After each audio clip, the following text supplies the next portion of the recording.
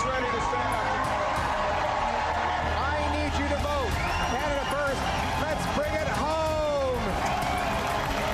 Le Bloc québécois est un instrument fondamental pour l'accession du Québec à la souveraineté. C'est notre job. We win by standing up, by standing together to protect what makes Canada, Canada. And we must choose between our future and our present. But this is a really critical moment for Canadian democracy.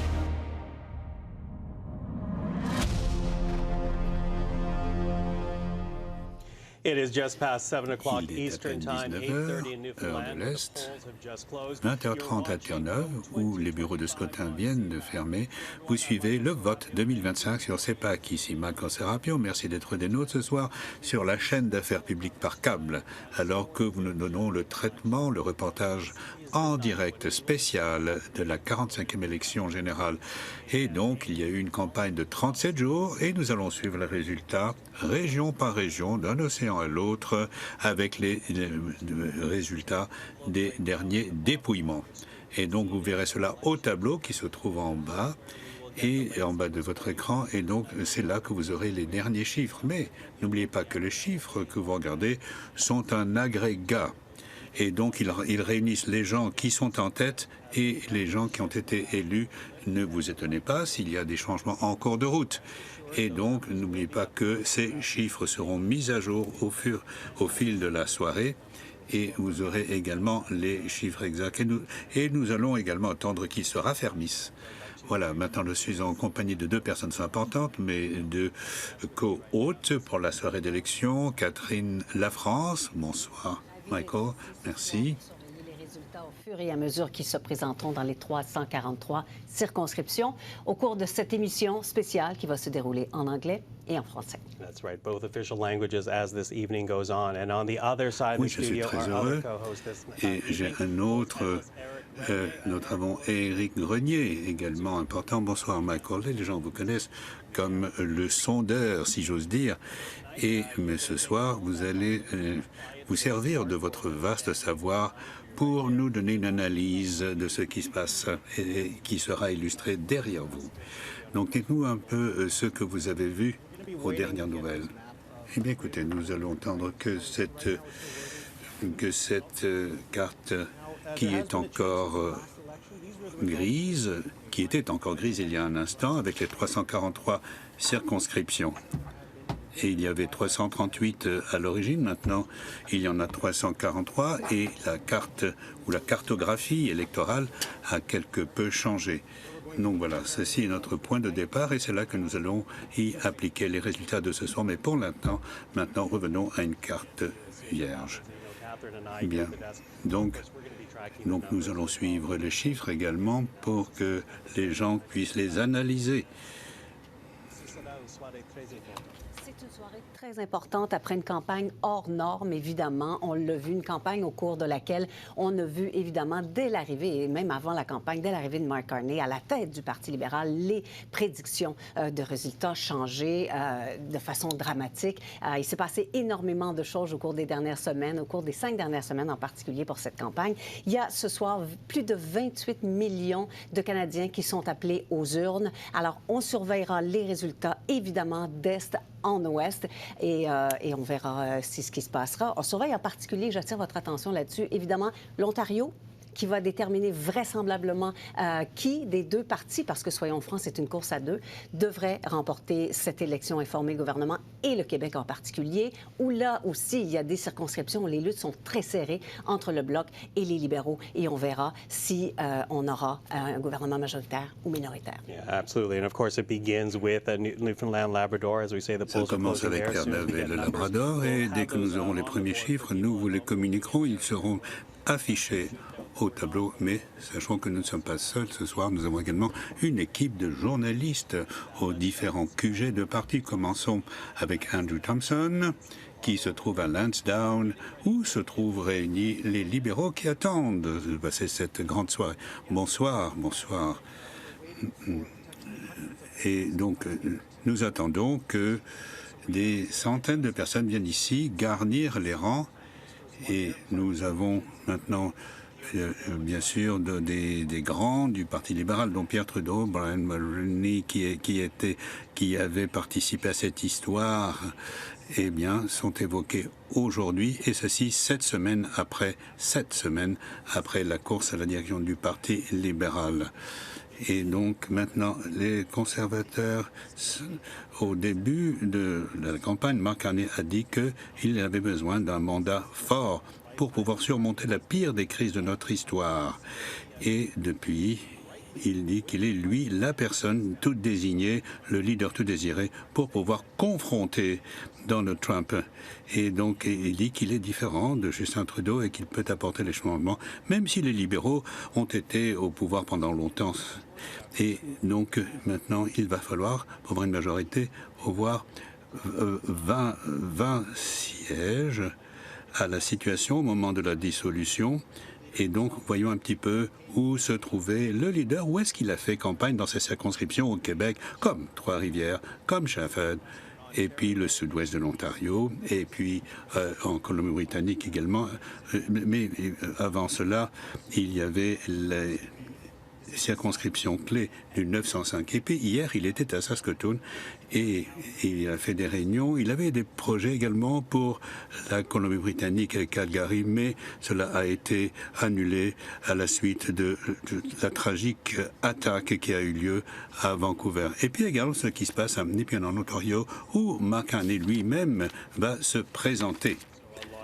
Donc bien sûr. Donc nous attendons beaucoup de nouvelles et nous avons appris que suite à la tragédie qui s'est produite à Vancouver, une manifestation a été annulée. Et nous avons entendu des commentaires de la part des différents dirigeants suite à cette abominable agression qui a eu lieu avec la mort d'un enfant, de ses parents. Et donc c'est une chose qui est un véritable crève-cœur et nous adressons toutes nos condoléances et c'est ce qu'ont fait tous les leaders et donc tous les chefs de parti. Et donc le Pierre Poilievre lui-même a assisté à une messe à Mississauga à cette occasion douloureuse. Et donc maintenant, restons à Ottawa et passons maintenant au centre Rogers. C'est là que le Parti conservateur réunit ses fidèles et ses partisans pour la soirée électorale. Et c'est là que nous sommes représentés à CEPAC par Julie Van Dusen. Bonsoir, Julie. Oui, bonsoir, Michael. Oui, c'est vrai, le démarrage est un peu lent. Les portes ne sont toujours pas ouvertes. Et nous attendons à ce qu'il va y avoir beaucoup plus de gens à mesure que la soirée se déroule. Et puis, également, il y a une grande attente concernant ce qui se passe à la circonscription de Carleton où Pierre Poilievre se présente. Pierre Poilievre, et où il est représentant depuis 20 ans.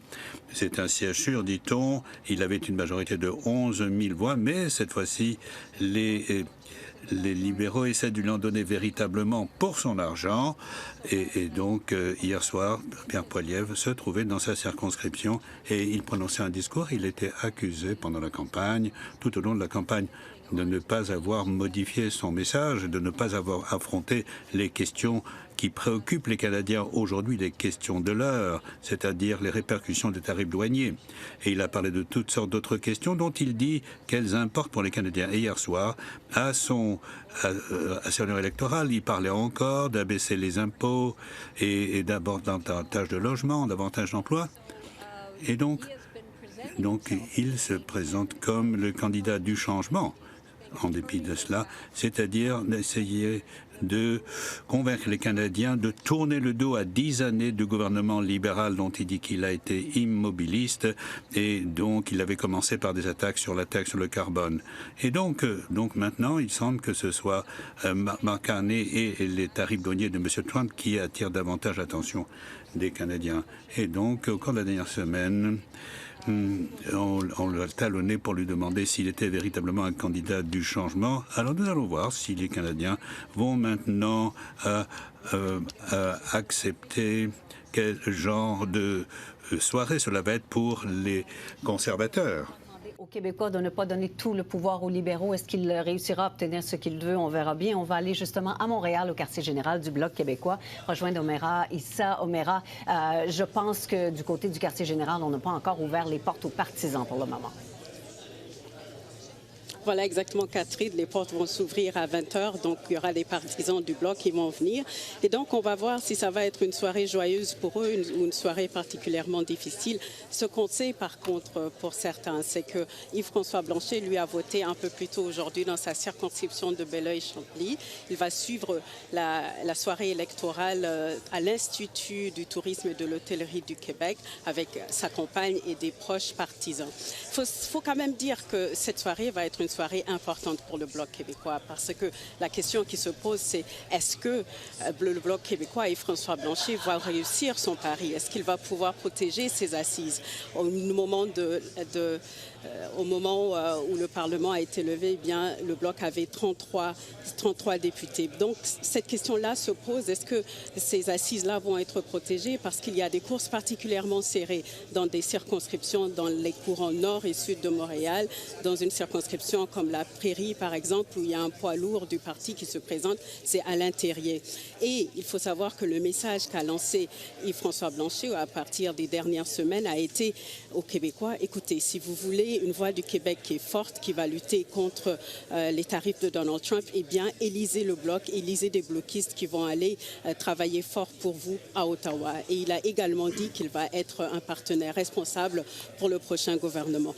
Autre question qu'on va surveiller ce soir, Catherine, c'est est-ce qu'il y aura un gouvernement majoritaire et minoritaire ou minoritaire? Et ça, cette question-là va trouver sa réponse très fortement ici au Québec et ça va dépendre du nombre de bloquistes qui vont être élus. Michael. Omira, thank you for that. Omira Issa at the Bloc québécois headquarters. Merci, Omira. C'était Omira Issa au QG du Bloc québécois. Et maintenant, nous allons à Burnaby, en Colombie-Britannique, au siège du NPD. Qu'est-ce qui se passe maintenant? Pour le moment, pas grand-chose. On essaie d'obtenir le plus de votes possible pour tous les partis. Il n'y a pas de siège qui soit un siège qu'on puisse considérer comme sûr en Colombie-Britannique.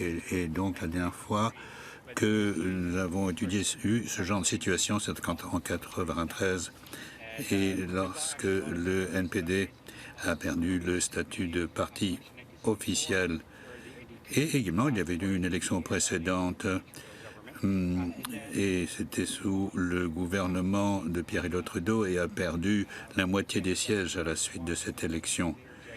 Et donc là, nous avons Jack Mayfield qui est dans une de ces circonscriptions et donc qu'il avait remporté facilement la fois précédente, mais cette fois-ci, il y a un risque avec un challenger libéral qui est bien placé. Et donc, cette circonscription appartient au NPD avant même qu'il n'existât. Donc, ça remonte à 1935. C'était encore une autre dénomination. Et donc, ensuite, il a été encore en 1974. Et donc, il y a des parallèles. Et je voudrais également dire rapidement qu'il y a également Nanaimo Ladysmith. Et là, il y a 4 candidats en lice et bien placés, y compris le Parti vert. Et donc, c'est trop tôt pour se prononcer et dire ce qui va se passer. Il est très possible que les conservateurs l'emportent. Ils étaient favoris. Mais compte tenu du partage des votes progressistes, on ne sait plus très bien. Et puis il y a l'incidence de Trump qui a dit aujourd'hui que le Canada devait devenir le 51e État des États-Unis. Nouvelle déclaration aujourd'hui et M. Singh a répondu sur les médias sociaux, il a dit voter sur le NPD simplement pour fâcher, mettre en colère Donald Trump. Oui, merci beaucoup. Merci beaucoup. Nous y reviendrons. Alors, nous vous reviendrons dans le courant de la soirée. Et donc, je vous ai parlé de Jack Mayfield. Nous avons une nouvelle vidéo à vous communiquer. C'est le chef du NPD, alors qu'il assiste à la soirée à Burnaby et il file les résultats qui seront diffusés dans la soirée. Et regardez en bas de l'écran, nous avons déjà des résultats pour deux circonscriptions, avec une pour les libéraux en tête et l'autre pour les conservateurs en tête. Adressons-nous donc à Eric Grenier. Je sais bien que ce sont des résultats absolument tout à fait précoces. Alors oui, c'est vrai comme vous dites. Donc nous avons les premiers résultats. Il n'y a que ici nous avons Clifford Smart qui est donc celui qui détient, c'est donc le titulaire de la circonscription, suivi de la libérale. Et puis maintenant allons au Labrador, après Terre-Neuve. Et donc nous avons donc c'est Philippe Earl qui est candidat libéral, qui remplace Jones, qui ne se présente pas. Et donc il a maintenant, il est en avance. Bien, mais alors nous attendons maintenant que pendant la première demi-heure, nous avons déjà les premiers résultats. Mais nous allons maintenant amorcer la conversation avec notre panel de ce soir. Ce sera une longue soirée.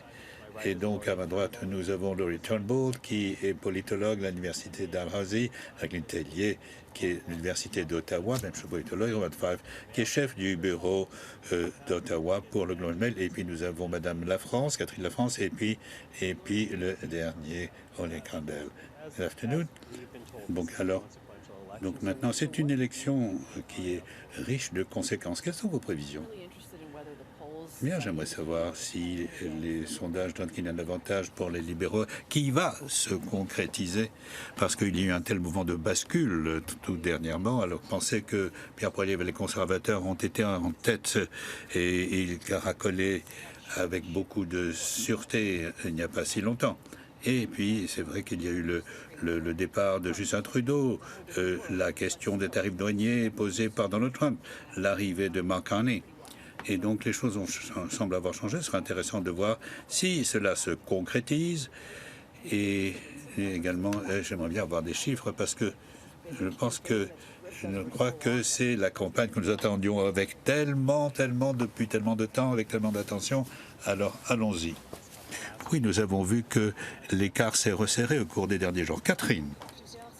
Évidemment, mais en particulier le Québec, je vous dirais, parce qu'il y a plusieurs circonscriptions où ça se joue à deux blocs libéraux.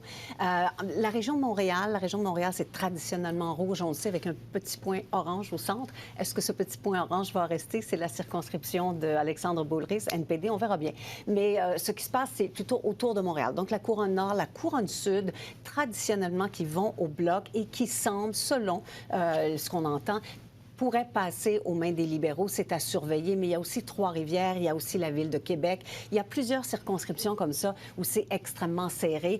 Geneviève, il faut voir, est-ce qu'on risque d'être surpris du résultat? Évidemment, c'est toujours la question. C'est toujours la question, puis on sait que depuis le début de cette élection-là, de cette campagne-là, ça va mal pour le Bloc et on voyait vraiment des chiffres qui étaient très bas. Mais il y a eu une fin de campagne où le Bloc a comme eu un deuxième souffle. Alors, Yves-François Blanchet a fait l'argument, oui, c'est les libéraux qui vont gagner, mais le Bloc peut être là pour bien représenter les intérêts du Québec. Et en voyant les sondages, les derniers sondages, on voyait que peut-être ça l'avait bougé un petit peu. Alors, est-ce que M. Blanchet va réussir à limiter les dégâts? Je pense que si... ça se traduit en sièges? Si le Bloc fait probablement plus de 20 sièges, je pense qu'ils vont être contents. Il ne faut pas oublier, ils avaient 33 à la dernière élection, mais s'ils font plus de 20 sièges, parce qu'il y a certains sondages où on disait, ça pourrait aller 15, par exemple, pourrait perdre la moitié de leurs sièges. Alors, jusqu'à quel point ils pourraient sauver un peu les meubles? Est-ce que c'est possible? Est-ce que c'est une vague rouge cette fois-ci? Il y avait eu la vague orange en 2011. Alors, il y a beaucoup de points d'interrogation. Oui. Well, and I'll ask you to jump in now, Bob. Bien, Bob, you've been following this story very closely. Vous avez suivi tout ça de très très près. Nous en avons parlé tout au long de la campagne. Alors, à quoi faut-il s'attendre ce soir? Eh bien, je pense que l'on va dire qu'il va y avoir un gouvernement majoritaire libéral. Ce sont les indications de la campagne. Les libéraux pensent qu'ils ont déjà la chose, ce que c'est dans le sac pour eux. Et donc, il va falloir quand même suivre de près ce qu'il se passe dans le Canada Atlantique, parce que c'est un renversement total de ce à quoi nous étions exposés ou ce qui nous était promis voici 3 mois. Et donc, ça devait être un raz-de-marée conservateur. Mais cependant, le québécois représentait encore une force importante. Et puis, au cours des 3 mois, il y a eu la démission de M. Trudeau, l'arrivée de M. Carney, qui s'est présenté comme l'homme de la situation, l'homme fort face à la crise. Et puis ensuite les menaces de Donald Trump, tant l'annexion du Canada que les tarifs douaniers. Donc maintenant, tout le monde suit de très très près ce qui se passe dans l'Atlantique du Canada, la région atlantique du Canada, parce qu'à suivre de très très près. Mais là, on prévoit davantage de sièges pour les libéraux que pour les conservateurs. Québec, Montréal, ça va être libéral, pratiquement tout rouge. Et puis ensuite, quant au Bloc québécois, il pourrait avoir entre 18 et 25 sièges. Et puis, il y a l'Ontario. Alors, en Ontario, lorsqu'on en arrivera à l'Ontario, nous saurons peut-être si ce sera ou non un gouvernement majoritaire libéral. Et donc, on parlait de 192 sièges pour 123 pour les conservateurs, 5 pour le NPD, ce qui est catastrophique, 1 pour les Verts et quelques-uns pour le Bloc québécois. Mais évidemment, tout cela pourrait changer considérablement, mais je pense que ça devrait être une victoire très nette pour le Parti libéral. Et alors là, Mark Carney aura le mandat auquel il prétendait, un mandat fort. Et ensuite, quelles seront les conséquences pour M. Poilievre? Donc, s'il ne s'en sort pas ce soir, combien de temps pourra-t-il encore rester à la tête de son parti? Oui, bien sûr, nous verrons bien cela au moment où les résultats commenceront à affluer. Et Chris, alors, qu'est-ce que vous suivez de plus près en ce moment? Mais surtout, les messages, le contenu des messages dans la campagne. Mark Carney a dit, c'est de moi qu'il s'agit, de ma personne, de ma personnalité, de ma capacité à affronter Donald Trump et Pierre Poilievre et les autres, c'est autre chose. Alors que Pierre Poilievre s'est présenté comme un leader différent de M. Trudeau, avec des questions qui sont très importantes pour les Canadiens, la taxe sur le carbone, le logement, les emplois. Et donc, il semble que maintenant, il est beaucoup plus orienté vers les questions internes. Et donc, maintenant, pour Pierre Poilievre, c'est qu'il n'a pas changé, il n'a pas su s'adapter à l'actualité. Et d'abord, parce que le problème, c'est que beaucoup de gens aiment bien Donald Trump au Parti conservateur, justement. Donc, les gens n'ont pas véritablement compris quel était l'avantage de voter conservateur pour ce genre de changement. Et donc, ça va à l'avantage de Mark Carney. Bien, nous allons voir comment ça se déroule en fait. Mais donc, ça, c'est le début de notre conversation de ce soir. Et samedi soir, il s'est produit quelque chose d'abominable à Vancouver.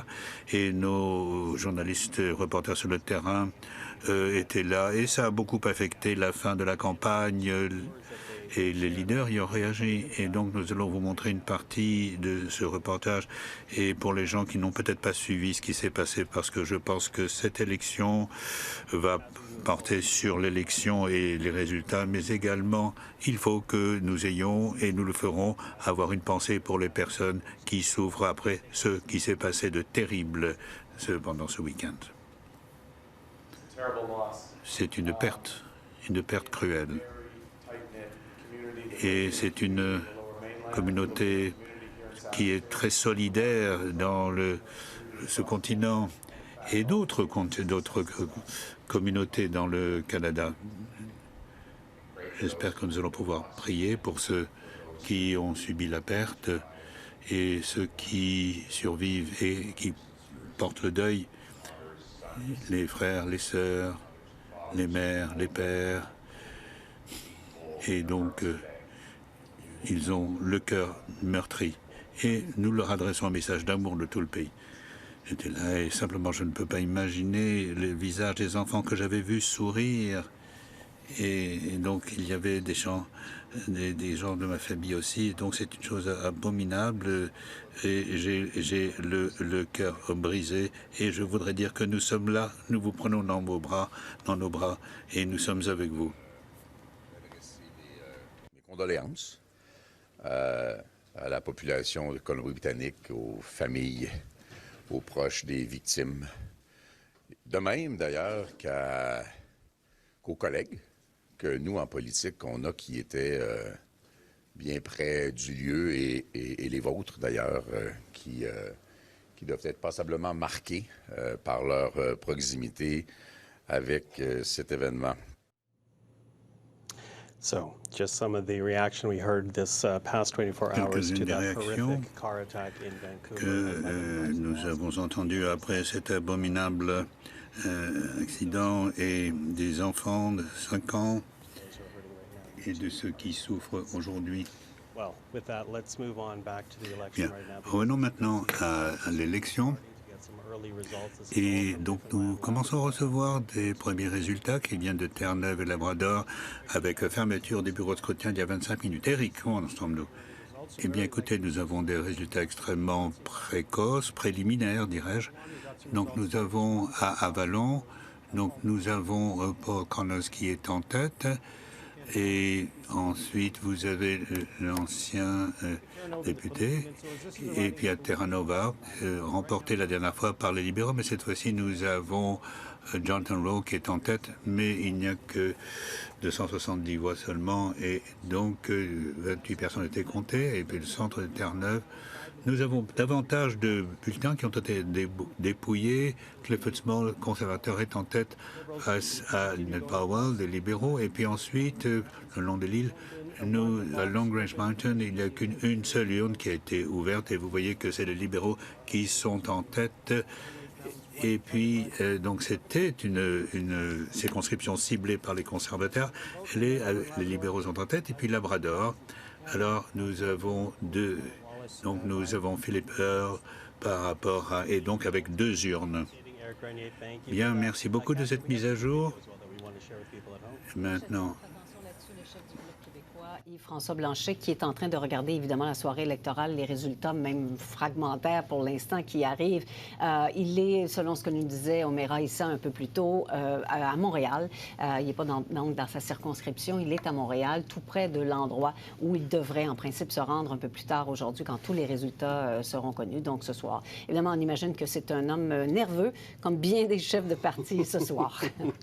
I can imagine there's a lot of nerves this evening, especially when you talk about... Oui, j'imagine que les gens sont tendus, surtout lorsque l'on est chef du parti, du Bloc québécois. Il y avait une époque où il semblait destiné à occuper un rôle, à être l'opposition officielle.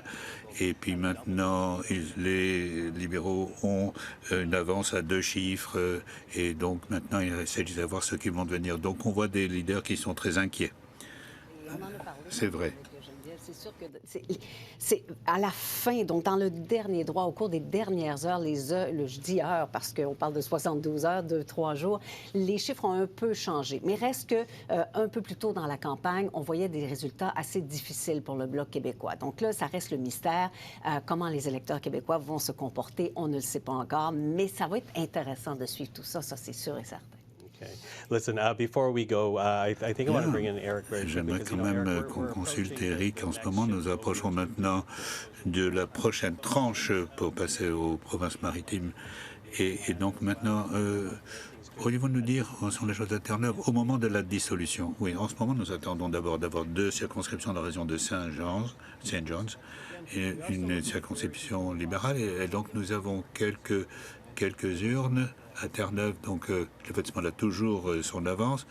Et dans les péninsules de Terre-Neuve, avec 4 urnes ouvertes, eh bien, nous avons donc les conservateurs. Maintenant, pour ce qui est du reste du Canada Atlantique, voilà. Alors, ça ressemble un peu à ce que c'était la dernière fois. Il y avait un seul député conservateur à Terre-Neuve et plusieurs donc en Nouvelle-Écosse et au Nouveau-Brunswick. Et nous allons commencer à recevoir davantage de résultats. Et maintenant, nous en tenons aux résultats de Terre-Neuve et Labrador. Bien maintenant, alors, au moment de la dissolution, à quoi ressemblaient Terre-Neuve et Labrador, s'il vous plaît? Eh bien, nous avons 6 sièges libéraux, 1 conservateur. Et s'agissant maintenant des gens en tête, eh bien, voyons un petit peu la situation aujourd'hui. Nous avons à Terre-Neuve et Labrador, c'est peut-être trop tôt pour se prononcer, donc nous n'avons pas d'élection ou d'élus officiels, mais on parle de 3 libéraux en tête et 3 conservateurs en tête et deux libéraux qui suivent. Donc nous allons suivre cela pour vous à CEPAC alors que nous nous approchons de 19h30 heure de l'Est, 20h30 heure de l'Atlantique. Ça veut dire que les bureaux de scrutin sont sur le point de fermer dans les provinces maritimes. Vous suivez Vote 2025 sur CEPAC.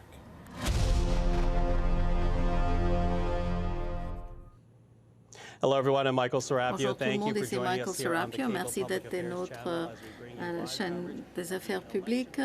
Nous allons suivre les résultats des élections en direct. Dans quelques secondes, les bureaux de scrutin vont fermer dans l'est du pays et nous allons commencer à voir les décomptes.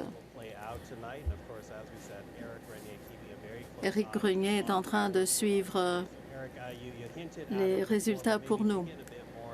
Éric, donnez-nous un peu plus de détails. Vous parliez des maritimes, Nouvelle-Écosse, Nouveau-Brunswick, l'île du Prince-Édouard, qui commencent à compter leurs résultats. Voici la carte en 2021. En Nouvelle-Écosse, il y avait 3 circonscriptions conservatrices qu'il va falloir surveiller: Cumberland, Colchester, Stephen Ellis et celui qui détient le siège. Ça a été traditionnellement une circonscription conservatrice, donc si les libéraux réussissent à l'emporter, ce serait de bon augure. Rip Perkins a remporté la dernière élection. Il n'y a pas de candidat néo-démocrate au South Shore St. Margaret. C'est le seul endroit au pays où il n'y en a pas. En Nouvelle-Écosse, Acadie Annapolis, Chris d'Entremont qui se présente contre Ronnie Leblanc. Mark Carney a visité la circonscription. Pas trop clair pourquoi, parce que les conservateurs l'ont remporté de beaucoup. Au Nouveau-Brunswick, il y a quelques circonscriptions à surveiller. Miramichi-Grand Lake a eu des résultats très rapprochés. Lisa Harris, ancienne membre de la législature provinciale, Mike Dawson également. La course était très serrée la dernière fois. Fredericton ou Mocto. C'est vraiment une circonscription qui change d'un parti à l'autre. Si les libéraux gagnent, ce sera probablement un indicateur pour la province. Revenons un moment à Robert Fife qui disait, avant qu'on ne passe à l'antenne, qu'il fallait surveiller quelques circonscriptions dans les maritimes parce qu'il pouvait indiquer ce qui se passera de façon plus générale. Oui, Central, Newfoundland, Long Ridge Mountains, Cumberland, Colchester, South Shore, St. Margaret's, Acadia, Annapolis.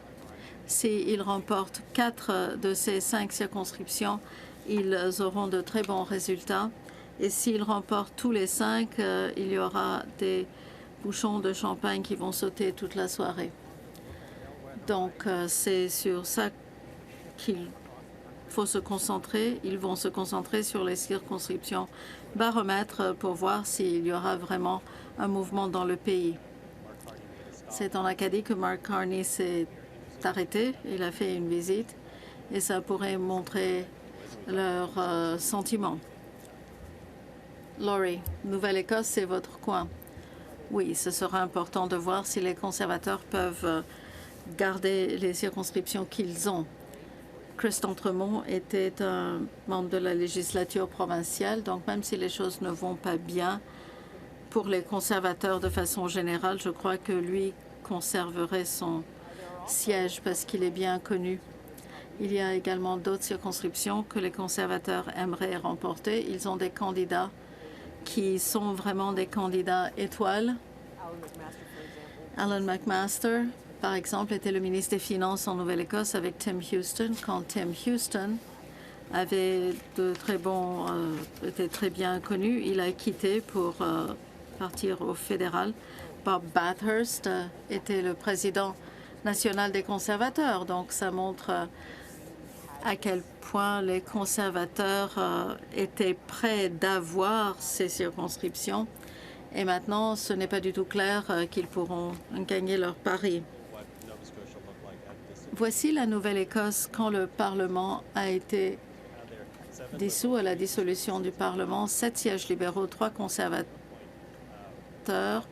et 1 siège vide. Si les libéraux peuvent remporter 2 circonscriptions qui sont conservatrices à l'heure actuelle, ce sera un bon indicateur pour eux.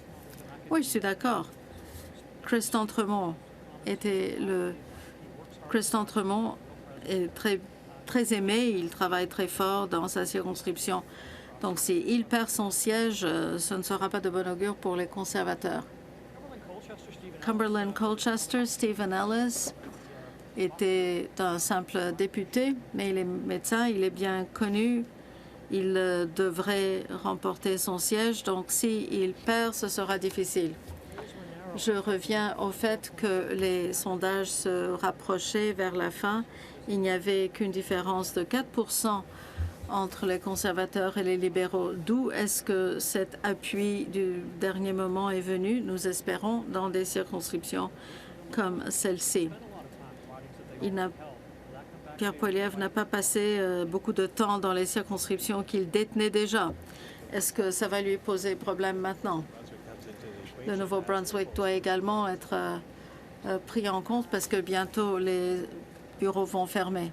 Le cas ce soir, c'est à voir et on va surveiller ça évidemment, surtout peut-être en particulier au Nouveau-Brunswick, il y a une importante population francophone de ce côté-là. On surveille tout ce qui se passe dans les Maritimes, mais un coup d'œil en particulier de ce côté-là. Donc à voir, Geneviève, ça va être intéressant de voir comment se comportent les électeurs de cette région-là. Ça va être très intéressant. Il ne faut pas oublier le vote francophone et le vote francophone est présent surtout au Nouveau-Brunswick. Rappelez-vous aussi, en 2015, au début de la soirée, on avait vu que Justin Trudeau allait gagner parce que ça avait commencé à être pas mal rouge dans cette région-là. Et ça n'avait pas changé. Ça n'avait pas changé. Je pense aussi à Dominique Leblanc. Il ne faut pas l'oublier, lui, qui a joué un rôle très important au sein du Parti libéral. Je pense que le rôle qu'il a joué, on l'a moins vu de façon visible ces derniers temps, mais je pense qu'il joue, c'est un homme de terrain. Il sait mobiliser les troupes. Alors, je pense que son influence aussi, le fait que M. Carney a pu compter sur l'appui de M. Leblanc, ça, c'est très important aussi, je pense, pour le parti dans cette région-là du pays. It's the minister of everything when you talk about Dominic Leblanc, right? So, oui, le ministre de tout, n'est-ce pas, Dominique Leblanc? Il avait à un certain moment l'idée ou les ambitions de se présenter pour être chef du parti, mais il était trop occupé. Il a décidé de ne pas le faire. En décembre, on avait l'impression qu'il y aurait un gouvernement majoritaire conservateur. Donc, il y avait des conservateurs bien connus qui se présentaient à des circonscriptions différentes. Avant la démission de Justin Trudeau, personne n'aurait pensé que quelqu'un aurait abandonné une carrière réussie pour se présenter comme candidat libéral. Mais les choses ont complètement changé. Parlez-nous un peu du paysage qui n'arrête de changer. Vous connaissez Ottawa, vous avez suivi Ottawa depuis très longtemps. Avez-vous jamais vu un tel changement se produire si rapidement? Non, c'est du jamais vu. Les conservateurs allaient remporter une majorité massive et c'est impensable que quelqu'un de l'extérieur, comme M. Carney, un technocrate, qui n'est pas politicien, qui n'a jamais été élu, qui montre quand il n'aime pas les questions des journalistes, qui ne sait pas comment être un politicien, mais son statut comme ancien gouverneur de la Banque du Canada, de la Banque d'Angleterre, quelqu'un qui sait gérer des crises, eh bien, les gens se sont dit peut-être il peut mieux gérer Trump et la situation Trump que Pierre Poilievre. D'ailleurs, le départ de Justin Trudeau a également fait beaucoup de nettoyage dans le système politique, mais normalement, on ne devrait pas pouvoir changer les choses si rapidement, même en changeant de chef. C'est donc du jamais vu. Mais M. Poilievre a commis beaucoup d'erreurs. Il a continué à rappeler les Canadiens qu'il était comme Trump. Les noms qu'il donnait aux gens, comme carbon tax, Carney, les noms et les gestes populistes qui faisaient toujours penser à Donald Trump. Et puis, il a fait des choses au parti même. Il a pris 90 sièges et c'est le parti qui décidait qui allait se présenter. Ça a vraiment énervé les gens du Parti conservateur, surtout les anciens réformistes qui sont très, très axés sur la démocratie du terrain. En Colombie-Britannique, il y avait un candidat très populaire qui a été éliminé, donc il est resté comme indépendant. Il va probablement garder le siège. Par exemple, Doug Ford, qui est le premier ministre le plus populaire en Ontario, traiter Josh Ray comme un lépreux, c'est absurde. Il aurait pu faire une campagne pour les conservateurs au Québec, mais il ne les aide pas. Ils ont fait beaucoup de choses qui n'étaient pas nécessaires. Ils auraient pu présenter une campagne axée sur le changement avec de l'espoir, mais on n'entendait jamais ce message d'espoir de M. Poilievre. Il y avait beaucoup de noirs. Oui, si les sondages se réalisent, on a vu beaucoup d'indications que le Parti libéral allait remporter une majorité. Voyons si elle se produit. Bob, cette notion que le poison a pu drainer avec le départ de Justin Trudeau, est-ce que vous êtes d'accord? Oui, bien sûr, il y a une sorte de durée maximale pour chaque premier ministre. Il ne voulait pas partir, mais il devait partir. Et quand il est parti, ça a éliminé une belle carte que Pierre Poilievre voulait utiliser pour gagner son pari. Quand les partis ont présenté leur programme, les différences entre les libéraux et les conservateurs n'étaient pas si grandes. Le logement est un problème. Nous allons éliminer la TPS sur les nouveaux logements. Nous allons construire un corridor national pour les pipelines, pour l'énergie. Nous allons devenir moins tributaires des États-Unis. Ils avaient les mêmes idées. Je peux continuer, mais je pense que les conservateurs n'ont pas fait assez pour se distinguer des libéraux sur les questions qui sont importantes pour les Canadiens. Et maintenant, on voit les résultats de ces difficultés. Décembre, tantôt, on réalise à peine à quel point on était dans un autre monde. Au mois de décembre, Christopher Freeland était ministre des Finances. Justin Trudeau était premier ministre, chef du Parti libéral. Donald Trump n'était pas encore à la Maison-Blanche et il n'avait surtout pas commencé à imposer des tarifs. Il n'avait pas encore parlé du 51e État. On a l'impression que c'est un monde qui est complètement différent, celui dans lequel on est en ce moment. Et ça, je pense que les électeurs le ressentent très, très bien partout au pays. À peu près tout le monde, peut-être, sauf Pierre Poilievre, qui, lui, a continué à faire la même campagne que celle qu'il aurait faite il y a 3 mois, il y a 6 mois, comme si rien n'avait changé, Geneviève. Pensez juste à un ministre comme John Fraser qui, le matin du 16 décembre, annonce qu'il va quitter la politique. Quelques heures plus tard, Chrystia Freeland fait son annonce qu'elle démissionne comme ministre des Finances. M. Fraser revient en politique, comme plusieurs sont revenus en politique. On pourrait en nommer plusieurs. C'est un monde en 3 mois, ce qui s'est passé. C'est incroyable. C'est pour ça qu'on dit cette élection-ci est exceptionnelle. Il s'est passé tellement de choses. Puis il s'est passé tellement de choses qui auraient dû faire bouger les choses. Puis finalement, non, c'était comme décidé. Une fois que les changements sont arrivés, une fois que les libéraux ont été en avance avec M. Carney, c'est resté statique. Puis il n'y a rien. Il n'y a rien qui a réussi à faire bouger l'aiguille, malgré les erreurs de M. Carney, malgré son inexpérience, malgré les attaques de M. Poilievre et du Bloc. Ça n'a pas changé. Il faut voir si son parti va lui en faire payer le prix, ça peut-être éventuellement. Pour M. Carney? Pour M. Poilievre, oui. Bien, la question qui va se poser, ça va être son avenir politique, très certainement. On verra ce soir. Bien, on présume qu'on n'a pas encore les données. Mais même s'il réussit, supposons qu'il gagne l'élection, ça va quand même être un pays divisé. Et donc, est-ce que le prochain premier ministre, que ce soit M. Poilievre ou M. Carney, va être capable de ramener ce pays-là? Parce que véritablement, il y a des gens qui vont être extrêmement déçus ce soir et d'autres qui seront très contents. Mais à regarder ce que les deux ont proposé dans leur plateforme, par exemple, il y a beaucoup de différences. C'est similaire en termes de répondre à M. Trump. Mais tout ce qui est le reste, c'est très différent. Puis, est-ce que ça ne va pas amener certaines fractures? Peut-être. Well, the questions that we're going to have to ask as this evening goes on, because, you know, ce sont des questions que nous allons devoir poser une fois que la soirée progresse. Nous sommes en train de voir les premières boîtes de scrutin. Je vais ramener Éric Grenier parce que nous avons quelques indicateurs à anticiper. Terre-Neuve-Labrador, les bureaux ont fermé. Oui, à Terre-Neuve et Labrador, nous commençons à avoir une idée des résultats. On voit que les conservateurs sont en tête sur 3 circonscriptions. Longrange Mountains, Carroll Anstey est en avance de Don Bradshaw.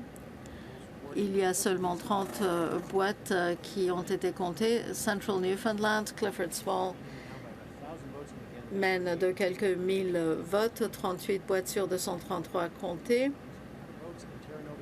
À Terranova, The Peninsulans, Jonathan Rowe est en avance de Anthony Germain, les libéraux. Mais je veux indiquer que ce sont des circonscriptions très diversifiées.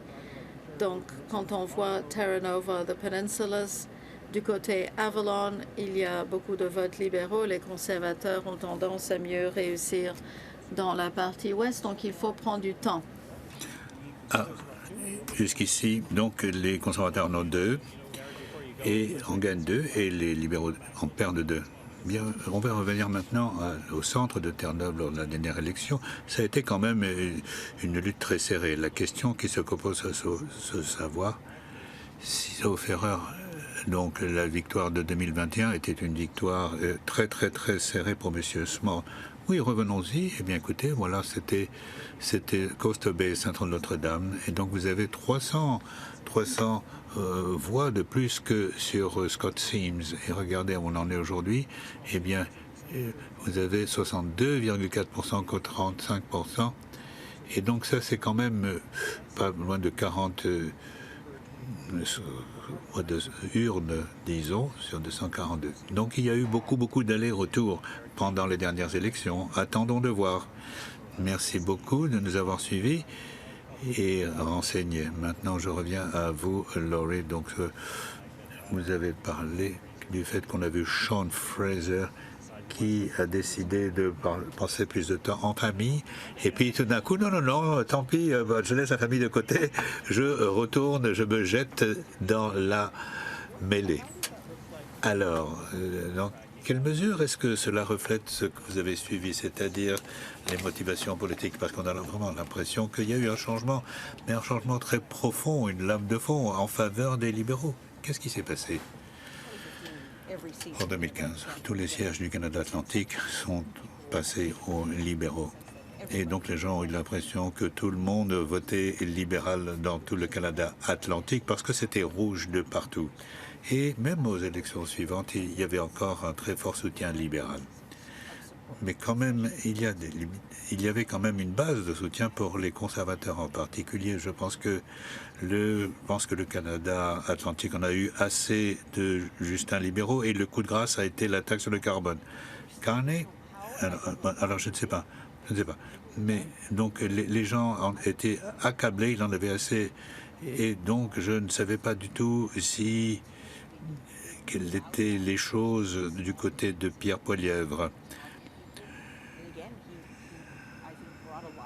Je pense qu'il a quand même réussi à réunir un certain nombre de candidats qui semblaient avoir un écho dans la population et que les conservateurs, donc avec des conférences de presse disant, donc Sean Fraser a dit, je ne m'en vais pas à cause du manque de popularité de Justin Trudeau. Je m'en vais parce que je veux revoir ma famille. Mais on dirait un petit peu qu'il y avait de ça parce que quand Justin est parti, il est revenu. Bon. Et donc, je pense que le Parti conservateur dit qu'il voulait que ce soit une élection axée sur le changement. Mais beaucoup de Canadiens se sont dit, ça suffit comme changement que d'avoir Mark Carney à la tête du gouvernement, un libéral, mais un libéral bleu. Et donc, c'est un petit peu le débat dont on attend la réponse ce soir. Oui, pour revenir à ce que disait Chris. Monsieur Carney a agi de façon très habile en faisant évoluer le parti au centre, comme l'avait fait Jean Chrétien. Et donc, il a repris des éléments de Monsieur Poilievre, puisqu'il a éliminé la taxe sur le carbone, il a révisé la taxe sur les gains en capitale. Il s'en est pris aux barrières interprovinciales. Donc, il a pris des tranches entières de ce qu'on pouvait considérer comme le programme du Parti conservateur. Et donc, Je pense que M. Poilievre a eu beaucoup de mal lorsque ça s'est produit, parce qu'en définitive, ça se recoupe comme politique. Et donc, lorsqu'on ajoute maintenant le phénomène Trump, c'est là qu'il a eu encore plus de mal, parce que c'est ce soir que on va trancher, parce que les gens, on lui en dit cesse de parler de la taxe sur le carbone et parle-nous de ce qui importe pour les Canadiens aujourd'hui, parle de Trump, Donald Trump. Et donc, ça va. Et donc, il a essayé de faire un aller-retour, puis il est revenu sur le coût de la vie. Et on se demande si cette élection, cette campagne avait duré 2 ou 3 semaines, si les conservateurs ne l'auraient pas emporté. Parce que maintenant, nous avons Mark Carney qui occupe tout le terrain. Et il est peut-être nouveau en politique, il n'est pas parfait, mais plus on voit Mark Carney, et moins il est populaire. Donc encore 3 semaines comme ça, il aurait peut-être perdu. Oui, lorsque l'on a parlé de changement, je pense que Mark Carney représente un vrai changement, parce que il a disait des choses concernant la taxe sur le carbone, le volume des dépenses publiques, et par ailleurs, un grand nombre de gens ont décidé de se présenter à nouveau, pas seulement comme Sean Fraser et Anita Anand, mais peu de gens qui se proposaient. Et tout d'un coup, vous voyez arriver cet afflux de candidats avec la présence de Mark Carney. Et cela a joué à Terre-Neuve-Labrador. Par exemple, dans la péninsule de Terra Nova, vous avez un candidat libéral qui s'est présenté assez tard par rapport aux conservateurs qui étaient en train de travailler le terrain depuis des mois. Je pense que Mark Carney représente un changement par rapport à Trudeau. Et donc, s'il l'emporte, eh bien, son cabinet ressemble beaucoup aux gens qui composaient le cabinet de Justin Trudeau. Mais il va falloir qu'il démontre qu'il n'est pas du tout pareil. Alors, s'il l'emporte, qu'est-ce que ça voudra dire à propos du jugement porté par les Canadiens sur Pierre Poilievre? Parce que, sur un autre réseau, on disait que les Canadiens aiment bien les politiques conservatrices, mais ils préfèrent que ce soit M. Carney qui les applique.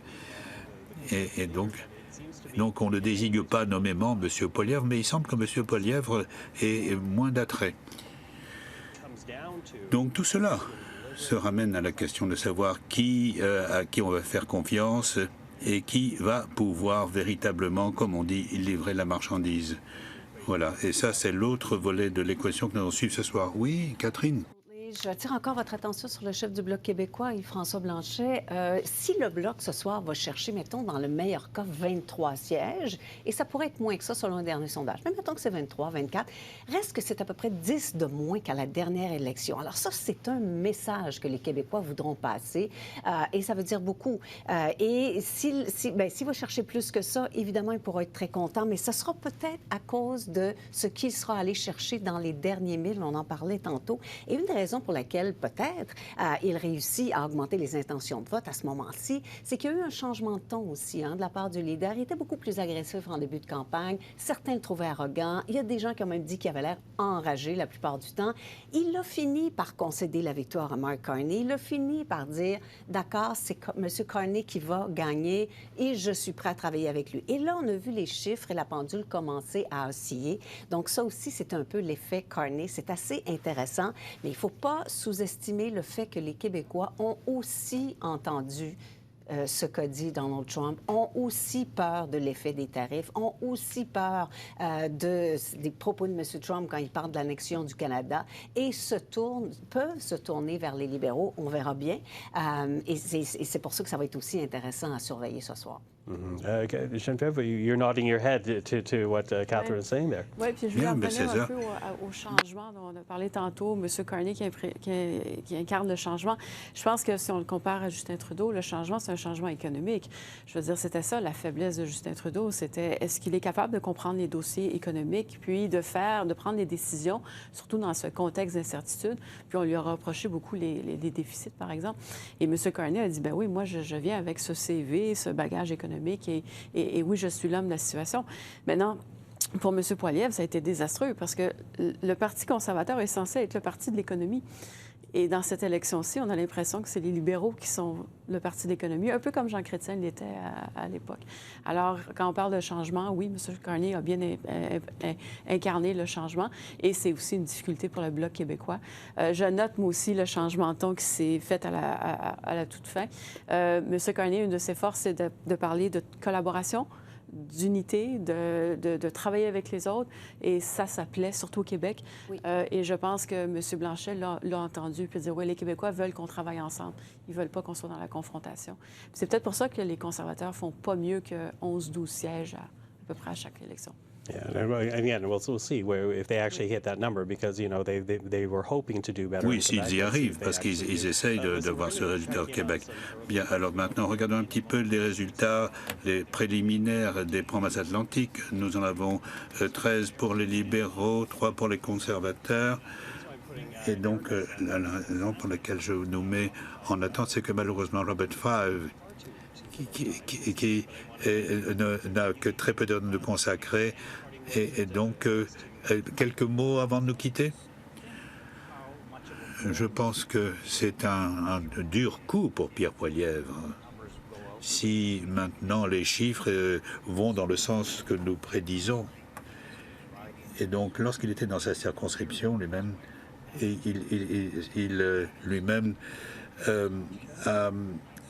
a un petit peu flageolé et sa femme a éclaté en sanglots. Parce que ça représente un idéal, une idée d'eux-mêmes du pays et ça semblait s'effondrer. Et le mur s'est lézardé. Et donc, je pense que nous partageons les sentiments des gens quand ça leur arrive. Et donc, je pense que ça va être très, très dur pour Pierre Poilievre et pour sa famille s'il perd ce soir et si les libéraux obtiennent une majorité. Ça va être un rude coup et ça va être quelque chose de dur à avaler pour lui et pour sa famille. Et je pense que ça va être très dur. Oui, je suis de cet avis. Bien, écoutez, nous allons bien voir comment les choses se déroulent ce soir. Mais bon, eh bien, vous devez nous quitter. Merci beaucoup de votre présence, Robert Five, chef du bureau du Globe and Mail à Ottawa. Et pendant mais on ne le pousse pas en dehors du studio. On lui laisse le temps de s'en aller tranquillement. Alors, le résultat, bien, nous avons quelques résultats préliminaires avec des circonscriptions qu'il faut continuer de suivre. Donc ici, c'est South Shore à St. Margaret. Donc c'est à égalité, coude à coude entre Perkins et Jessica Vancey-Landry. Et puis regardons d'autres circonscriptions de Nouvelle-Écosse. Nous avons celle-ci, Cape Breton-Kent sur Antigonish. Donc c'est Jaime Battiste qui est en tête et Alan McMaster qui était ministre des Finances du gouvernement conservateur. Et donc Battista a quelque chose comme 400 voix d'avance. Et puis maintenant, d'autres circonscriptions de Nouveau-Brunswick, nous avons un conservateur en tête, Saint-Jean, Sainte-Croix, c'est John Williamson qui va, semble-t-il, garder cette circonscription. Guillaume Deschênes-Thériaut a une avance sur Michel Morin du Parti conservateur. Et en Acadie-Bathurst, Serge Cormier, 32 votes avance avec James Brown. Les deux sièges étaient des sièges libéraux la dernière fois, donc ça reste que le nord de Nouveau-Brunswick va rester rouge. Catherine? Okay, so some early results, as we say. Donc, ce sont les premiers résultats. Pardon, Catherine. Ça va? Oui, effectivement, c'est encore très, très, très fragmentaire, mais c'est assez intéressant quand même de voir ce qui se passe, spécialement, Éric l'a démontré, dans les circonscriptions, il y a davantage de francophones. Geneviève, intéressant à surveiller, évidemment.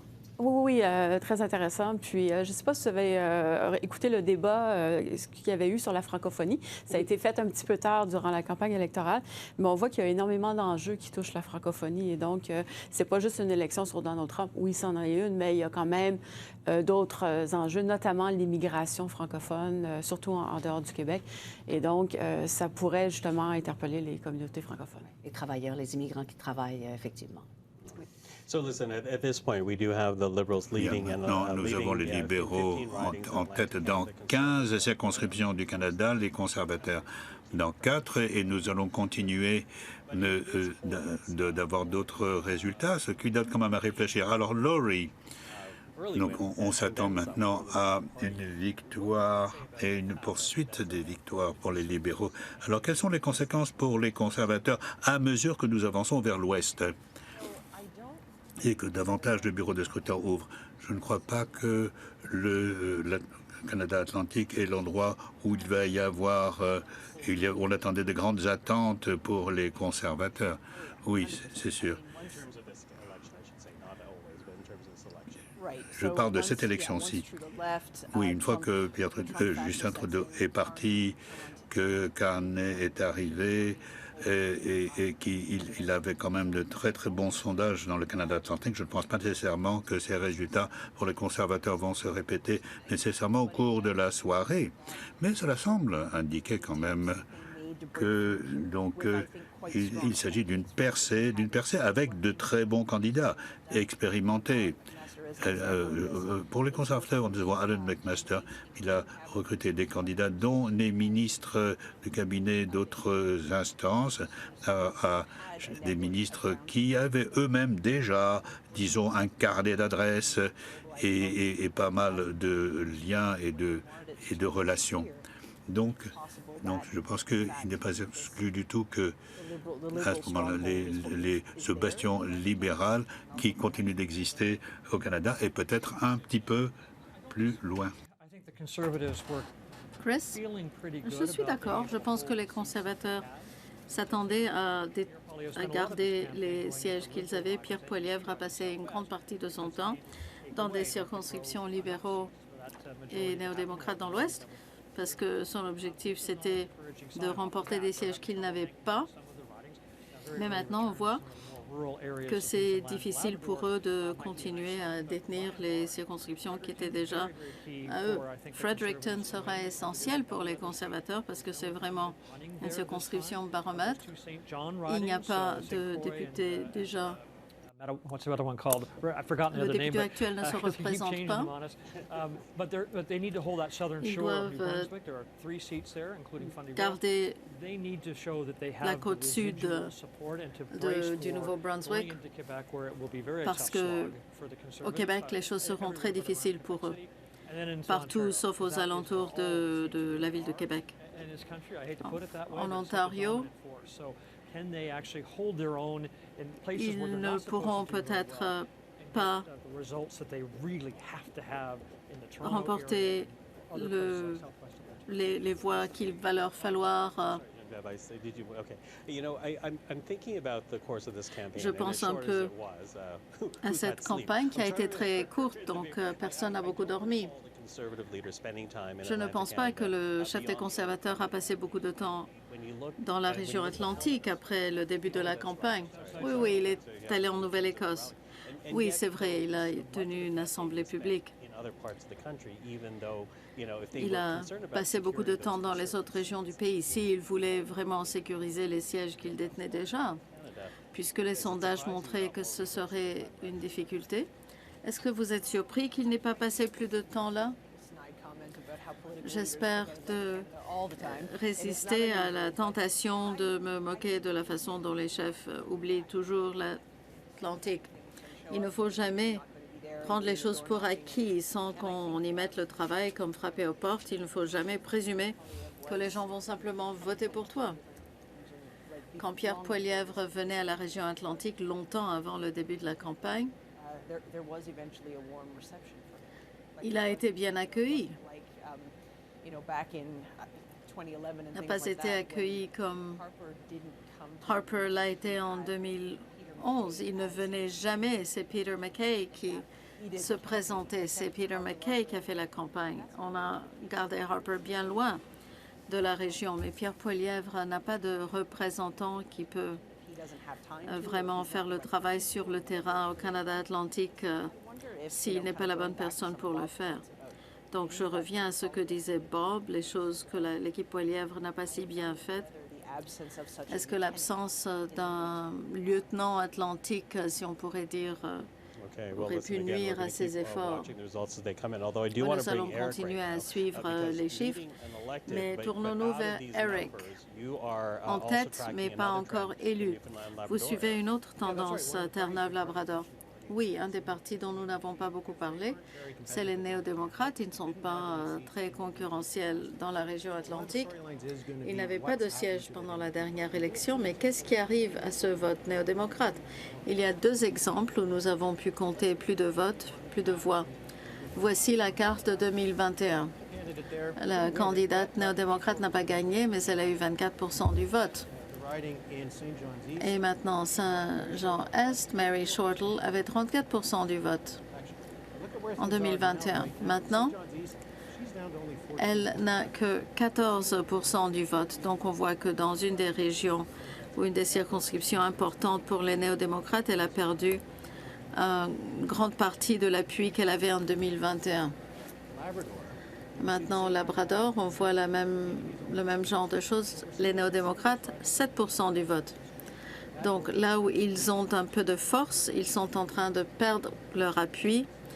Et cet appui va vers les libéraux. Nous allons voir si la même chose se produit dans le reste du pays. Mais le fait qu'on a vu dans les sondages que le vote néo-démocrate se rendrait aux libéraux, c'est ce que nous sommes en train de commencer à voir.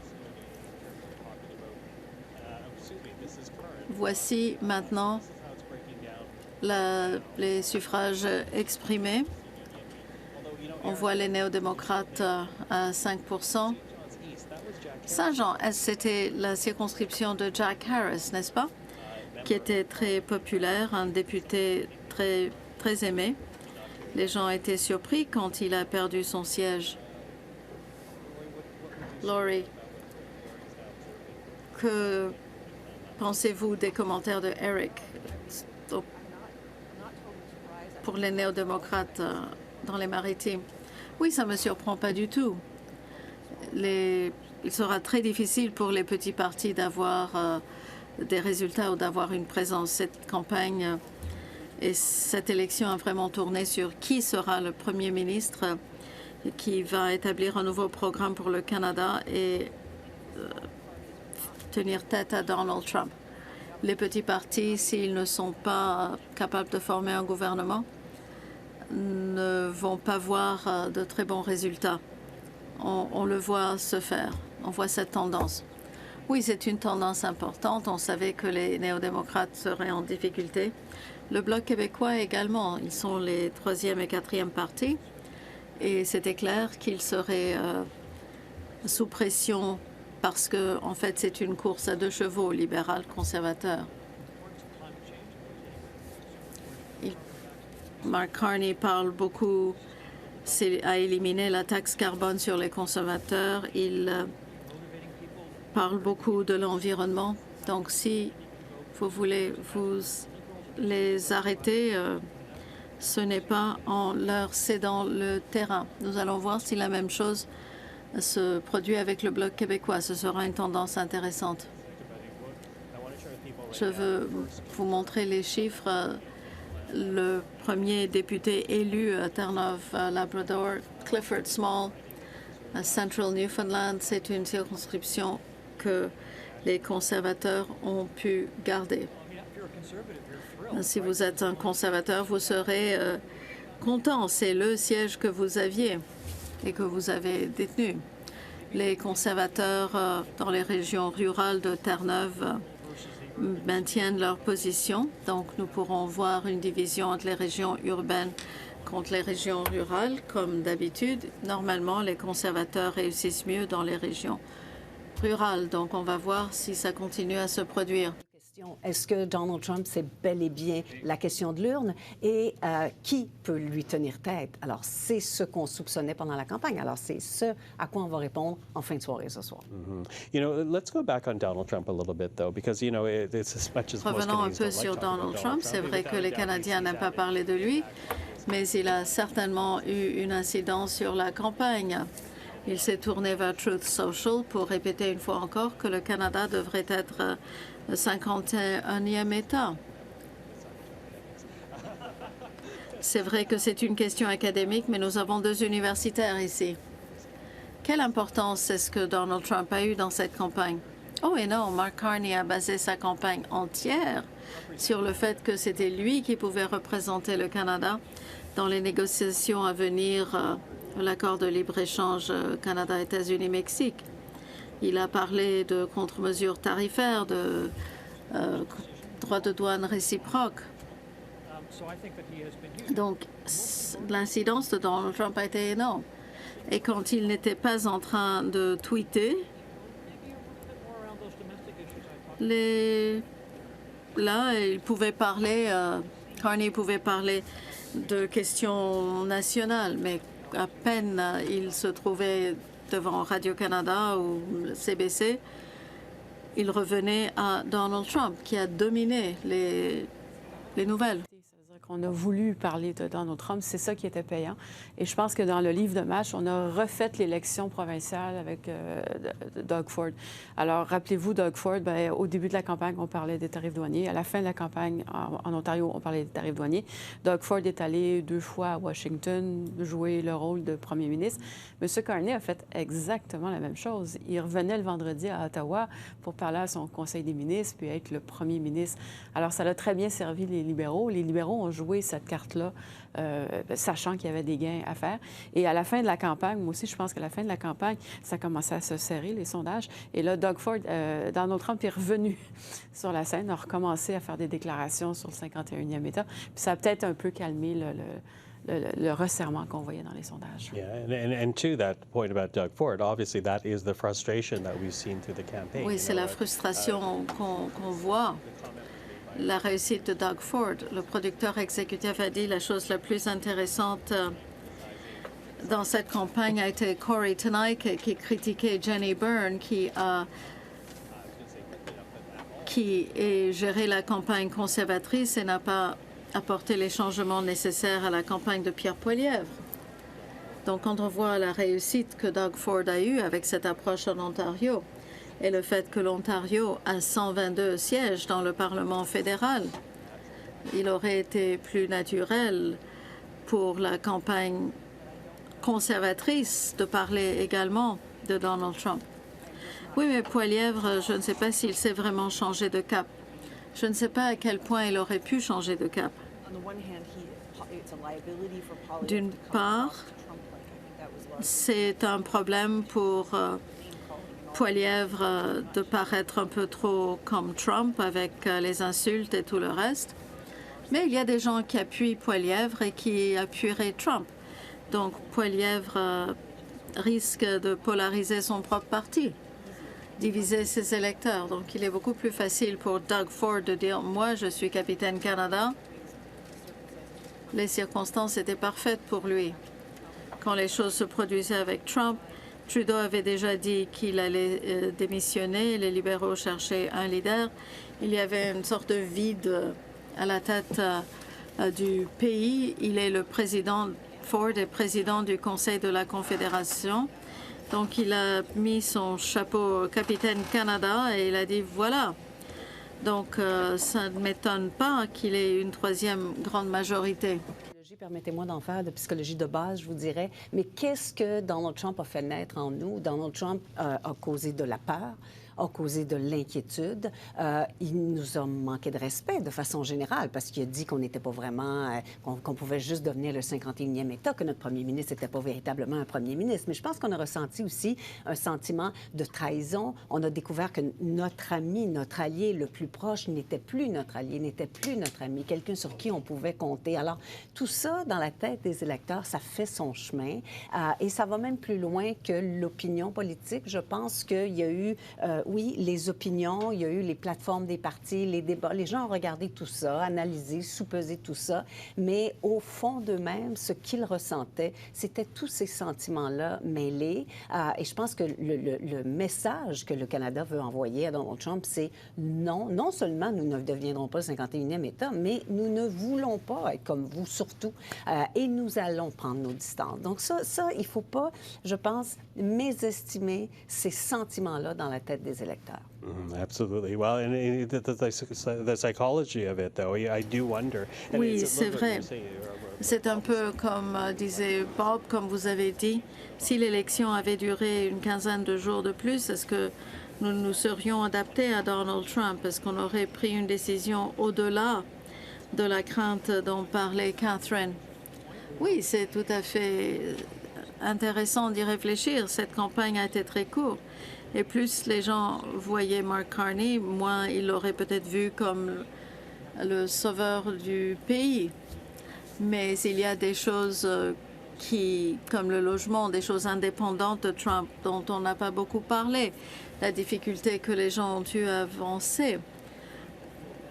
Est-ce que, voilà la question qu'il faut poser au sujet d'un gouvernement actuel. Est-ce que vous allez mieux maintenant?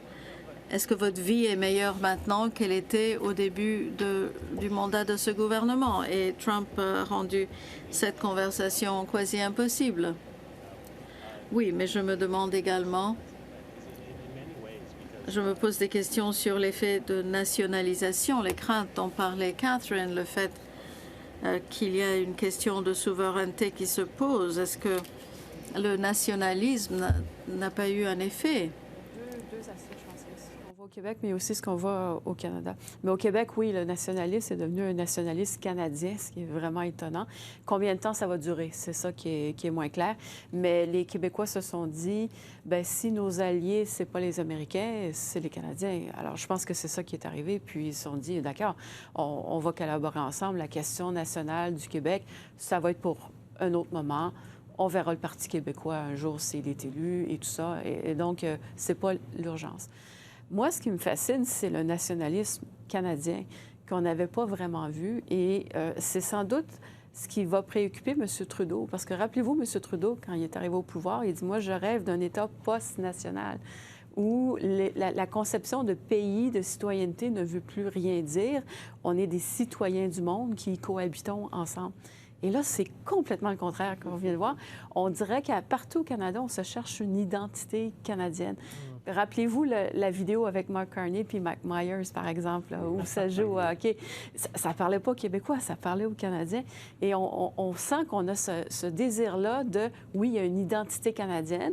On n'est pas le 51e État américain, puis on est plus que ça, on est autre chose.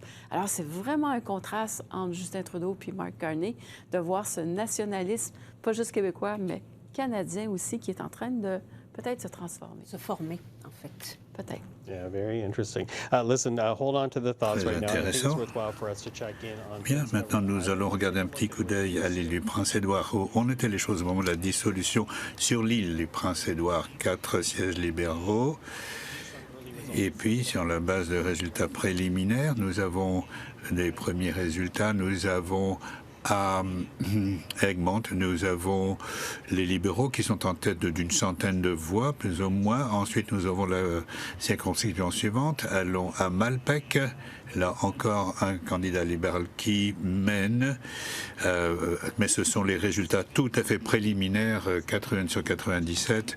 Et à Cardigan, toujours un libéral avec Kent McDonald qui mène largement sur James Hayward des conservateurs. Et enfin, nous avons à l'île du Prince-Édouard, à Charlottetown, Sean Casey, qui est un nom bien connu, et donc qui était très critique de Justin Trudeau, mais nous attendons de voir les résultats et les libéraux espèrent également remporter les 4 sièges.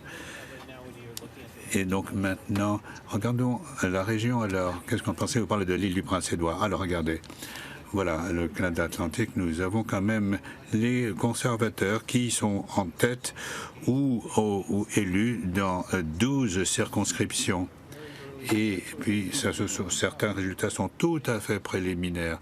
Par exemple, à Central Nova, vous avez Sean Fraser qui traîne derrière Bison Jenkins de 28 voix seulement. Et donc, ce n'est pas vraiment une information qui est encore significative. Et bon, à Cumberland-Colchester, vous avez les libéraux en tête. Et donc, n'oublions pas Central Nova. Et donc, maintenant, vous avez le titulaire conservateur qui est en retard par rapport à elle. Et puis au Nouveau-Brunswick, alors là, il y a une surprise, Madawaska reste gauche. Les conservateurs mènent, et donc Et donc nous avons maintenant une course très serrée et donc il n'y a que quelques urnes qui ont été ouvertes, quelques boîtes de scrutin qui ont été ouvertes. Et puis autre victoire qui semblerait s'annoncer pour les conservateurs au Labrador. Nous avons une bonne avance par Carol Anstey sur Don Bradshaw, le libéral. Et puis même à Terra Nova, les péninsules. Et donc vous avez une avance du conservateur Rowe contre le libéral Anthony Drummond. Donc ça donnerait 2 sièges. Et il y en a 2 autres qu'il pourrait emporter. Merci Éric Grenier, nous vous reviendrons bientôt. Et maintenant, nous avons également ce soir un grand nombre de personnes dans le pays qui expriment leur point de vue, qui donnent leur interprétation de ce qui se passe. Et Catherine Lafrance a notre prochaine invité dans la ville de Québec. Oui. Savoir ce qui se passe du côté de Québec parce que on surveille évidemment Montréal, toute la région de Montréal, mais la région de Québec aussi, ça va être très important. On va aller rejoindre, si vous voulez bien, Valérie Gaudreault, chroniqueuse politique au quotidien Le Soleil, qui est à Québec même. Valérie, qu'est-ce que vous surveillez en ce moment? Bonsoir, Catherine. Ben nous, il y a quand même 3 luttes à 3 dans la grande région de Québec. Quand même, Beauport, Limoilou, Montmorency, Charlevoix, ces 2 circonscriptions où le Bloc québécois est quand même, on peut dire, un peu en danger. Et on parle véritablement de lutte à 3. Donc, autant Parti conservateur, libéral et bloquiste. Et Québec-Centre, bien évidemment, c'est le ministre Jean-Yves Duclos. Donc, le seul ministre, là, il n'y a que 2 députés libéraux dans les derniers mandats à Québec et quand même un ministre influent du gouvernement Trudeau. Et là aussi, quand même, il peut y avoir une bonne lutte. Et Catherine, je précise aussi pour les auditeurs que c'est quand même exceptionnel, Québec-Centre. C'est la seule circonscription au Canada où il n'y a pas de députés, de candidates du Parti conservateur du Canada. Mm-hmm. Alors, c'est quand même pas banal. La candidature d'une jeune femme des Îles-de-la-Madeleine, Chanie Thériault, a été refusée par Élections Canada. Donc, pas d'option pour les gens du centre-ville de Québec de voter conservateur. Effectivement, c'est fascinant. Merci Valérie. On aura l'occasion de revenir à vous un peu plus tard, très certainement, quand on commencera à recevoir des résultats du Québec. Merci. Bien, merci Catherine. Geneviève, voulez-vous nous parler un peu plus de la ville de Québec? Vous devez parler de la façon dont les conservateurs essayaient et se promettaient de gagner du terrain dans ce secteur. Ils ont même tenu des congrès de politique dans la ville de Québec. Et M. Poilievre a remporté ensuite la direction du Parti conservateur. Et depuis qu'il a remporté, toutes les réunions se sont déroulées également en français. Alors parlez-nous de votre perception sur la base de ce que disait Valérie à propos de la ville de Québec. Comme dans le Canada Atlantique, on a l'impression qu'on est juste d'un côté ou de l'autre, là, mais c'est pas le cas. Le Québec est plus nuancé que ça. C'est un peu ce qu'on appelle la région, le mystère de Québec, là. Alors, la région de Québec ne vote pas comme le reste du Québec. Et moins fidèle aux partis traditionnels, aime bien flirter avec d'autres idées. Et donc, le parti, c'est un terreau facile, un terreau fertile pour le Parti conservateur. Et le Parti conservateur, c'est là qu'il fait bien. C'est pas dans les grands centres comme à Montréal, c'est pas nécessairement dans les régions rurales. Ces régions rurales, il y a vraiment une bataille avec le Bloc, ils sont souvent nationalistes. Mais dans la région de Québec, c'est différent. On pense à la Beauce, par exemple. Maxime Bernier vient de cette région-là aussi, alors si on veut avoir un peu une idée. Et donc, c'est ça, pour les conservateurs, cette région-là est importante. Mais en même temps, Québec, c'est une ville de fonctionnaires, alors les libéraux sont aussi présents, le Bloc aussi autour. Vous avez le Saguenay-Lac-Saint-Jean qui n'est pas tellement loin, qui est aussi un peu plus bloquiste, mais des fois, les conservateurs font des gains. Alors, c'est un peu un mélange de ce qui se passe, mais c'est toujours intéressant pour les conservateurs. Puis c'est là qu'ils ont le plus de gains à faire. Au Québec, ça, et un petit peu, je vous dirais, l'Outaouais, le Pontiac, des fois, il y a des petites poches comme ça, mais c'est la région de Québec qui est la plus payante. Mm-hmm. You know, Chris, we've talked about how Ontario is where any party will build government. On parlait de la façon dont c'est au Québec et en Ontario que on va décider si un gouvernement l'emporte, un parti l'emporte et s'il sera majoritaire. Mais parlez-nous un petit peu des chances. Bien, écoutez, je pense que cela remonte à Stephen Harper, qui a lancé sa première campagne en 2004. Ils ont compris que pour l'emporter, il fallait qu'il s'en sorte très bien dans le Toronto métropolitain, mais aussi au Québec. Et donc, nous allons voir s'ils peuvent maintenant s'agripper aux circonscriptions qu'ils ont déjà obtenues. Mais jusque-là, ils n'ont pas eu de gros raz-de-marée. En particulier à Montréal, je ne crois pas que les choses vont beaucoup changer. Et je voudrais revenir au clivage région rurale et région urbaine autour de la ville de Québec. Peut-être que cela pourrait bien s'annoncer pour les prochaines élections, mais pour le moment, je ne vois pas comment faire mieux que simplement s'agripper aux sièges qu'ils ont déjà. Été, je dirais, la grande séduction avec le Québec. Et il y a quelque chose qui parle beaucoup aux Québécois, c'est les politiques décentralisatrices du gouvernement, du Parti conservateur, généralement, en opposition au Parti libéral, beaucoup plus centralisateur. Mais malgré tout ça, et malgré des campagnes où on a vu les conservateurs aller énormément au Québec et parler aux Québécois beaucoup, on dirait qu'effectivement, le Parti conservateur n'arrive pas véritablement à percer au Québec, tout comme le NPD n'arrive pas véritablement à percer non plus. Yeah, and of course, we'll keep a close eye on that. We're still about an hour away before OK, nous allons suivre cela de près à mesure que nous voyons se fermer les bureaux de scrutin au Québec. Mais j'aimerais que nous allions maintenant à Terre-Neuve-Labrador. Nous avons 4 circonscriptions qui sont déclarées dans la province, en commençant par Paul Connors, qui est déclaré vainqueur dans la circonscription d'Avalon. Et c'est statistiquement important. Donc maintenant, c'est Paul Connors qui l'emporte. Et maintenant, passons à une autre circonscription, Long Range Mountain, qui était anciennement une circonscription libérale, c'est Carol Hansley, des conservateurs qui l'emportent. Et passons à la suivante, Cape Spear, ça va à un libéral, Tom Osborne, qui l'emporte de très loin. Donc 6 000 contre 2 000 voix pour le deuxième, le conservateur Corey Curtis. Et puis nous allons maintenant à Central Newfoundland, 39, nous avons le conservateur Clifford Small qui conserve le siège pour les conservateurs. Voilà, 4 circonscriptions sur 7 à Terre-Neuve-Labrador. Parlons maintenant de l'importance de ces 2 circonscriptions conservatrices à Terre-Neuve-Labrador. Oui, une, c'est une circonscription qu'ils ont conservée, et l'autre, c'est une victoire très claire.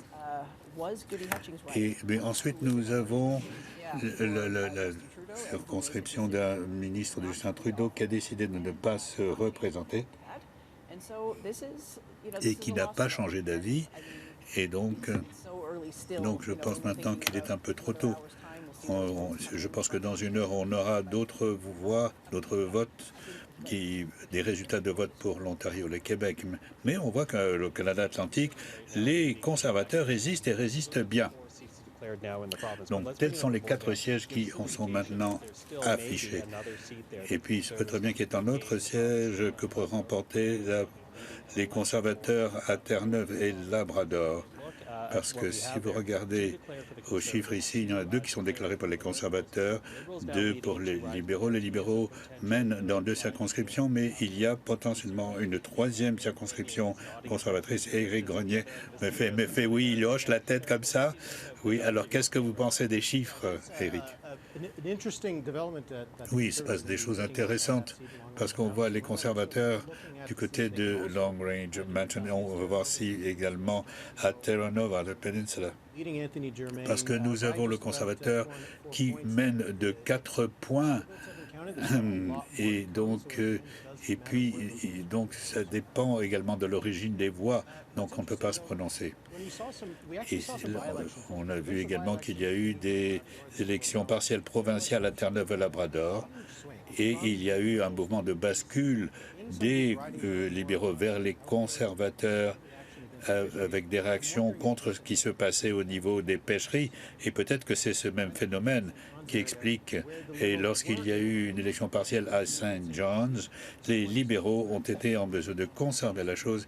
Et ici, donc, nous avons à St. John's Est, nous avons John Thompson qui mène par une marche très confortable contre le conservateur. Et puis les conservateurs, quand même, 2 sièges supplémentaires de cette province, ce qui est un excellent départ. Est-ce que c'est suffisant? Regardons ce qui se passe dans le reste du Canada. Vous voyez que les conservateurs s'en sortent assez bien. Ils sont toujours en tête à Madawaska-Restigouche.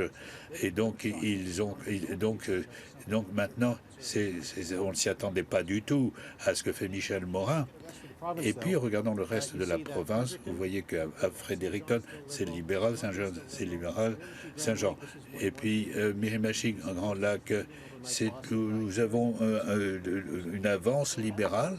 Et donc, nous avons quand même une situation intermédiaire entre les conservateurs et les libéraux au Canada Atlantique. Et regardez ici, Cumberland-Colchester, là, libéraux en tête contre Stephen Ellis. C'est une course serrée et ça pourrait être remporté. Et puis alors, à Saint-Anne-le-Bas, vous avez la perte des libéraux. Sean Fraser n'a pas réussi sa percée. Et alors, est-ce que ça veut dire que, si on se base sur les sondages initiaux et des votes anticipés aussi, et donc il n'y a que 5 urnes qui ont été dépouillées. Vous avez déjà des milliers de votes qui ont été dépouillés. Et donc, est-ce que l'on pourrait avoir, s'il y a une avance conservateur, eh bien, les conservateurs pourraient l'emporter. Sinon, ce sera un peu plus ce que l'on avait prévu. Bien, merci, Eric. Et maintenant, je vais demander la parole à Laurie. Sean Fraser a pris du retard dans sa propre circonscription. Est-ce que cela a quelque chose à faire avec le changement? Certains pourraient penser que Mark Carney est un changement suffisant. Sean Fraser était le ministre de l'Immigration et d'autres 2 dossiers sur lesquels le gouvernement a été lourdement critiqué. Il est en 2e place.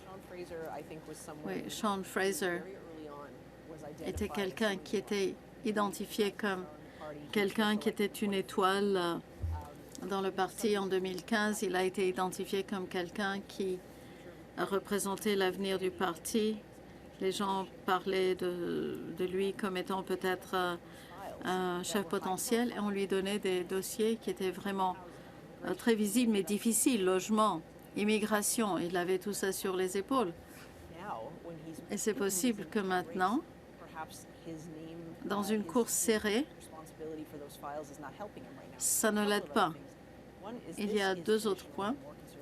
Normalement, cette circonscription est traditionnellement conservatrice. Le fait que Fraser l'ait remporté et gardé, c'était vraiment une indication de la relation qu'il avait avec ses commettants. Et cette circonscription a tout de même été redessinée. On a changé les frontières. Antigonish est maintenant également dans la circonscription. Alors, ça veut dire que la pondération pourrait changer. Vous voyez un peu Central Nova, il est en 2e place avec 50 bureaux comptés. Oui, c'est ce que j'allais dire. La circonscription n'est pas la même qu'avant. Elle a une histoire conservatrice, mais j'ai une question. Il a dit qu'il n'allait pas se présenter, puis il s'est présenté. Peut-être les gens se demandaient à quel point il était engagé à être leur député. Donc oui, des dossiers difficiles qu'il a gérés pas trop mal, mais il n'y avait pas de victoire claire. Et maintenant, une nouvelle circonscription, où les gens se demandent peut-être qu'il ne veut pas vraiment les représenter. Quand il a dit qu'il voulait passer du temps avec sa famille, on sait tous que c'est le meilleur prétexte en politique. Peut-être il avait déjà passé assez de temps avec sa famille. À suivre. Un ancien ministre a maintenant été déclaré le gagnant à Terre-Neuve-Labrador. Voilà, Joanne Thompson, qui a remporté St. John East, ministre des Pêches et de la Garde côtière. Donc, la première ministre a remporté son siège ce soir. Nous allons continuer à suivre les résultats du Canada Atlantique. Catherine. Général du Bloc québécois à Montréal, où Omaira Issa a réalisé une entrevue, là, je crois, un peu plus tôt avec Jean-Denis Garon. Je suis avec Jean-Denis Garon, député sortant de Mirabel.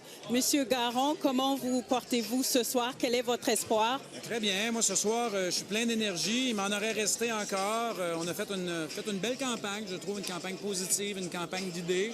Ça a beaucoup commencé sur la peur. Vous savez, la peur, des fois, les gens restent prostrés, ça cristallise au début, mais on a toujours... nous, on avait une campagne qui visait à la question de la campagne, c'est qui va parler pour le Québec. Et on est toujours resté là-dessus. Je pense qu'avec le déroulement des événements, on a eu l'oreille des Québécois. Moi, en tout cas, dans ma circonscription, je sens qu'on a parlé des enjeux qui touchent les Québécois bien au-delà de Trump. Puis, je veux dire, franchement, ça me satisfait. Je suis content parce que je pense qu'on avait besoin de parler de ces enjeux-là. N'empêche qu'il y a quand même des courses assez serrées dans la province entre les libéraux et le Bloc. Comment est-ce que vous vivez tout ça? Bien, écoutez, on verra, là. Je veux dire, tu sais, on verra. Moi, nous, ce qu'on voit, c'est un terrain qui est bon. C'est des électeurs qui sont attentifs à nos messages. Maintenant, les sondages, vous savez, ça peut évoluer très vite. Le vrai sondage est ce soir. Toutes nos équipes travaillent très fort. Je les salue d'ailleurs, là, donc on verra ce qui arrive. Mais je ne vous inventerai pas de résultats avant qu'on en ait des vrais. On en est loin. On s'attend à une longue soirée. Est-ce que le message du parti a changé après le débat anglophone? Non, le message, nous, là, tout au long de la campagne, ce qu'on a dit aux Québécois, c'est que bien au-delà de Trump, il y a des choses que les Québécois peuvent contrôler. Il y aura des secteurs à protéger lors des négociations commerciales.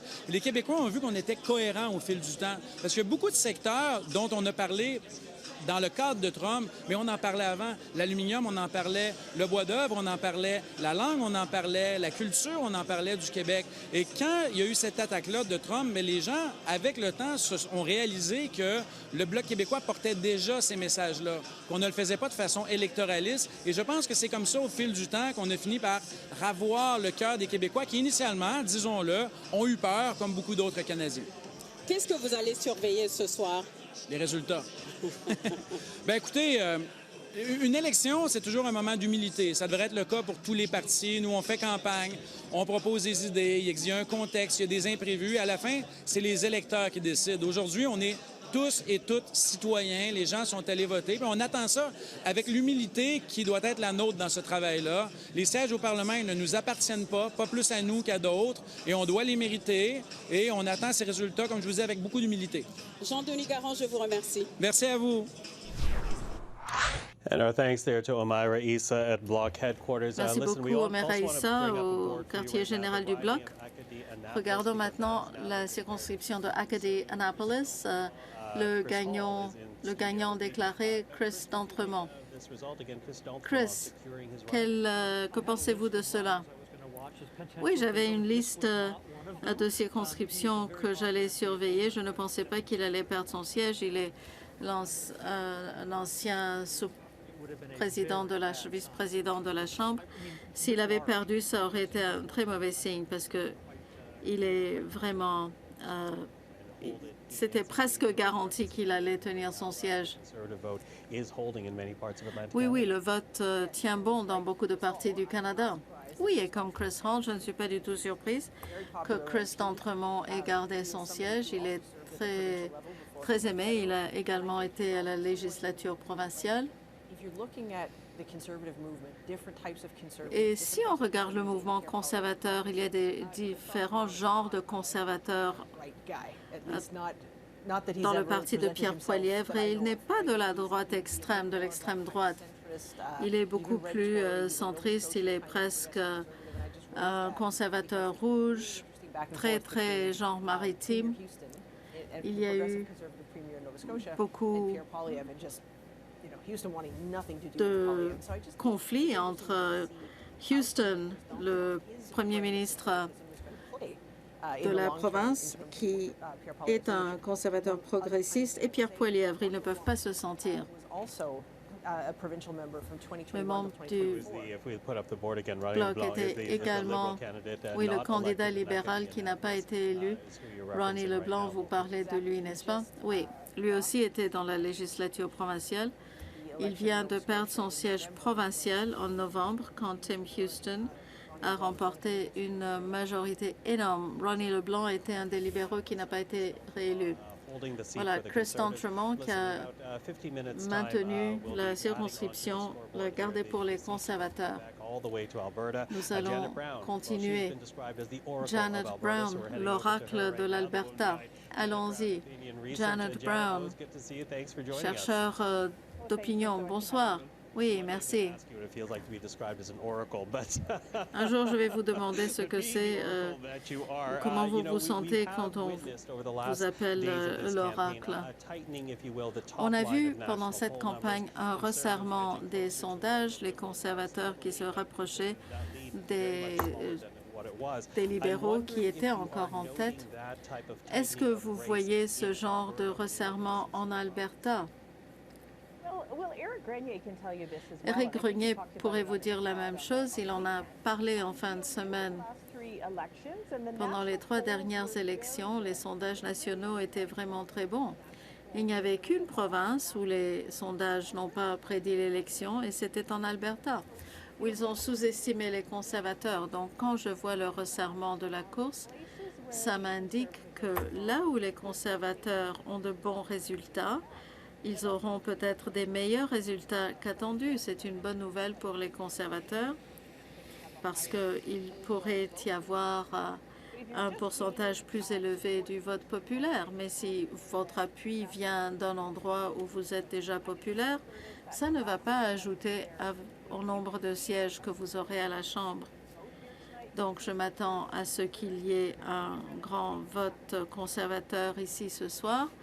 Donc, ils auront d'excellents résultats, mais ça ne va pas faire une différence au nombre de sièges qu'ils pourront remporter parce que l'Alberta est déjà presque entièrement conservatrice. Vous disiez que les libéraux pourraient remporter certains sièges, mais d'après ce que vous dites, ce n'est pas vraiment le cas? Oui, certains sièges, peut-être. Nous nous attendons à entre 2 et 8 sièges albertains qui pourraient être ou devenir libéraux, éventuellement. Ça ne semble pas être beaucoup, mais comme tous vos membres du panel ont dit, on semble se diriger vers une majorité libérale, mais il faut voir s'ils auront assez de sièges dans l'Ouest pour avoir une majorité. Il n'y a pas beaucoup de jeux en Alberta, donc on a tendance à être sous-estimé. Mais quand les libéraux et les conservateurs quand la majorité peut basculer vers l'un ou vers l'autre, l'Alberta peut vraiment avoir de l'importance. Poilievre et Carney ont tous les deux visité l'Alberta dans les 2 dernières journées parce qu'ils ont compris la différence entre un gouvernement minoritaire et majoritaire. La différence viendra de l'Ouest. C'est l'Ouest qui va décider. Dans quelle circonscription, d'après vous, pourrait être en jeu pour un parti ou l'autre? À Edmonton, je crois qu'il y a peut-être 4 qui pourraient basculer. Edmonton Centre, où un libéral a déjà été élu. Edmonton Centre-East, où quelqu'un a été, où la circonscription a été modifiée. Les libéraux pourraient remporter l'un ou les deux. Il y avait un siège néo-démocrate dans la dernière élection, Edmonton-Strathcona. Nous allons les surveiller pour voir si les néo-démocrates peuvent maintenir les voix nécessaires dans cette circonscription. Sinon, les conservateurs pourraient les remporter. Ici à Calgary, il y a 2 sièges dans le nord-est, Calgary-McKnight, George Shahal et Calgary-Skyview, une nouvelle circonscription qui pourrait passer aux libéraux, et 2 circonscriptions très urbaines, Calgary Confederation et Calgary Centre aux alentours de la Bow River, qui pourraient être fortement contestées. Donc, pas un grand nombre de sièges pour les libéraux, entre 2 et 8, mais c'est plus passionnant que d'habitude. Bon, pour un libéral en Alberta, ce sont de gros chiffres. Donc, nous allons surveiller ces chiffres de près. L'oracle de l'Alberta, merci beaucoup. Merci à vous. Je veux revenir à Eric Grenier. La circonscription de Gaspésie-Île de la Madeleine. Les chiffres. Bon, expliquez-nous ce qui se passe. Oui, le Bloc québécois n'est pas passé au Canada Atlantique, mais cette circonscription est au Québec.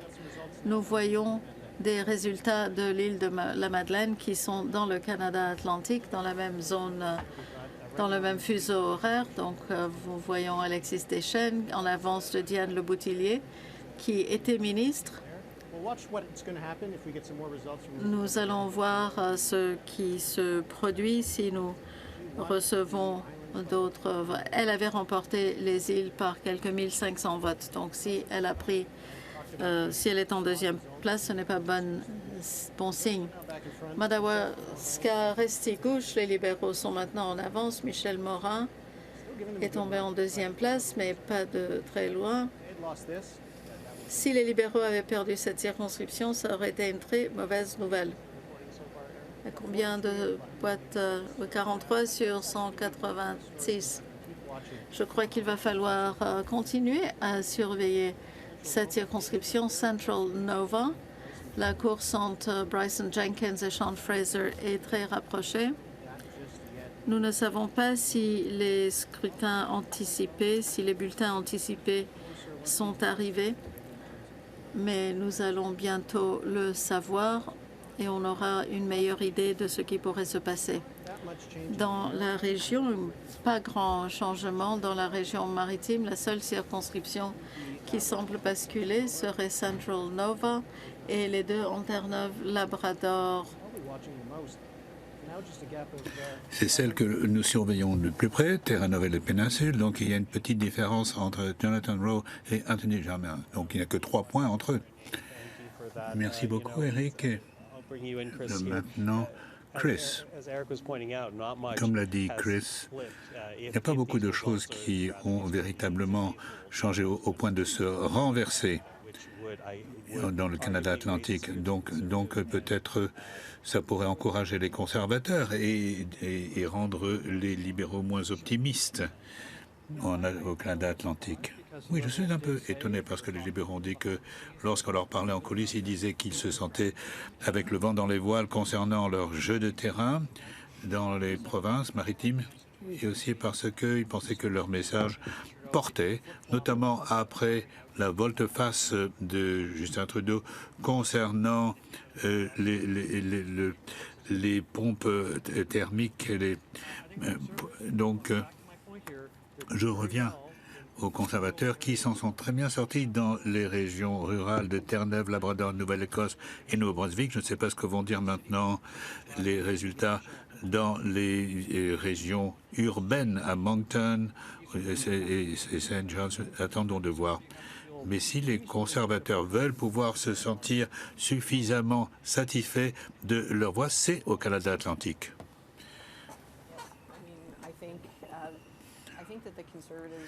Je pense que les conservateurs, même dans les circonscriptions où ils ne mènent pas, ils semblent témoigner d'un appui solide de la population. Ce n'est pas un coup de balai libéral, et notamment à Halifax, parce qu'il n'y a pas de titulaire là. Le NDP avait mis un très bon candidat. Et donc, il ne semble pas que ça aboutisse quand même. C'est intéressant, mais je crois que nous pouvons voir qu'il y a ici cette course binaire, la course à deux. Et les conservateurs, quand ils ne mènent pas, suivent de très très près. Bien, vous avez parlé de Halifax. Nous pouvons donc déclarer 6 candidats qui l'ont emporté en Nouvelle-Écosse. Regardons un petit peu le tableau clic. Alors, nous avons Mike Calloway qui a été déclaré vainqueur à Sydney Glace Bay. Et donc, nous avons Anna Manley qui est deuxième, donc il est déclaré. Et puis, À Kings Hans, nous avons Cody Blois qui a été confirmé, réélu dans la circonscription de Kings Hans en Nouvelle-Écosse. Autre circonscription libérale à Halifax, Shannon Medema qui est déclaré vainqueur contre le conservateur, et le NDP est troisième. Et enfin, à Dartmouth Cole Harbour, nous avons le libéral Darren Fisher qui est déclaré vainqueur. Et donc, nous avons 2 circonscriptions supplémentaires entre-temps en Nouvelle-Écosse. Nous avons Chris D'Entremont pour Acadie-Annapolis. Et puis à Sackville, Bedford, Preston, Braden Clark, libéral contre le conservateur numéro 2, Dave Carroll. Donc, bon résultat en Nouvelle-Écosse. Chris, vous hochez la tête. Oui, bien écoutez, vous voyez que le vote du NPD s'est effondré, 389 voix. Et donc, ça pourrait être la même chose pour l'ensemble du pays, avec le report de voix des électeurs NPD sur les libéraux. Et alors, qu'est-ce que vous en pensez? La Nouvelle-Écosse, ça, c'est votre terrain de jeu. Oui, ça ne m'étonne pas. Lorsque je pense à certaines des circonscriptions comme Gad Fisher, qui a bénéficié du dernier remaniement de M. Trudeau avant qu'il ne décide de démissionner. Et pendant quelques minutes, il a figuré dans le rang du cabinet. Il a attiré l'attention, voyons ce qui va se produire, alors que si M. Carney forme le gouvernement et il y a vraiment, il va garder beaucoup de gens du cabinet Trudeau, ou s'il va complètement le refondre. Et donc, je dirais que jusqu'à 2015, dans cette circonscription, le NPD aurait donné d'excellents résultats. Et donc, je pense que c'est quand même... ça ne m'étonne pas que Fisher l'ait emporté. Ce qui m'étonne, c'est de voir que l'effondrement du vote NPD. Oui, alors nous avons 669 voix pour Kate Morrison, donc alors que Darren Fisher a eu 4300 votes. Et donc maintenant, est-ce que vous pourriez nous dire ce que vous voyez? Éric, vous qui avez un regard de survol général de la situation? Oui, vous voyez qu'il reste encore 2 circonscriptions très combattues. Nous avons Saint-Jean-Nova entre Bryson Jenkins et John Fraser. Il ne reste que 30 voix. Et donc, et puis, nous avons à Saint Margaret, autre cour très serrée entre Jessica Fancy-Landry et Rick Perkins, avec un seul point qui les sépare, et encore la moitié des urnes à ouvrir. Et puis, s'agissant maintenant de Halifax métropolitain, on a parlé, nous avons Shannon Medema qui a été élue. Et puis, donc, Lisa Roberts a eu 16% des voix pour parler du vote du NPD. Et regardons ce qui s'est passé. Donc, vous aviez 40% des voix lors des dernières élections. Et regardez où ils en sont aujourd'hui. Ils sont à 16%. Donc, nous voyons bien dans les sondages que le vote NPD était bloqué en faveur des libéraux. Et c'est le cas parce que lorsque le NPD était bien placé, prêt à une course à 3, eh bien, les libéraux ont su pomper les voix. Merci, Eric, de cette analyse. Et maintenant, j'aimerais faire une autre déclaration pour la circonscription de Beauséjour. C'est Dominique Leblanc qui vient d'être déclaré vainqueur. Aucune surprise, bien sûr, pour la circonscription de Beauséjour. Voilà, et donc, il est... On voit, ils sont 4e derrière les Verts dans cette circonscription. Yeah, even behind the Greens, as you say, absolutely, which goes to the narrative that we're seeing in terms of the NDP vote in Atlantic Canada. Confirme ce que l'on disait à propos de l'effondrement NPD dans le Canada Atlantique. Et donc, vous avez maintenant, les libéraux sont élus dans 22 circonscriptions, les conservateurs menant ou élus dans 10 circonscriptions. Pour le Bloc, un siège. Mais dans 38 minutes, le Manitoba va monter à bord, si j'ose dire. Et donc maintenant, pour nous décrire la situation au Manitoba, nous avons Agnes Watts, qui est la directrice de Principal Research. Merci d'être des nôtres. Oui, très heureuse d'être des vôtres. Vous avez parlé du resserrement des sondages et de l'écart dans les sondages. Directement dites que les libéraux s'en sortaient très bien. Ils avaient une avancée vigoureuse au Manitoba. Est-ce que les choses ont changé au cours des 2 ou 3 derniers jours? Parce que on regarde au niveau national, les conservateurs gagnaient du terrain, ils grignotaient l'avancée. Oui, alors surtout à Winnipeg, qui est vraiment le théâtre de la bataille, bien, il y a 18 points d'avance des libéraux sur les conservateurs. Mais au Manitoba et un petit peu en Saskatchewan, lorsqu'on regarde au niveau national, eh bien que le NPD, on ne peut pas dire qu'il a eu un regain de vitalité, mais peut-être un certain retour un retour de faveur de la part de leurs voteurs ultra fidèles, les vieux grognards. Et donc, je pense que la question qui se pose, est-ce que ce qui s'est passé au Canada Atlantique avec l'effondrement du NPD va se passer également au Manitoba, et cela pour le bonheur des libéraux? Oui, il y a également Nikki Ashton, Lia Gezen et d'autres. Quand on regarde ces circonscriptions, est-ce qu'il y a quelque chose que vous remarquez alors que nous commençons à nous rapprocher de la fermeture des bureaux de vote? Oui, ce qui est tout à fait intéressant à propos de Manitoba, c'est fascinant, c'est que c'est l'endroit où tout peut se produire. Donc, Winnipeg Centre, c'est ma circonscription. Il y a une course entre un député NPD, Lia Gezen, qui est bien aimé du public, et un jeune bonhomme qui, il y a quelques mois, n'aurait été qu'un nom et qui est un excellent candidat pour les libéraux. Et donc, il a décidé de se lancer, et ça marche. Et puis, nous, à Alma Strathcona, donc, c'est une circonscription de travailleurs, et donc, c'est le NPD contre les conservateurs, avec, entre autres, un tout nouveau député. Et au nord, eh bien, c'est Nikki Ashton. Et ça pourrait être la fin de la dynastie Ashton, ce qui ce serait vraiment un tremblement de terre au Manitoba. Oui, bien sûr, c'est vrai que c'est quelqu'un qui est très suivi également à Ottawa. Bon, donc maintenant vous avez remarqué auparavant qu'un amoureux d'Anne Vandel, Anthony Doggett, est-ce que ces candidats sont dans leur circonscription? Est-ce quelque chose que vous avez remarqué, ce qui se passe? Je pense que tout cela vont rester des circonscriptions libérales. Et puis il y a des circonscriptions de banlieue où se trouve l'Université du Manitoba. C'est vraiment une circonscription au baromètre. Et Terry Doggett est un député qui est bien aimé, qui est enfin entré au cabinet. Alors, si vous me posiez la question il y a quelques mois, j'aurais dit que c'est peut-être la fin de la carrière politique de Terry Doggett.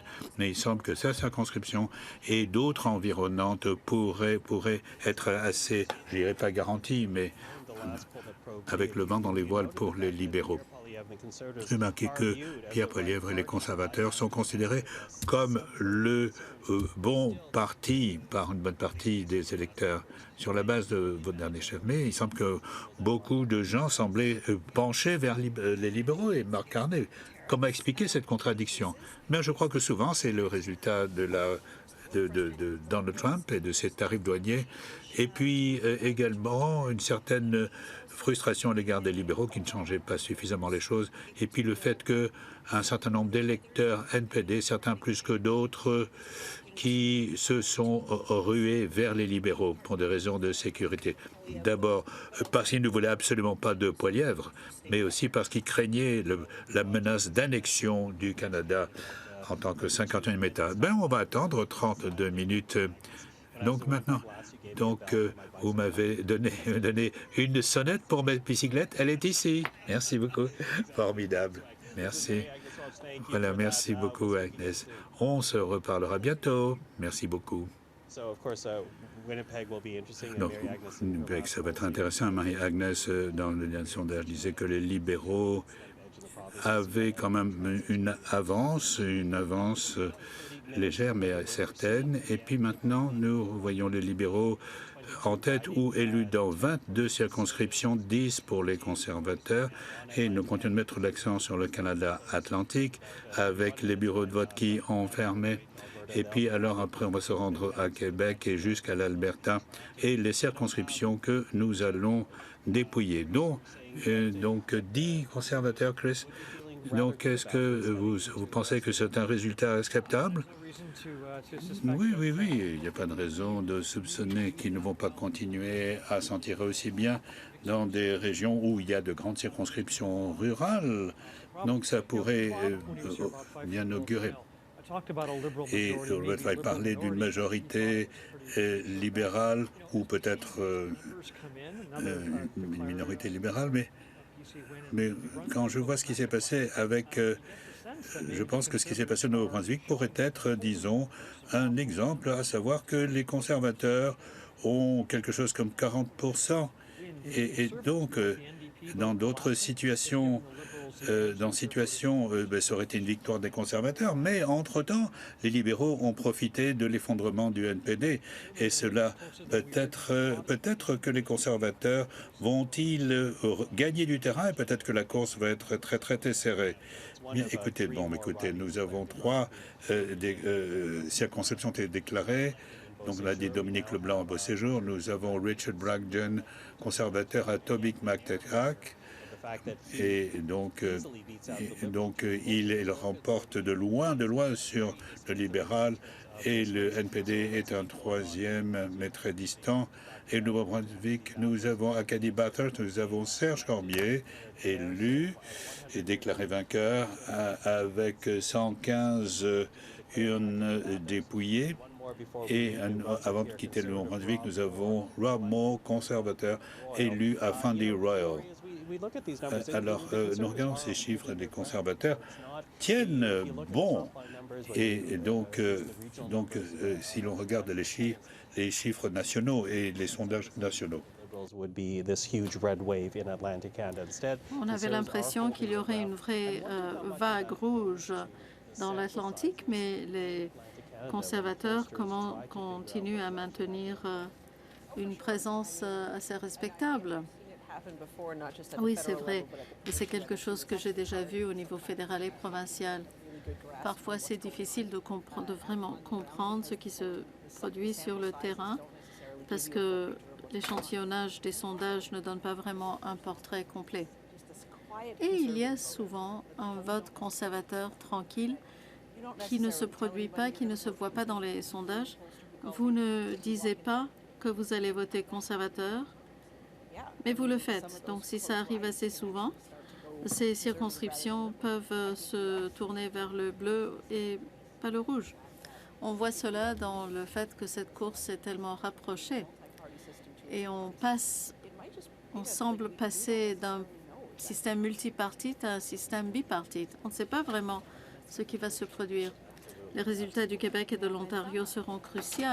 Pas les sondages d'opinion. Les sondages d'opinion nous avaient dit que les conservateurs vont mieux faire cette fois-ci que la dernière fois.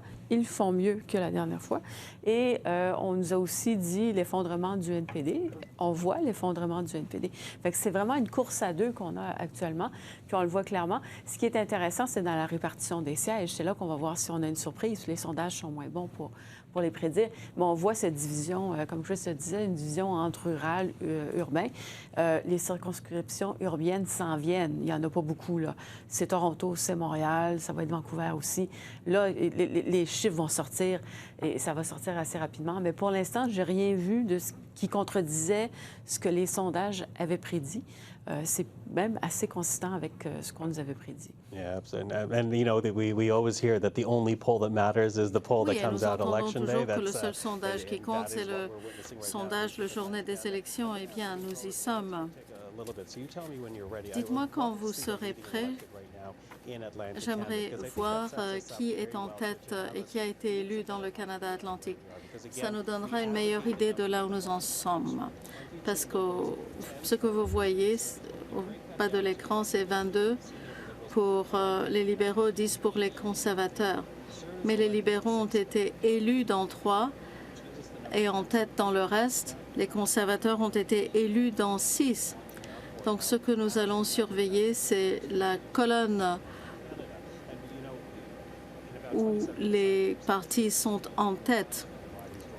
Il y aura bien sûr beaucoup d'autres circonscriptions pour lesquelles nous aurons des résultats bientôt. Mais ces 3 sièges où les libéraux sont en tête, il va falloir les surveiller de près parce que ça nous raconte peut-être un peu où l'appui réside pour les conservateurs. Parce que la vague libérale n'a pas été aussi grande qu'on aurait cru en voyant les sondages. Oui, c'est vrai, il faut faire attention. Eric l'a déjà dit, nous ne savons pas combien de bulletins de vote anticipé ont été comptés. Les libéraux votent souvent par anticipation. Mais c'est vrai qu'on peut sous-estimer la force des conservateurs dans ces sondages. Donc les sondages ne sont pas loin, mais ne sont pas forcément toujours corrects parce qu'ils ont tendance à sous-estimer l'appui pour les conservateurs. Merci. Oui, c'est vrai ce que vous dites. Alors, Eric, que pensez-vous de ce que nous voyons au Canada atlantique? Oui, nous ne savons pas encore ce qui va se produire parce qu'il y a les bulletins anticipés. Nous attendons encore Central Nova. Il n'y a que 300 votes qui séparent Bryson Jenkins et Sean Fraser. Mais là aussi, on a une course très rapprochée pour les libéraux. 400 votes séparent le candidat libéral du candidat conservateur. Donc, pour vous donner un peu de contexte, quand les conservateurs étaient en avance de 40 points, ils allaient avoir 25 sièges au Maritime. Ils ont maintenant une nouvelle circonscription, Long Range Mountains, mais je ne sais pas encore si nous sommes arrivés au point où nous pouvons dire que les conservateurs vont assez bien pour pouvoir gagner. Mais est-ce qu'on pourrait peut-être avoir un gouvernement minoritaire? Est-ce que la nuit sera encore plus longue que prévu? Peut-être. Et regardons le Nouveau-Brunswick. En 2021, rien n'a changé. Rien n'a changé. Donc tous les sièges qui étaient bleus en 2021 sont restés bleus et les sièges rouges sont restés rouges.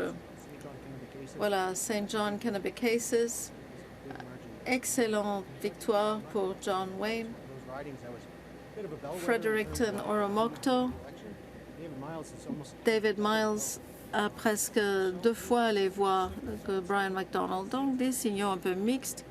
10 sièges si les conservateurs réussissent pas trop mal. En janvier, ils auraient été malheureux de n'avoir que 10 sièges, mais maintenant ils seraient assez contents. Donc c'est une question de contexte. Oui, Eric, j'ai demandé à Laurie ce qu'elle pensait des échantillonnages, de la grandeur des échantillons. Oui, il n'y a pas de données très robustes. Normalement, un sondage national n'a que 100 personnes dans les maritimes, donc ça dépend beaucoup de là où vous posez vos questions. Mais on a vu une certaine cohérence, surtout avec les moyennes. Maintenant, on ne dirait pas que les libéraux vont gagner par une marge aussi grande que prévu, mais il faut attendre. Si les sondages n'ont pas bien fonctionné, je vais l'admettre. En tout cas, c'est un peu trop tôt pour le dire. Oui, nous attendons quelques résultats et vous aviez soulevé la question des bulletins de vote anticipé. Mais revenons au Canada atlantique pour voir où nous en sommes. Nous ne voulons pas oublier ce qui s'est passé ce soir parce que bientôt, on va ajouter un grand nombre de circonscriptions à ces colonnes. Mais là où les libéraux et les conservateurs sont en tête, dans 3 et 4 circonscriptions respectivement, il faut les surveiller. Mettez-vous un peu dans la tête des chefs de campagne. Non, non, on ne me paye pas assez pour faire cela. Pensez à la campagne libérale. Qu'est-ce qu'ils espèrent? Est-ce qu'ils seront heureux, déçus? Je veux revenir à quelque chose que j'ai dit au début. Ils ont pris trop de temps à nommer des candidats. Donc, les gens qui étaient candidats avaient pris des mois de retard. Deuxièmement, ils ne sont pas punis pour la décision de Justin Trudeau de leur donner des avantages pour leur chauffage, par exemple. Ils regardent les choses un peu comme le reste du pays, qui est mieux placé pour tenir tête à Donald Trump, qui veut faire du Canada un 51e État américain. Les gens disent « j'ai besoin d'un gouvernement fort ». Et la plupart des néo-démocrates vont vers les libéraux. Laurie? Oui, je suis d'accord. On voit certainement que c'est maintenant une course à deux partis en Atlantique. Le Canada atlantique a souvent été un endroit où, même en étant un petit parti, les néo-démocrates avaient des résultats importants. Ils pouvaient élire des députés, ils pouvaient diviser le vote. Mais cette fois-ci, on voit que ce sera un moment difficile pour le parti. Il n'est pas sûr d'avoir un statut de parti officiel. On ne s'attendait pas à ce qu'il ait beaucoup de voix, mais les chiffres sont vraiment effrayants. Les gens pensent vraiment à qui sera le Premier ministre et rien d'autre. Oui, dans des circonscriptions comme Saint-Jean-Est ou Halifax, là où il y a des circonscriptions sur lesquelles les néo-démocrates pouvaient compter par le passé. Ils ne peuvent plus compter sur l'appui qu'ils avaient. Mais comme vous avez dit, Geneviève, étant donné ce que nous voyons au Canada atlantique, si on continue à avoir seulement 10 sièges pour les conservateurs, ça renforce les courses dans des provinces comme le Québec et l'Ontario. Plus se récompense, et c'est ça, c'est la transposition entre le vote populaire et le nombre de sièges qui est peut-être pas ce qu'on pensait qu'il allait être. Mais encore là, c'est l'effondrement du NPD et ça donne un coup de pouce aux libéraux. Mais si le NPD n'avait pas été là, les libéraux auraient eu énormément de difficultés. Ça va être intéressant de voir comment le Bloc fait. Est-ce que le Bloc fait comme le NPD ou bien ça va être une dynamique différente? Là, on va voir les résultats bientôt, mais ça aussi, ça va être intéressant. Mais je pense que globalement, c'est pas encore inquiétant pour les libéraux, mais effectivement, c'est peut-être pas aussi bien que ce qu'ils avaient espéré en disant on incarne le changement. Donald Trump, c'est la carte qu'il faut jouer, ça va être celle de l'unité. Je vois pas beaucoup d'unité. Je pense qu'on peut s'entendre pour dire que là, jusqu'ici, en tout cas, là où les libéraux gagnent, c'est pas une victoire facile. C'est une victoire un peu à l'arraché, on le voit, en tout cas dans les provinces atlantiques. Et on va voir si ça donne le ton pour le reste du pays. Yeah, and you know, and Chris, into that, the Liberals are not only looking to. Chris, les libéraux ne veulent pas seulement gagner, ils veulent un gouvernement majoritaire. Parce que ce sera beaucoup plus facile de tenir tête à Donald Trump et ils ne devront pas être de retour en élection dans 2 ans. Oui, tout à fait. Tous les engagements qu'ils ont faits exigent vraiment une majorité. Il y a beaucoup de ressemblances entre ce que les conservateurs promettaient et ce que les libéraux promettent. Bon, il y a des différences de modalités et de chiffres, mais de façon générale, ils sont d'accord. La seule chose que Mark Carney n'a pas, c'est le temps. Il n'a pas de temps, il doit bouger vite pour composer avec Donald Trump, pour réduire les obstacles au commerce intercommercial au Canada. Ce sera plus facile s'il a une majorité, mais il y a un peu d'espoir qu'il y a un objectif commun qui les aide à s'unir. Depuis le mois de décembre, depuis les fêtes, on va dire. C'est une très, très, très longue période pendant laquelle il y a eu une espèce de désert politique, là. Absolutely, absolutely. Listen, we'll keep the conversation going. Tout à fait. Nous allons continuer notre conversation et continuer à suivre ce qui se passe dans le Canada atlantique. Mais bientôt, nous allons avoir des chiffres pour le reste du Canada. Et la dernière région à nous donner des résultats sera la Colombie-Britannique. Allons maintenant à Jas Chahal, l'ancien ministre provincial. Jas, en Colombie-Britannique. Jas, bonsoir. Oui, bonsoir de Vancouver. Jas, je vais poser une question un peu inattendue. Nous suivons l'élection de près. Vous n'étiez pas là pour le début du programme, mais nous avons joué les commentaires et les réactions des chefs fédéraux après l'attaque affreuse à l'est de Vancouver samedi soir. Je vais commencer par cela parce qu'il faut la reconnaître, mais quelle incidence est-ce que cette tragédie a eu sur l'élection en Colombie-Britannique? Elle a certainement eu un effet sur le programme d'aujourd'hui. La plupart de la conversation dans mon programme d'aujourd'hui tournait autour de la tragédie, les 11 décès, mais en même temps, les Britanno-Colombiens ont voté en grand nombre avec des bulletins par anticipation. Il y aura des entretiens plus larges qui portent sur le climat, sur la dépendance, la santé mentale.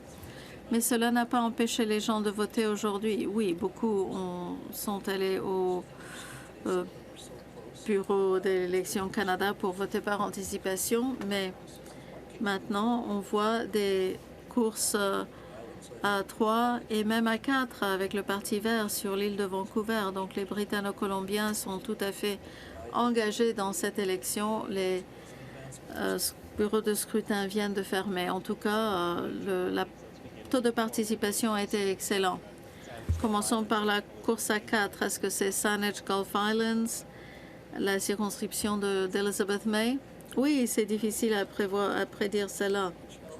D'ailleurs, l'île de Vancouver, c'est toujours un défi. Il y a une course à 4 dans la circonscription de Madame May. En même temps, à Victoria et au sud de l'île de Vancouver, il y a des courses à 3 et même à 2. Donc, entre les libéraux et les néo-démocrates. Mais lorsqu'on va vers Nanaimo, dans le nord, on commence à voir des courses entre les conservateurs et les néo-démocrates. Et tout à fait au nord de l'île de Vancouver, on voit ce qu'on n'a pas vu depuis les années 90, les élections. On a vu donc que les voteurs du NPD votaient vers le parti Réforme comme à Campbell River. Et donc ces sièges sont passés chez les conservateurs, une chose qu'on n'avait pas vue depuis les années 1990. Et donc vous avez la capitale provinciale impliquée. Et donc on n'avait pas vu ça depuis l'élection de M. Anderson. Et on pourrait y assister ce soir. Et donc nous avons également d'autres circonscriptions aussi intéressantes. Bien, comme vous le dites, et comme on le sait que je connais bien la politique en Colombie-Britannique, c'est très très différent des îles et du sous-continent. Parlez-nous un petit peu de Vancouver métropolitain.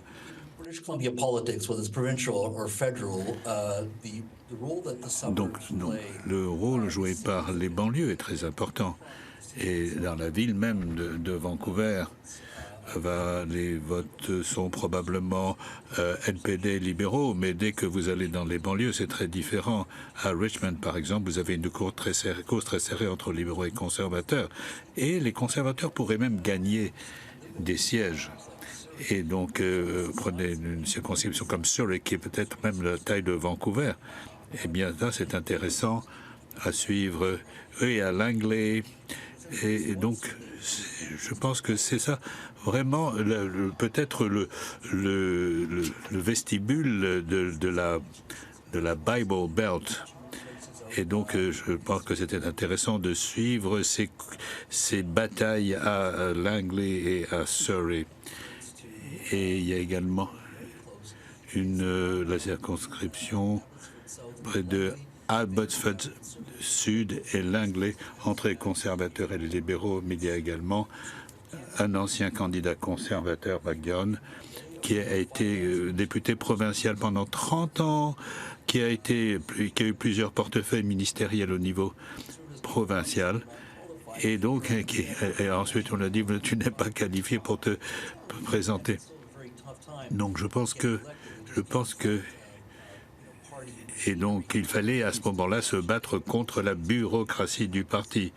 Mais là, M. Dion lui-même maintenant est très connu, reconnu même sur le terrain. Et donc maintenant, et ministre du cabinet, je pense que cette circonscription de Abbotsford est une circonscription à suivre de près et ça pourrait créer la surprise en Colombie-Britannique et au Canada. À suivre. Bien, mais écoutez, vous saurez que nous avons déjà mentionné cette circonscription de M. Dion dans notre programme parce que nous la suivons d'aussi près à Ottawa que vous le faites vous-même là-bas. Et donc, en Colombie-Britannique. Et puis, donc maintenant, il y a eu quand même un certain nombre de coups d'arrêt donnés au NPD à l'échelle nationale. Et puis, il y a des néo-démocrates dans le Vancouver métropolitain, mais pas seulement Jack Meeting, mais Matt Julian. Peter Julian, sorry. Et donc, parlez-nous un petit peu de ces courses. Est-ce que vous entendez sur le terrain?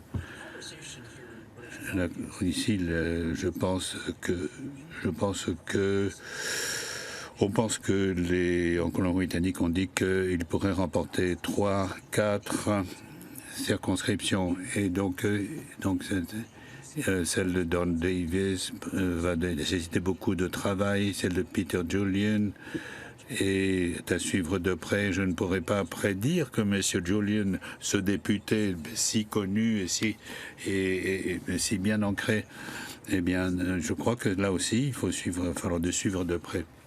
Et ce qui est intéressant en Colombie-Britannique, c'est que David Eby, le Premier ministre NPD, est titulaire, mais il n'a pas donné tout ce qu'il avait pour défendre certains candidats. Donc, je pense que le NPD lui-même va avoir du mal, et même Jack Meeting dans sa propre circonscription. Et donc je dirais que cette circonscription aussi est à suivre. Il y a également des prétendants libéraux.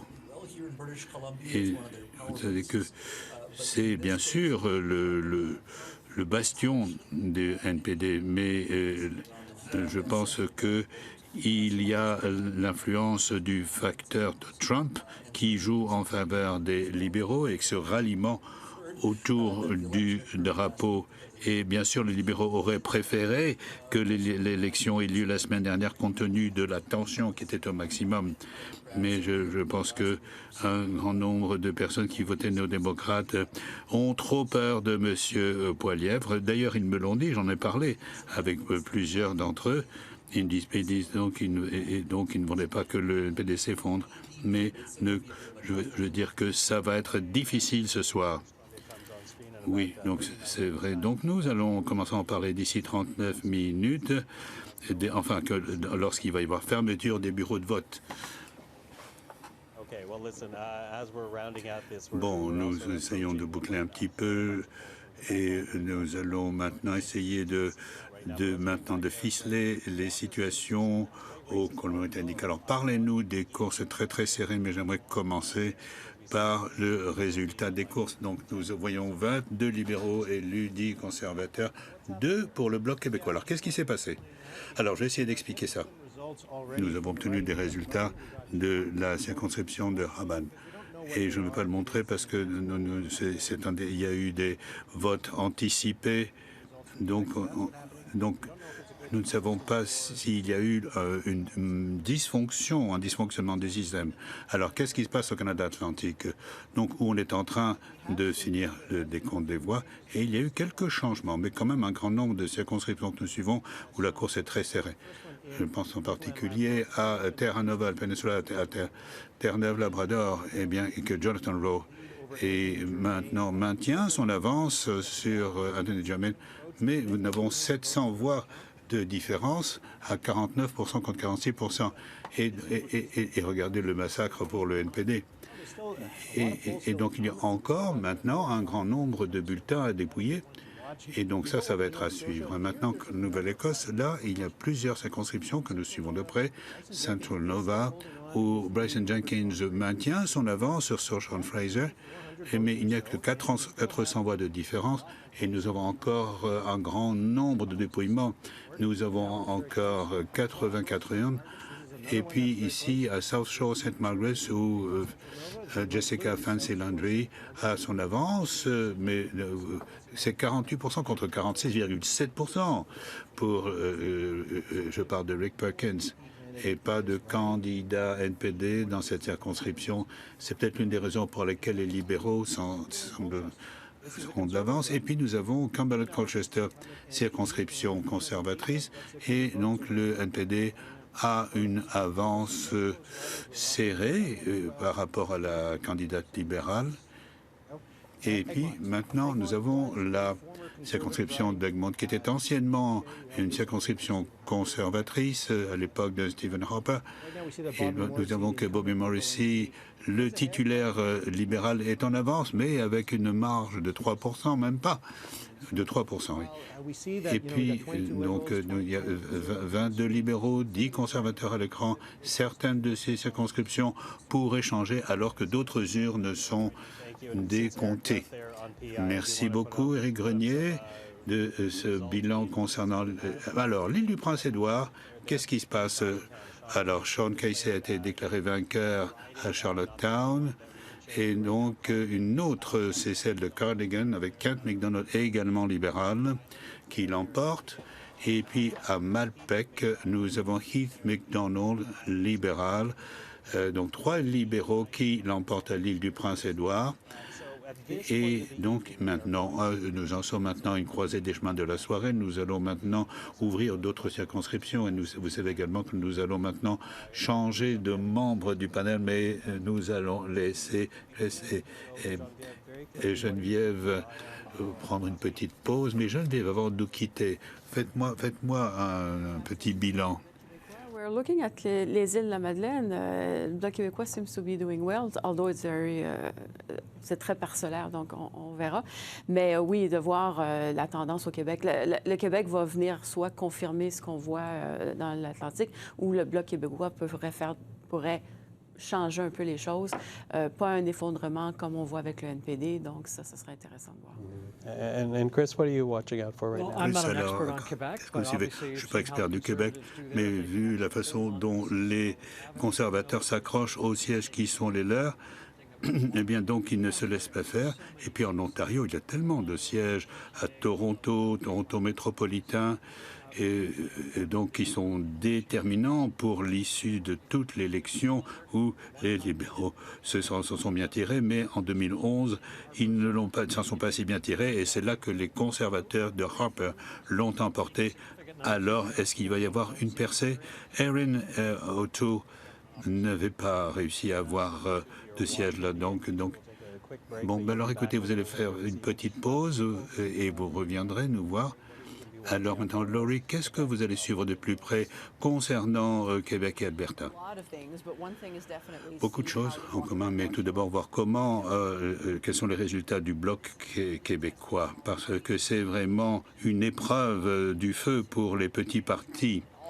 Et donc nous avons vu le NPD qui vraiment semble se fondre dans le décor et disparaître. Il y fut un moment où quand les conservateurs devaient former la majorité, le Bloc québécois aurait pu être l'opposition officielle. Et donc je pense que maintenant, vous avez vu la façon dont Blanchette a essayé d'appuyer à fond sur l'accélérateur, mais d'aller très très loin en disant que le Canada est un pays artificiel, etc. Alors maintenant, je ne sais pas si les libéraux vont être une majorité ou une minorité, un gouvernement minoritaire. Ça va dépendre. Et on va aussi se poser des questions. Et moi, je vais être là comme ça, haletante, à voir s'il va, par exemple, garder son siège tout court. Bien, donc alors, nous suivons cela avec 334 élections. Et Catherine. Je le disais un peu plus tôt, il n'y a pas eu de grand centre urbain jusqu'ici. Alors, il faut voir comme ce qui va se passer du côté de Montréal, et je parle encore là du Grand Montréal. Il faut voir comment ça va se passer du côté du Grand Toronto, qui sont traditionnellement plus favorables aux libéraux. Du côté du Québec, le Bloc fait mieux en région, généralement beaucoup moins bien à Montréal, sur l'île de Montréal. Et ce coup-ci, dans la Couronne Nord et dans la Couronne Sud, les libéraux pourraient faire des gains également. Donc ça pourrait peut-être changer la donne aussi. On verra bien. And also, and to that, also keeping an eye on Alexandre Boulris, because you talk about the. Oui, allons voir un petit peu où on en est. Alexandre Boulris, vous dites que Montréal est très sûr pour les libéraux, mais nous avons également un siège important, c'est le siège du NPD d'Alexandre Boulris. Quand Alexandre Boulris, issu et survivant de la vague orange en 2011, qui est aimé beaucoup dans la circonscription et qui, généralement, se fait élire assez facilement. Ça va peut-être être un peu plus difficile cette fois-ci, selon les sondages. Évidemment, on verra comment ça se passera, mais ça risque d'être un peu plus difficile.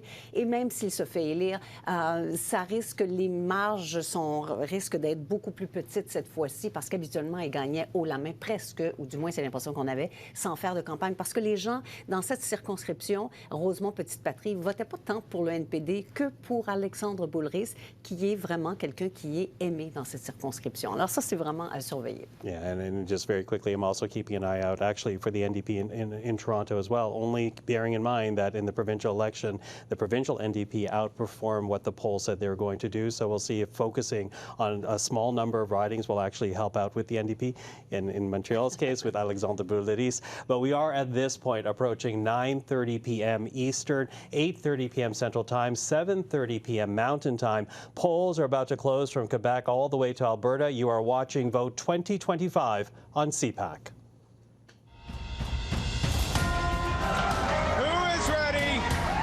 Alors, qui est prêt? Levez-vous, levez-vous pour le Canada. Qui est prêt? J'ai besoin de vos voix. Allez, ramenons-le à la maison. Ramenons-le chez nous. Fondamental pour l'accession du Québec à la souveraineté. C'est notre job. Oui, votons, dressons-nous, protégeons le Canada, protégeons-nous, vive le Canada. Nous devons choisir entre notre avenir et le présent. Notre pays est vraiment à la croisée des chemins de la démocratie aussi. Hello everyone, I'm Michael Serapio. Bonjour tout le monde, ici Michael Serapio. Merci d'être des nôtres ce soir. Sur la chaîne des affaires publiques, les résultats du scrutin vont commencer à entrer pour 299 circonscriptions qui vont dans la prochaine heure sans doute nous dire qui formera le prochain gouvernement. Notre analyste Éric Grenier est en train de surveiller la carte. Eric, qu'est-ce que vous surveillez en ce moment? Nous allons voir le reste du pays se remplir. Les conservateurs ont une meilleure prestation qu'attendue, mais peut-être pas suffisant pour remporter l'élection. En tout cas, les choses ne sont pas décidées. Il va falloir surveiller le Québec, Montréal, Rive-Nord, Rive-Sud. Les libéraux veulent prendre des sièges du Bloc québécois et s'ils réussissent à le faire, ça pourrait leur livrer un gouvernement majoritaire. Nous allons également surveiller la région métropolitaine de Toronto. Dans la dernière élection, beaucoup de rouges de Toronto. Si ce rouge persiste, Mark Carney va probablement pouvoir rester Premier ministre. Nous attendons encore des résultats de là. Dans les prairies, il n'y aura probablement pas de course rapprochée, peut-être à Winnipeg, Edmonton et Calgary. Pour la Saskatchewan, nous allons attendre. Eric, pendant que nous vous avons à l'écran, nous attendons des résultats de Québec jusqu'en Alberta. Dites-nous où nous en sommes au Canada atlantique. Nous avons maintenant les résultats des 32 circonscriptions, les libéraux élus dans 22, les conservateurs dans 10. Donc les conservateurs pourraient remporter 2 sièges à Terre-Neuve. Ils vont probablement remporter Central Newfoundland ainsi que Long Range Mountains. L'autre circonscription où ils sont en tête, mais de façon rapprochée, Terra Nova the Peninsula, ce serait un siège pris des libéraux, mais dans le reste des maritimes, dans les maritimes, il n'y a que 2 circonscriptions qui ont changé. Ces deux-là, qui n'ont pas encore changé, mais presque. Sean Fraser est sur le point de perdre à Bryson Jenkins. Et South Shore St. Margaret's, Jessica Fancy Landry a encore une avance de quelques 800 votes sur Rick Perkins. Donc, quelques changements, 2 nouveaux sièges libéraux à Terre-Neuve et Labrador, et maintenant nous attendons le reste. Oui, nous allons maintenant voir les chiffres pour le Canada Atlantique. Les libéraux élus et en tête dans 22 circonscriptions. Les conservateurs élus en 8 et en tête en 2. Le Bloc québécois ne voit pas encore, on ne voit pas encore de résultats parce que les sièges du Bloc québécois sont dans la province et les colonnes ne représentent que le Canada Atlantique. Notre équipe est sur le terrain. Nous avons des journalistes dans chacun des centres des partis. Andrew Thompson est chez les libéraux à Lansdowne Park. Hello, bonjour Andrew. Oui, bonjour, nous sommes ici à TD Place et nous attendons que les militants libéraux viennent surveiller les résultats. Il est 9h30, les bureaux de scrutin sont en train de fermer maintenant et nous nous attendons à voir les militants après qu'ils aient fini leurs efforts pour encourager la participation. Mark Carney va suivre le vote dans un hôtel avant de venir ici plus tard. On verra une masse de résultats du Québec jusqu'en Alberta.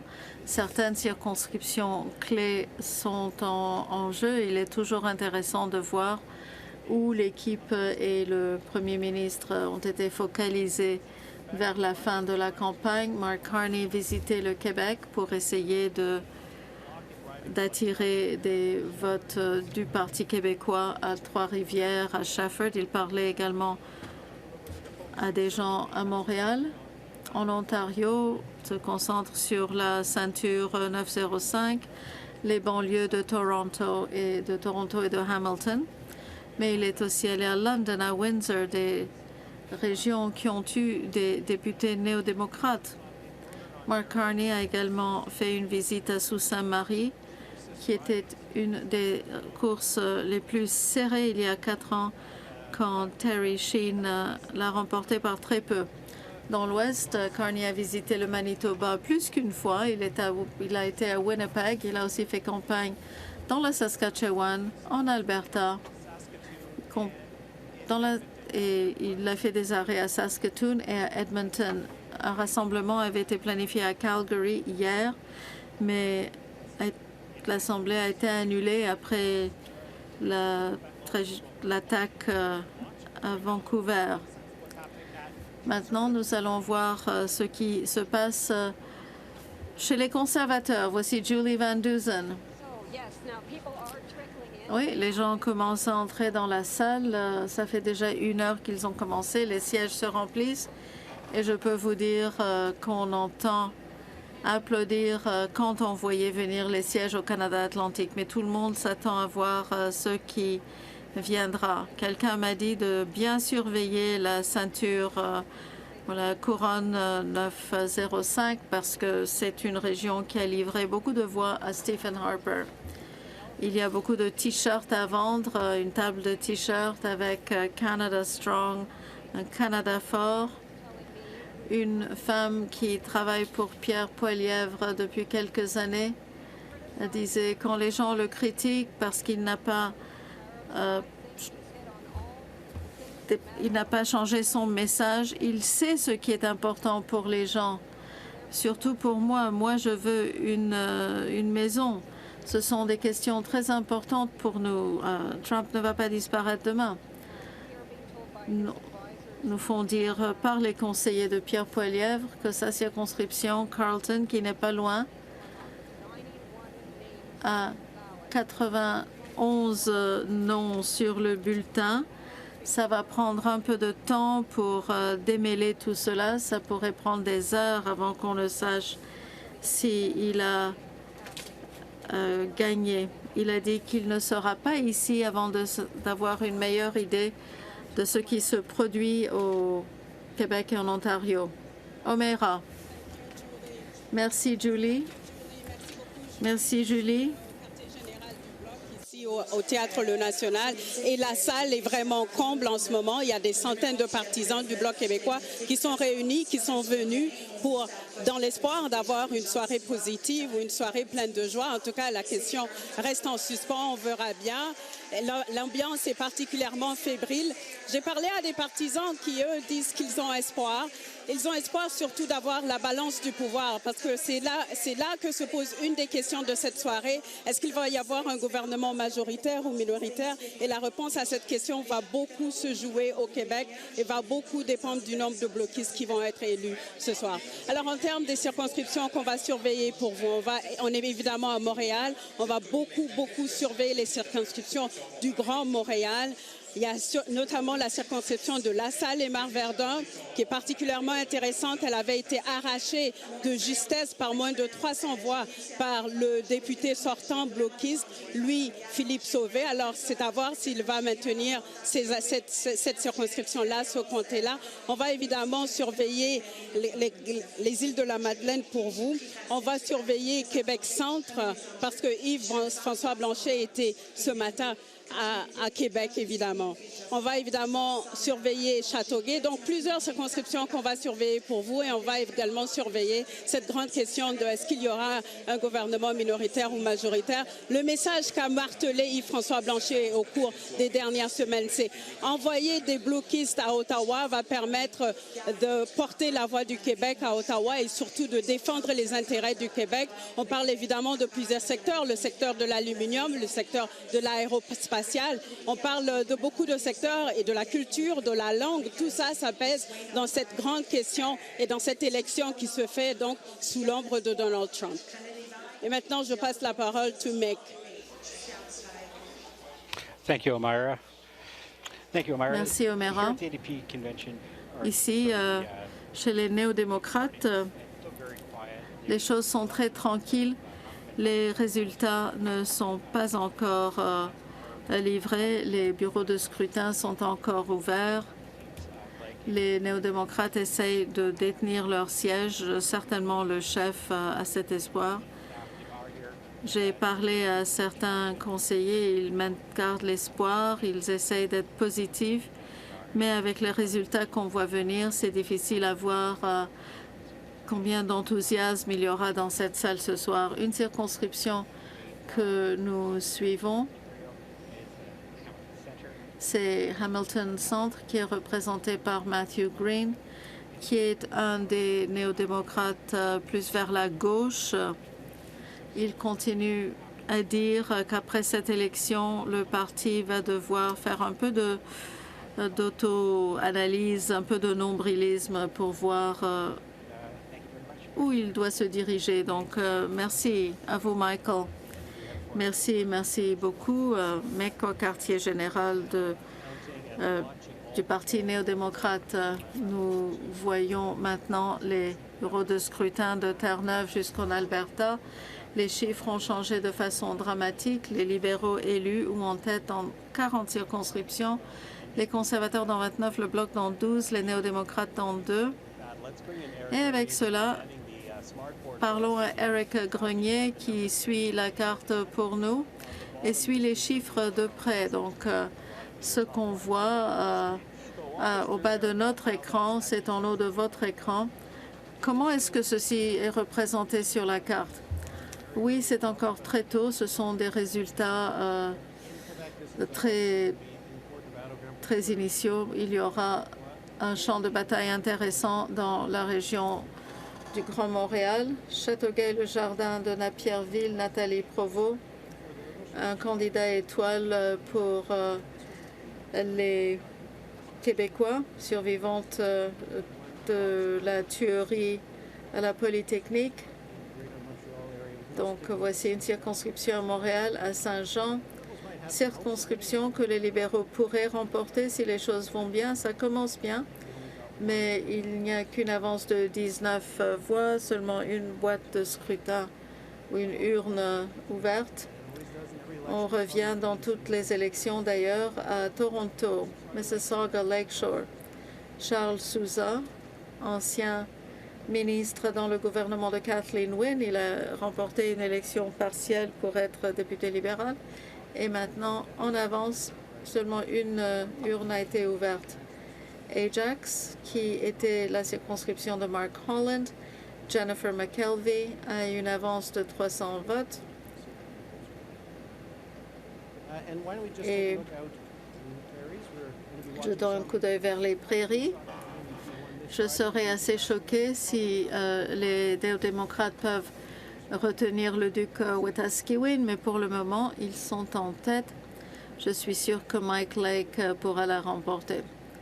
Ici, Edmonton Southeast, Amarjit Sohi, ancien député libéral, maire de Edmonton, qui essaie de remporter le siège pour les libéraux, mais a pris beaucoup de retard, mais seulement une urne sur 159 ont été ouvertes.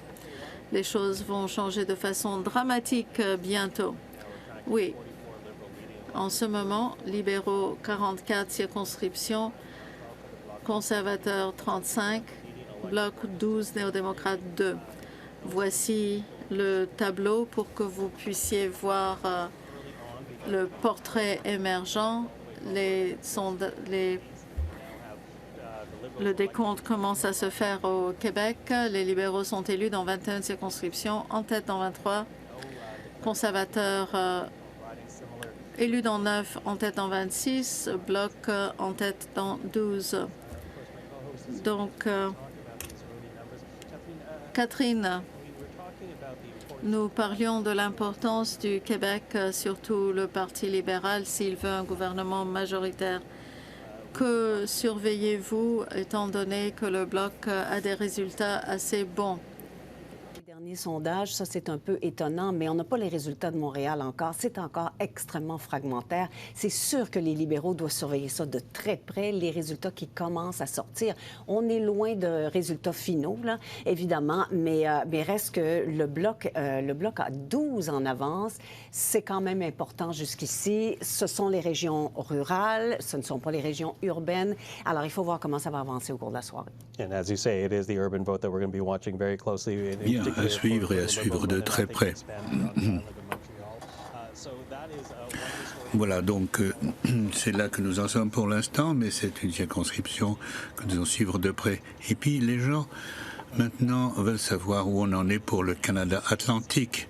Et vous voyez que les libéraux ont été élus dans 49 circonscriptions et les conservateurs élus dans 8 et sont en tête dans 38 et 2.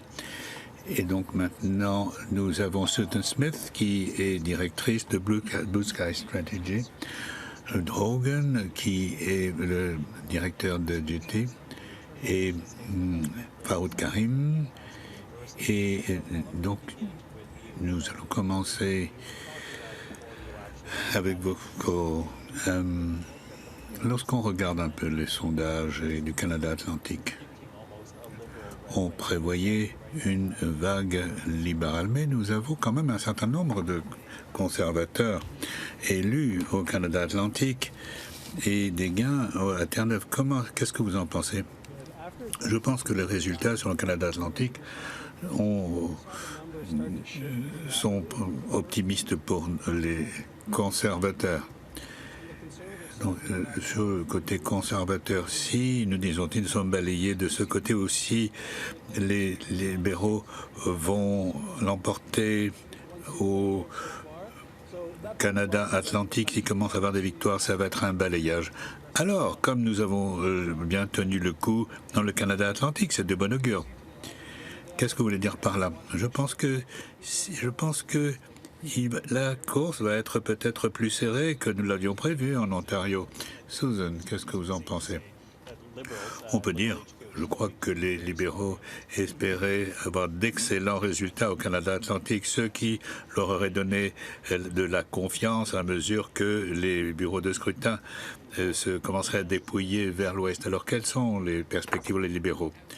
Bien, pensez un petit peu à la situation qui était la nôtre au mois de janvier. Je pense que tenir notre bout jusqu'ici, c'est pas si mal. Et maintenant, ces résultats aussi. Je pense que la course va être très serrée pendant toute la nuit. Et nous allons rester encore longtemps ici. Donc, les Canadiens sont venus massivement voter. Et donc, la participation a été très forte. Et cela dit, quant à la façon dont va se décanter le vote du NPD, il semble qu'il ait beaucoup basculé vers les libéraux. En tout cas, les libéraux sont maintenant dans la bonne voie pour faire ce qu'ils s'étaient promis de faire. Et donc, on s'attendait à un raz-de-marée conservateur en janvier. Mais je pense que maintenant, ça va être serré dans l'ensemble du pays. Et j'espère que ce sera avec quand même, en fin de compte, une domination libérale. Mais écoutez, nous ne sommes pas les seuls à suivre. Regardez un petit peu McCartney qui suit les choses de très très près parce que ça pourrait être une nuit avec beaucoup de conséquences pour lui, sa vie et le Parti libéral, lui et sa femme. Et donc Farouk Karim maintenant. Parlons du NPD. Donc il ne mène que dans une seule circonscription jusqu'ici. Et donc, qu'est-ce que l'on pense? Bon, écoutez, alors avant de vous répondre, je vais boire un peu d'eau, si vous le permettez. Bon, écoutez, tels sont les résultats que nous avons jusqu'ici, c'est-à-dire 12% de moins qu'en 2021, et également pour les conservateurs 8%. Les libéraux sont stagnants, plus ou moins, et le NPD, c'est vraiment l'effondrement au Canada Atlantique. Et je ne suis pas sûr que l'attitude des électeurs du Canada Atlantique, NPD s'entend, va être suivie par tous les autres. Je ne sais pas, mais quelque chose qui rattrape la situation, eh bien, les libéraux sont en train de sous-performer, si l'on veut dire, au Canada Atlantique, et les conservateurs de surperformer, comme on dit. Et puis ensuite, peut-être que le NPD pourrait avoir entre 6 et 8 sièges en bout de course avec l'équilibre du pouvoir. Et l'Ontario? Oh, en Ontario, ça va être difficile. En général, le NPD est plus fort dans le nord de l'Ontario. Mais M. Angus ne s'est pas proposé, un excellent candidat pour nous, et un excellent député. Et puis, alors, nous avons le sud-ouest. Vous avez London, Hamilton, Windsor West. Ce sont également des circonscriptions à défendre. Peut-être essayer de faire ce que faisait le NPD en Ontario, c'est-à-dire se concentrer sur les déjà titulaires. Et donc, 15% de chute au Canada Atlantique, c'est pas de bon augure. Mais le NPD n'avait pas vraiment de député au Canada Atlantique, député fédéral. Donc je pense que vous voyez un petit peu ce qui se passe du côté des titulaires. Bien, merci. Donc voilà, maintenant, comme intro, nous voyons les chiffres arriver. Les libéraux en tête en 68 et le conservateur dans 48. Alors on va voir Éric Grenier. Alors, il est là au tableau. Alors, qu'est-ce que vous voyez maintenant dans les circonscriptions? Oui, il est encore très très tôt pour se prononcer, mais nous avons quelques résultats. En Gaspésie-la-Madeleine, Restigouche, c'était l'une des circonscriptions qui avait donné des résultats un peu plus tôt avec les îles de la Madeleine. Vous avez Diane Le Boutillier qui est de nouveau en tête, et c'est à suivre de très très près. Ici, les libéraux qui devaient normalement garder cette circonscription. Et donc, si elle avait existé en 2021, la circonscription aurait appartenu au Bloc québécois. Et puis ensuite, regardons le reste du Québec. Nous voyons certains résultats qui sont un peu étonnants. À Bellechasse, les Etchemin-Lévis Nous avons les libéraux en tête, mais on ne croit pas à une victoire. La Beauce, nous avons Jason Groslo, qui est candidat conservateur, avec une très nette avance sur la candidate libérale. Et Maxime Bernier, lui, a eu 5% jusqu'ici. Nous avons 7 urnes qui ont été décomptées, mais peu de chance depuis sa défaite en 2019. Et puis alors, autour de Montréal, qui sera un théâtre de bataille, nous avons Brossard-Saint-Lambert, Alexandra Mendez qui est en tête, mais nous sommes en début de dépouillement. Et puis là, nous avons Belleuil-Chambly, alors Yves-François Blanchet, qui a bien démarré. Il n'y a que 2 urnes qui ont été ouvertes, mais maintenant, il a une avance avec 49% sur Nicolas Malouin. Et maintenant, passons à l'Ontario, encore difficile, mais voici Toronto métropolitain. Nous avons une circonscription conservatrice. Il n'y a pas de surprise. C'est York Centre avec Roman Baber qui a été chassé du caucus de Doug Ford, qui s'est présenté comme indépendant. Et puis ensuite, il s'est présenté contre Pierre Poilievre à la direction du Parti conservateur. Il est en tête contre Yara Sachs à York Centre. Et donc, ce serait un gain pour les conservateurs par rapport à l'élection précédente. Et maintenant, allons à Guelph. Nous avons Dominique O'Rourke qui mène sur le conservateur. Et donc, on s'attendait à ce qu'elle conserve cette circonscription. Et puis, Markham Stouffville. Nous avons Neranji Allison qui mène contre la libérale titulaire, Elena Jacek. Donc, ne rien prendre pour acquis pour l'instant. Et nous attendons encore beaucoup de résultats et beaucoup de votes à dépouiller. Donc, trop tôt pour tirer quelques conclusions que ce soit. Oui, mais c'est quand même intéressant de voir ce qui se passe. Mais avant de quitter j'aimerais, Eric, jeter un coup d'œil à Kitchener Centre, parce que c'est une circonscription intéressante du point de vue des Verts, qui ont peut-être une chance de conserver le siège. Quels sont les débuts? Encore rien de Kitchener-Waterloo, mais ça va être une région clé. Mais donc, nous avons Mike Morris, qui est le titulaire. Et donc, il y a 2 titulaires verts. Et donc, c'est le destin du Parti vert qui est en cause. Et on a beaucoup parlé des Verts pendant la première. Mais regardez, l'île du Prince-Édouard, c'est là que les Verts s'en étaient bien tirés. Même après les résultats abominables de l'élection de 2021. Et s'ils sont élus, c'est grâce à Mike Morris. Bien, nous allons poursuivre un peu plus tard Éric Grenier, qui est au tableau. Alors, Catherine. Encore très, très fragmentaire. On voit les résultats du bloc en avance. Ils étaient à 12 tantôt, ça a tombé à 10 et maintenant à 11. Donc, ça peut encore bouger énormément.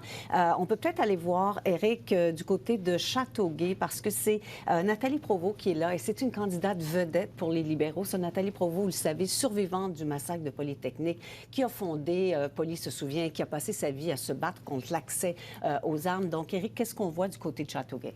Maintenant, on voit que Nathalie Provost a une avance sur Patrick O'Hara. C'est une avance de juste quelques voix. On a juste un boîte de voix qui est compté maintenant.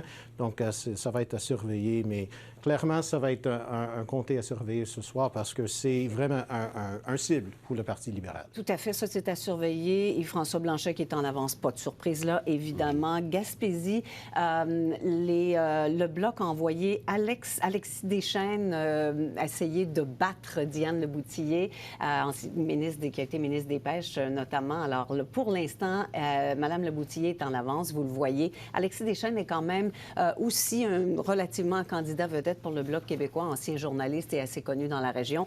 C'est aussi une circonscription à surveiller ce soir. Okay, well, of course, we'll keep watching that. It was the first riding to pop up where the Bloc appeared on the board. But as you say, right now, the Liberals are leading in that riding. Eric will give us a bit of an update as that goes along. But listen, I also want to bring in Rémi Autier because he's actually at Liberal headquarters right now. Je voudrais maintenant appeler Yves Autier et nous sommes à Lansdowne Park et Ottawa Centre. Et donc, on va en parler avec Anne Bancroft, ancienne ministre, ancienne responsable pour le ministère du bureau du Premier ministre. Alors, les résultats qui ont commencé à arriver d'à peu près partout au pays ne manquent que la côte ouest à ce point-ci de la soirée. Et on va en discuter avec Anne-Clara Vaillancourt, qui est stratège libérale. Anne-Clara, déjà l'Atlantique a donné un peu le ton. On est comment à ce point-ci de la soirée là, dans le camp libéral? On se sent comment? On se sent très bien. Je pense que c'est important de se rappeler où le parti était il y a 3 mois. On a fait une campagne très positive avec plus de 10 millions d'appels qui a été fait par nos volontaires. On a cogné à plus de 6 millions de portes. La réception de M. Carney partout à travers d'un océan à l'autre a été très positive. On savait que ça allait être serré, mais je garde toujours très bon espoir. Ça a été comment ce revirement passé, comme vous l'avez mentionné, d'une période où on évoquait, où on pensait à de très grandes difficultés pour le parti, à une toute autre mentalité. Ça s'est vécu comment de l'intérieur? Je pense que la beauté du Parti libéral, en fait, c'est que les libéraux et les Canadiens se rassemblent toujours quand c'est le temps en moment de crise. Et je pense que la crise qui affecte en ce moment et qui va affecter les Canadiens par rapport à Donald Trump a vraiment été le revirement de la situation. Et je pense que les gens de ce que j'ai vu, ont une ferme confiance envers Mark Carney avec la meilleure expérience pour tenir tête à lui. Puis, on a vu Mark Carney se rendre 2 fois à Saskatoon, par exemple, aller dans des lieux qui ne sont pas des terrains de jeu ou des terrains de bataille traditionnels, les libéraux. Comment vous en êtes venus à justement adopter cette stratégie-là dans le cadre actuel? Oui, bien en fait, c'était une stratégie qui était beaucoup plus offensive que défensive. On est allé aussi 3 fois en Colombie-Britannique parce qu'on savait que ça allait être serré, qu'on pouvait aller faire des gains. Même chose avec la Saskatchewan. Edmonton aussi hier. Très bonne réception, donc j'ai vraiment très hâte de voir les résultats ce soir. Parler d'une stratégie offensive, quand on est sur l'offensive, on a des buts qu'on veut marquer. C'est quoi les points que vous allez vraiment, vraiment surveiller, les buts que vous voulez absolument marquer ce soir? Encore une fois, c'est d'avoir une course serrée, que ce soit pour tout le travail qui a été fait dans les derniers jours, dans les dernières semaines. Je pense que tout le monde peut être très fier de la campagne qui a été menée de notre côté. Anne-Clara, merci beaucoup. Merci à vous. Alors, Anne-Clara Vaillancourt, qui est stratège libérale et qui nous résume un peu tous ces efforts qui ont été déployés au cours des 30-36 derniers jours et même un peu avant. On sait qu'il y a eu tout ce travail pour amener Mark Carney à la tête du parti et maintenant pour tenter de remporter cette élection. Remy, thank you for that. Merci beaucoup, René. C'est notre ami René Authier au QG libéral et nous approchons de 10 heures et donc maintenant nous allons vous donner un petit contexte concernant ce que vous avez vu. Donc vous voyez que les libéraux ont élu 22 candidats et en tête dans 70, ce qui est un total de 92. Les conservateurs en ont élu 11. En tête dans 53 avec total de 64, Bloc québécois 12 en tête et voilà. Et donc c'est le tableau général alors que nous nous approchons de 10 heures du soir, 7 heures du soir aux 19 heures en Colombie-Britannique. Donc vous suivez le vote 2025 sur CEPAC.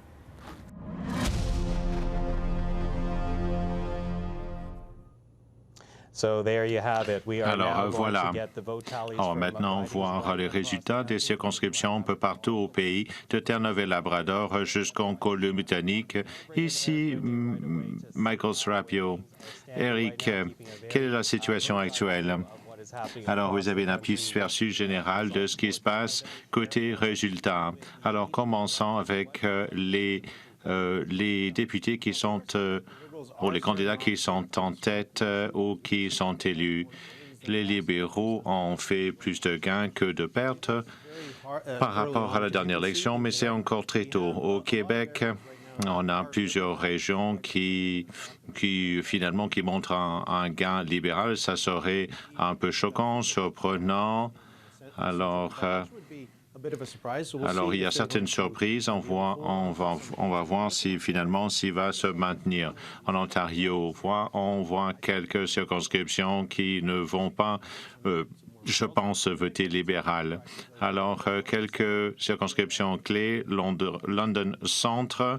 Alors, les libéraux ont une avance par rapport aux conservateurs. London West également, donc on voit quelques résultats précoces, quelques circonscriptions nouvelles également, et on voit que les libéraux sont en tête dans plusieurs circonscriptions que les conservateurs. Alors, comme vous avez dit, les résultats sont précoces, sont préliminaires. Alors, on va commencer à voir les résultats de la Colombie-Britannique. Qu'est-ce que vous surveiller en Colombie-Britannique parce que la course est très serrée. Alors, en Colombie-Britannique, on ne sait pas ce qui va se passer vraiment. On peut regarder les résultats des élections, les dernières élections dans l'intérieur, donc un soutien très solide pour les conservateurs, les néo-démocrates sur la côte et dans le sud. Les conservateurs visent à emporter ces sièges cette fois-ci, mais ça sera décidé par ce qui va se passer dans la vallée du Bas-Fraser. Certaines de ces circonscriptions NPD, finalement, vont voter soit libéral, soit conservateur. Et on va voir si les néo-démocrates vont pouvoir finalement maintenir ces circonscriptions. On va voir si les conservateurs peuvent faire la même chose avec les libéraux. Voici l'île du Vancouver. Tout orange, une circonscription verte. Combien de néo-démocrates vont rester? Peut-être 0. Il va falloir voir ce qui se passe si les conservateurs espèrent gagner le nord de l'île, les libéraux, l'orgne du sud, côté de Victoria.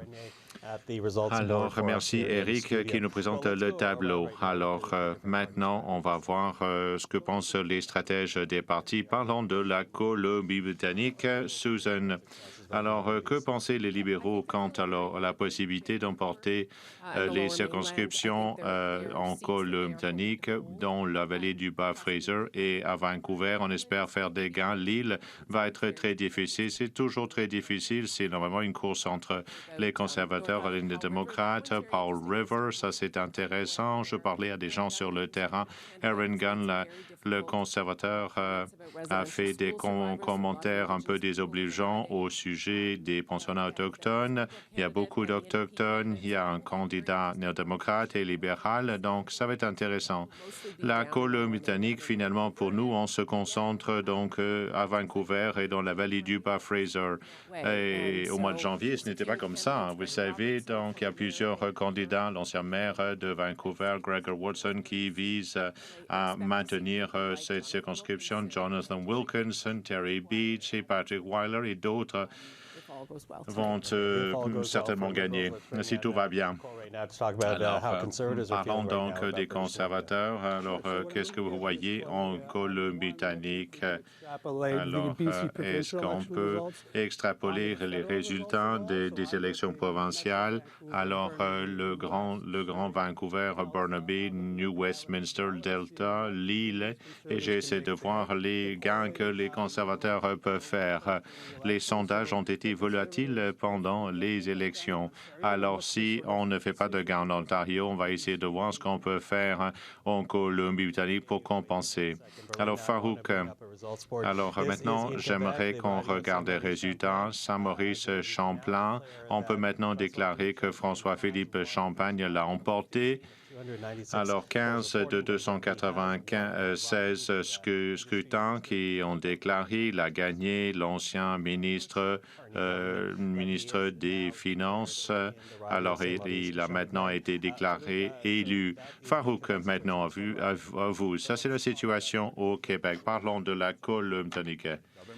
Il va jouer un grand rôle dans un gouvernement Carney. Sans surprise, alors, ça, c'est l'ancienne circonscription de chrétiens pour la Colombie-Britannique et les espoirs néo-démocrates. La moitié du caucus vient de la Colombie-Britannique. Le Canada s'arrête là, à la côte pacifique. Je pense que les néo-démocrates vont vouloir maintenir les circonscriptions. Alors, comme dans d'autres provinces, il y a plusieurs élections dans la même province. Sur l'île de Vancouver, c'est entre les démocrates et les conservateurs. M. Carney a passé beaucoup de temps à Victoria. Alors, on n'a pas vu cette situation en Colombie-Britannique depuis un certain temps. Ça va être intéressant de voir comment ça va, quel sera le résultat. Alors, la circonscription du chef, selon les projections, ça va être difficile pour lui parce que c'est une nouvelle circonscription. Alors, on verra. Et tout cela est dans le contexte de ce qui s'est passé avec la tragédie qui s'est produite à Vancouver. Et Judd Mead est resté en Colombie-Britannique à la fin de la campagne. Je ne sais pas si ça va toucher ou affecter le résultat, mais comme stratège, c'est important d'y réfléchir. On verra.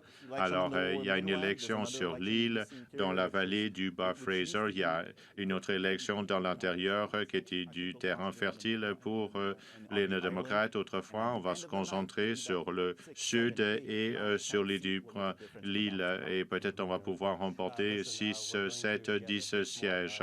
Maintenant, on va passer à Jocelyn, à l'administration centrale. Quelques autres résultats dans les prairies d'Anne Messier, dans Riding Mountain, conservateur, qui a battu le libéral Battleford Lloydminster Meadow Lake, la conservatrice Rosemary Falk, qui est déclarée élue. Maintenant, il est élu pour les conservateurs Stephen Bonk dans Souris Moose Mountain et un autre résultat avant de passer à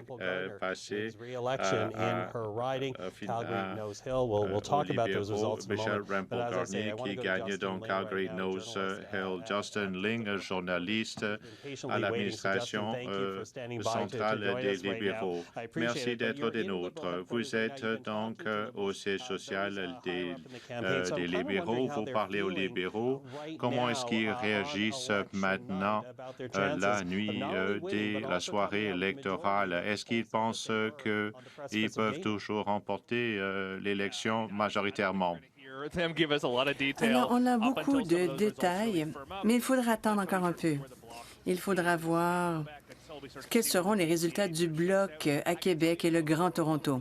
Mais je vous dirais qu'avant l'arrivée des résultats, je vous dirais que les libéraux avaient 28 sièges pour l'instant, 7 sur la côte ouest-est, certains sièges dans les prairies à Colombie-Britannique.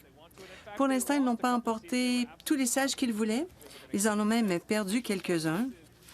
Je ne sais pas si c'est une bonne nouvelle jusqu'à maintenant, mais en regardant les résultats, il s'agit d'une course à deux.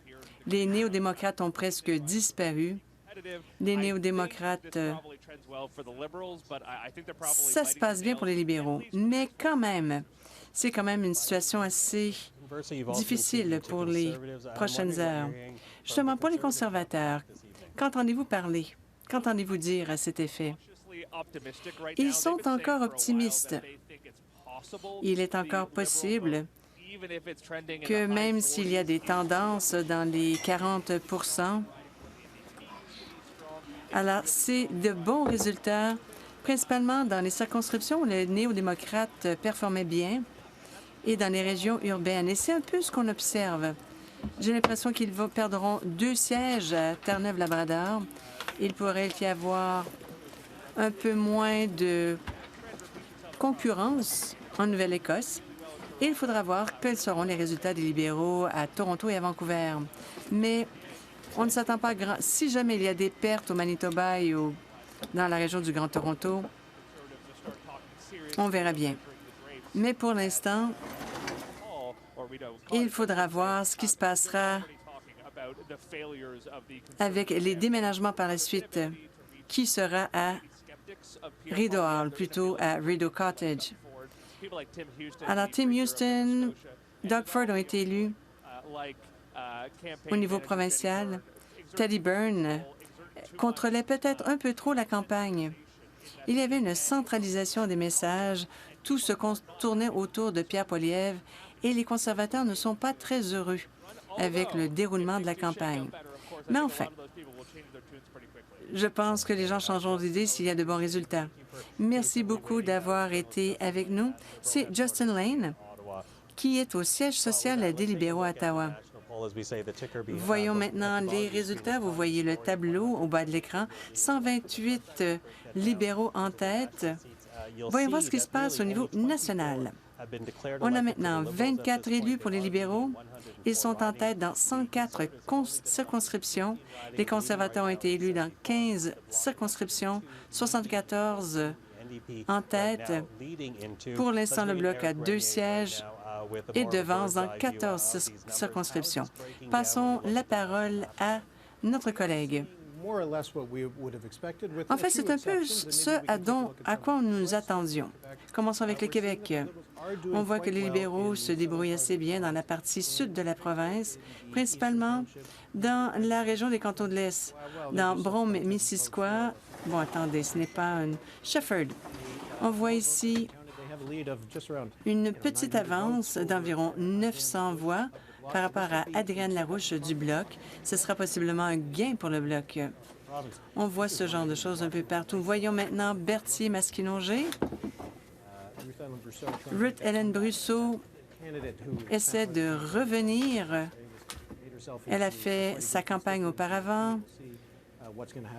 Voyons voir ce qui se passera dans sa circonscription un peu plus tard. Voyons maintenant dans le Grand Montréal. Voyons ces deux circonscriptions sur la Rive-Nord. Les libéraux mènent à Thérèse de Blainville. Petite marge, mais c'est quand même une circonscription clé pour les libéraux. À Rivière-des-Mille-Îles, même chose, peu d'urnes pour l'instant, mais ce sont deux circonscriptions ciblées par les libéraux dans la région de Montréal. Voyons voir si certains des sièges bloquistes passeront aux libéraux. Voyons maintenant l'Ontario. Passons du côté Est. Un peu ce à quoi on s'attendait à Ottawa et à Gatineau. Les libéraux s'en sortent bien. Prescott Russell, Cumberland, même chose. Baie de Quinte. C'était un siège ciblé par les libéraux.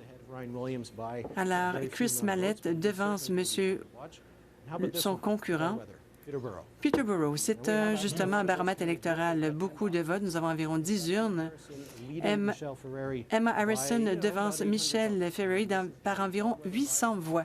Encore une fois, c'est un baromètre électoral. Si les libéraux l'emportent, ils ont une majorité. C'était souvent le cas pour les conservateurs par le passé. Il faudra voir. Passons dans le Grand Toronto. Un peu de bleu, un peu plus de bleu, un peu inattendu, mais il faudra peut-être attendre. Voyons à Etobicoke Nord. C'est la circonscription de Doug Ford et c'est aussi l'un des sièges les plus sécuritaires de Toronto. Pour l'instant, John Zeruselli, candidat libéral, est en deuxième place. Pour l'instant, ça se passe bien pour les conservateurs dans le Grand Toronto, mais il est encore un peu tôt. Voyons à Oakville-Est, c'est à égalité avec les deux premiers, conservateurs libéral. Bon, encore les courses très serrées. Je suis désolée de vous couper. CEPAC utilise la presse canadienne pour déclarer les élus. Voici ce qui se passe. On annonce un gouvernement libéral. Maintenant, il faudra voir s'il s'agit d'un gouvernement minoritaire ou majoritaire. À 22h14, heure de l'Est, la presse canadienne déclare les libéraux comme parti gagnant. Alors, Andrew, que se passe-t-il sur le terrain? Il y a de ça quelques instants, alors que les réseaux commençaient à déclarer le gouvernement libéral comme le grand gagnant, on a beaucoup applaudi ici. Beaucoup d'acclamations. La deuxième fois, c'est lorsqu'on présentait les résultats de Sean Fraser. On se demandait ce qui était pour se passer dans cette région, mais beaucoup de rouge. Et il y a beaucoup d'enthousiasme autour de moi. Maintenant, il s'agit de savoir est-ce que ce sera un gouvernement majoritaire ou minoritaire. Les résultats continuent d'évoluer et si les projections maintiennent cette tendance, il y aura encore d'autres ovations. Alors, si la presse canadienne déclare un gouvernement libéral, reste à savoir si ce sera un gouvernement majoritaire ou minoritaire. On voit les résultats dans le bas de l'écran. Les libéraux sont en tête. 137 libéraux, 95 conservateurs, 18 pour les blocs. Nous avons Catherine Lafrance avec nous. Elle suit de très près la situation. Peut-être plus que jamais, c'est le Québec qui va déterminer si ce sera donc un gouvernement libéral majoritaire ou minoritaire. Il y a évidemment déjà 18 bloquistes qui sont en avance ou qui ont été élus. Alors, on va, si vous voulez bien, Éric, on va aller à vous peut-être pour aller voir un peu plus en détail la carte du Québec et les circonscriptions au Québec, peut-être notamment Montréal. On a très peu vu Montréal jusqu'ici. Alors, on peut peut-être se concentrer pour l'instant sur Montréal. Qu'est-ce qui se passe de ce côté-là?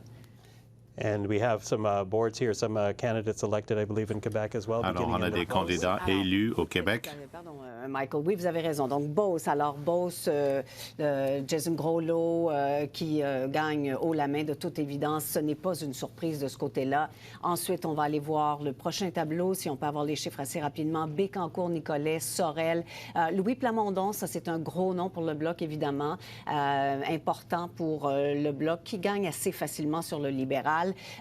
Joliette, Manawan, pas de surprise non plus. C'est le bloquiste Gabriel Sainte-Marie qui remporte. Prochain tableau, on va aller voir d'autres résultats. Donc, des candidats élus ou en avance, donc élus. Donc, Patricia Latanzio du côté de Saint-Léonard-Saint-Michel. Alors, ça, c'est à Montréal. Ça vous donne une idée du vote à Montréal. C'est sans surprise pour Saint-Léonard-Saint-Michel du côté de Montréal. Saint-Maurice, Champlain, on l'a dit tantôt, François-Philippe Champagne qui est élu assez facilement, donc qui bat le conservateur. Et regardez le NPD qui arrive en dernière place, derrière les conservateurs, derrière le Bloc. Okay, and then one last one. Stanstead, alors Marianne Dandurand devant la bloquiste Nathalie Besse. Alors ça, les libéraux comptaient là-dessus énormément. Et regardez la différence des chiffres, 5815 contre 2619. C'est quand même un assez grand écart. Et encore une fois, le NPD arrive en 4e position. Alors là, ça c'est crève-cœur également. Alors, je pense que ça nous donne une bonne idée déjà des candidats qui sont élus au Québec. Je pense qu'on a un dernier tableau qui va nous donner d'autres résultats. Donc, non, celui-là, c'est le dernier. Alors, sur ce, Michael, si vous voulez bien, on peut peut-être aller jeter un coup d'œil du côté de Montréal. On en parlait il y a une seconde. Montréal, c'est un vote urbain, c'est important, c'est généralement libéral. Il faut voir si Alexandre Boulris tient le coup dans la circonscription de Rosemont au cœur de Montréal. Éric, qu'est-ce qu'on a comme résultat du côté de Montréal? On peut regarder la carte à Montréal. Il y a 2 comtés bleus. On va regarder parce que, je pense pas que ça va rester avec les conservateurs. Laurier-Sainte-Marie, c'est le comté de Stephen Guilbeault. On a juste, c'est quoi? 11 votes qui est compté. Donc, je pense pas que ça va rester bleu. Mais celui-ci, Mount Royal, ça, c'est peut-être un peu plus intéressant. Les conservateurs, ils ont des espoirs de gagner un siège comme ça. Anthony Housefather, le député sortant, on verra si ça va rester comme ça. Mais ça, c'est étonnant, effectivement. Mais on a parlé souvent de Rosemont, la petite patrie. On voit qu'Alexandre Boulris est maintenant en avant.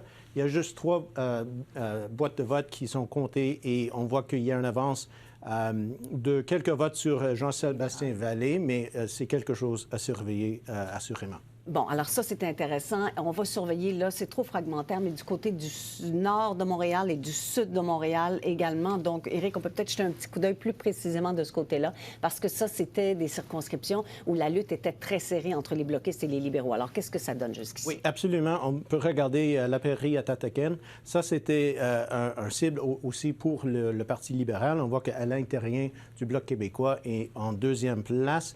Et si on voit les circonscriptions à Longueuil, Longueuil-Charlemagne, là, c'est un comté qui était gagné par les libéraux la dernière fois. Mais Longueuil-Saint-Hubert, ça, c'est un cible encore pour les libéraux. On voit que Nathalien Joseph a une avance sur Denis Trudel, le député sortant pour le Bloc québécois.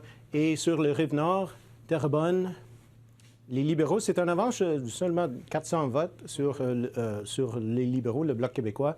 Nathalie Sinclair de gagner en avant. Et encore là, les 2 comtés ici, Thérèse de Blainville, ça, c'est un cible pour les libéraux. Maintenant, c'est une avance pour le candidat libéral. Et finalement, Rivière-des-Mille-Îles, encore là, pas beaucoup de votes qui étaient comptés, mais on voit que sur les rives sud, certainement, on voit des gains. Des gains, oui, pour les libéraux. Tout à fait. Merci, Éric. Okay, interesting. You know what, Eric, stand by. C'est très intéressant. Eric, restez avec nous. Revenons rapidement au tableau. Pouvez-vous revenir à Mont-Royal, s'il vous plaît? Nous aimerions bien voir les résultats. Et voilà. Il y a une histoire assez intéressante. Erwin Collar, ancien ministre de la Justice pour les libéraux, soutient Anthony Housefather et son épouse soutenait le candidat conservateur. Et je lui en ai parlé. Il y a quelques explications à donner à cet effet, n'est-ce pas? Merci beaucoup, Éric. Revenons encore une fois au tableau. Voici les résultats au Canada. 26 sièges pour les libéraux, 113 en tête, 20 conservateurs élus, 88 en tête. Le gouvernement libéral est déclaré gagnant. Maintenant, pourront-ils obtenir la majorité? Il faudra voir les résultats des prairies dans l'ouest du Canada. Je vais observer un peu plus attentivement s'il y a des gains libéraux à Edmonton, Calgary ainsi qu'à Winnipeg. Ils pourraient peut-être accroître un peu leur siège. Il faudra aussi voir les résultats dans le reste de l'Ontario. Par la suite, il faudra voir s'il y a des gains en Colombie-Britannique et devancer un peu, enfin, aller au-delà des résultats de 2021. Bon, les libéraux l'ont emporté. Il s'agit de savoir si c'est majoritaire ou minoritaire. J'aimerais que vous approfondissiez un peu la question. On parle vraiment du 905. Oui, à 905, il y a eu des petits changements tout au long des élections. Pierre Poilievre a passé beaucoup de temps dans le Grand Toronto, Brampton, Mississauga, les petites villes, beaucoup d'efforts, principalement lors des rassemblements. Ils essayaient de renverser la vapeur. Même si l'écart a fluctué tout au long de la campagne, c'était toujours une avance entre 5 et 9 points. Mais difficile de combler l'écart. Il faudra voir les résultats à la fin de la soirée. Suzanne, les libéraux s'en sortent bien. Ils formeront le prochain gouvernement. Pensez-vous qu'ils réussiront à obtenir la majorité? Bon, je me sens optimiste. J'ai bon espoir et j'aimerais féliciter les libéraux et tous les partis qui ont travaillé d'arrache-pied. Il s'agit d'un processus démocratique. Ça s'est bien déroulé au Canada. Un gouvernement libéral démontre que les Canadiens font confiance à Carney pour traiter avec Trump. Ça donne aussi une orientation générale à notre une économie. Maintenant, il faudra voir quels seront les résultats finaux. Il y a Calgary, que je suis de près. Dans le nord de Saskatchewan, j'ai vu un peu de rouge. Ce sera assez intéressant. Alors, il y a le 905, bien entendu. Il faudra voir les résultats du reste de Toronto.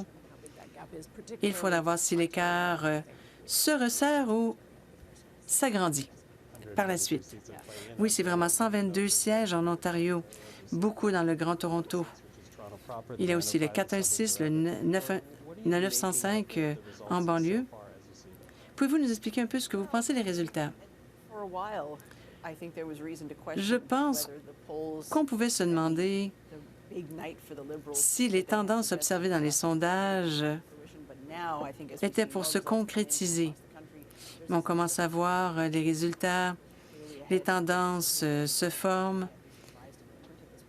J'ai l'impression que nous avançons vers un territoire majoritaire.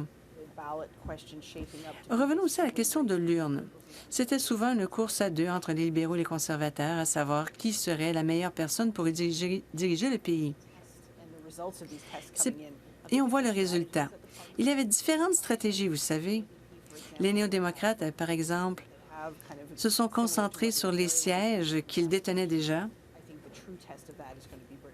Et je pense qu'on verra le tout en Colombie-Britannique. Il faudra attendre. On suit les résultats de très près. Passons à Julie Van Dusen. Elle est au siège social des conservateurs au centre Roger d'Ottawa. Que se passe-t-il chez vous? Bon, ce n'est pas vraiment une grande fête derrière moi. Je regardais mon téléphone avec les résultats un peu plus tôt.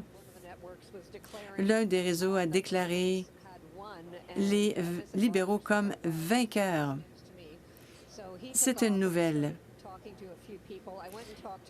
Alors, je me suis adressée à un autre conseiller conservateur et les nouvelles se propagent un peu. Les gens absorbent un peu cette information.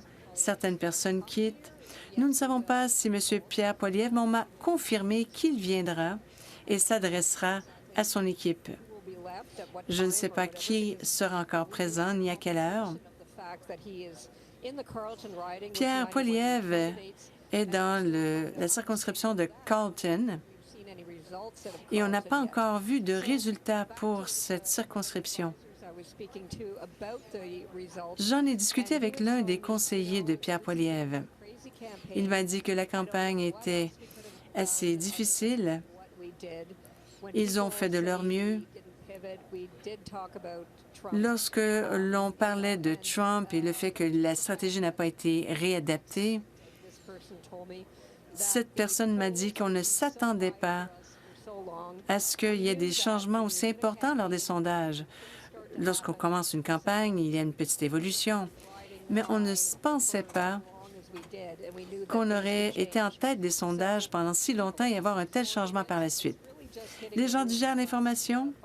Je vous dirais que ça fait à peine 5 ou 10 minutes que l'information circule. Les gens réfléchissent, mais ne sont pas très heureux des résultats. Oui, tout à fait. Nous suivrons encore de près la situation et nous vous reviendrons pour savoir ce qui se passe au siège social. Julie-Anne Van Dusen, merci beaucoup pour vos propos. Passons de nouveau à Éric Grenier. Que se passe-t-il? Bon, 148 en tête pour les libéraux, 116 conservateurs. Que pouvez-vous nous dire de... Enfin, quelle région observez-vous pour l'instant? Alors, je vais passer aux prairies. On commence un peu avec le Manitoba. On voit que Churchill, Keewat-Notikuknaski, c'était Nikki Ashton. Elle essaie de préserver son siège. Et nous avons Rebecca Chartrand qui est en tête. Pour l'instant, on n'a que 15 urnes dépouillées. Passons à Winnipeg. Pour l'instant, il n'y a pas de orange. Passons à Winnipeg Sound. C'était l'une des principales circonscriptions. Léa Gazin est en deuxième place derrière les libéraux. La course est encore très serrée. Passons à la prochaine circonscription. Winnipeg West, encore serré. Doug Yulfson et Marty Morans. Si je ne me trompe, c'est la deuxième ou troisième course entre les deux. Les libéraux devancent. Passons à Elmwood-Transcona. Circonscription importante pour les néo-démocrates. Ils ont presque perdu lors des élections partielles de l'automne. Encore là, ils sont en deuxième place. Passons en Saskatchewan. Comme on s'y attendait, les libéraux sont en tête à Desnethé, Missinippi, Churchill River. Buckley Bélanger, ancien député provincial, une circonscription très autochtone. Ils l'ont apporté par une grande marge. Alors, ce n'est pas une surprise, malgré le fait qu'il est encore tôt pour voir les résultats finaux. Passons à Regina. C'est encore une course très serrée, à peine 30 voix de différence entre les deux premiers partis. Passons en Alberta pendant quelques instants. Edmonton. Pas de gain pour l'instant pour les libéraux. Des attentes pour Edmonton South-Est. Ils sont en deuxième place. Des bons espoirs aussi pour Edmonton Centre. Olszewski est en deuxième place pour l'instant. Et on attend encore les résultats d'Edmonton Strathcona. Ça pourrait rester aux mains des néo-démocrates. Passons à Calgary. 2 circonscriptions libérales pour l'instant. Calgary Centre avec Lindsay Luneau.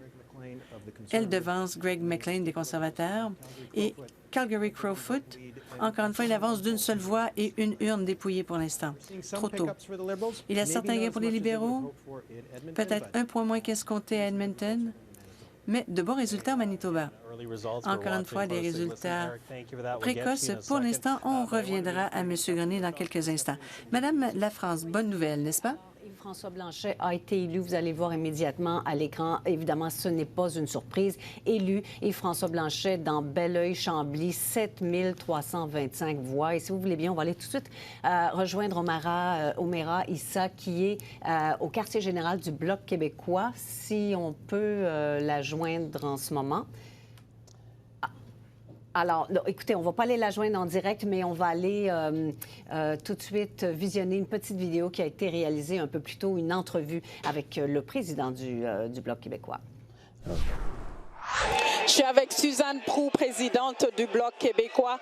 Madame Proulx, bonsoir. On vient juste d'entendre qu'il y a certains élus du Bloc. Comment est-ce que vous vous sentez? Absolument. Je suis très contente de l'élection d'Alexis Deschênes, Gaspésie et de la Madeleine. C'est vraiment incroyable incroyable et je suis très fière, très fière de la campagne qu'il a menée.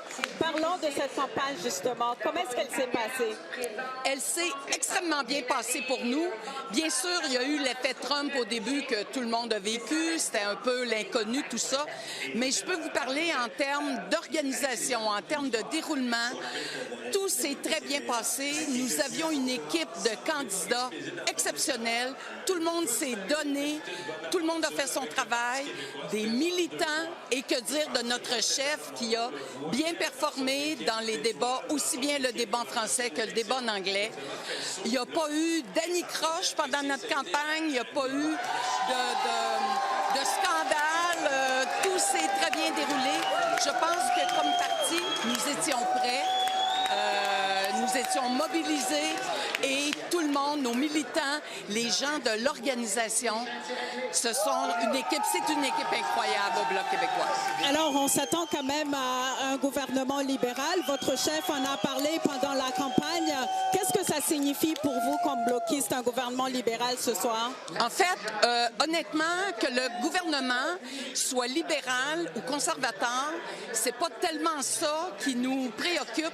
Ce que nous souhaitons, c'est un gouvernement minoritaire qui va faire de la place pour un gouvernement de coalition avec le Bloc québécois, que la voix des Québécois soit entendue à travers la députation des députés de l'aile parlementaire du Bloc québécois. Donc, et là, on vient d'annoncer un gouvernement libéral, mais notre chef l'avait d'ailleurs déjà annoncé. On ne sait toujours pas s'il sera majoritaire ou minoritaire.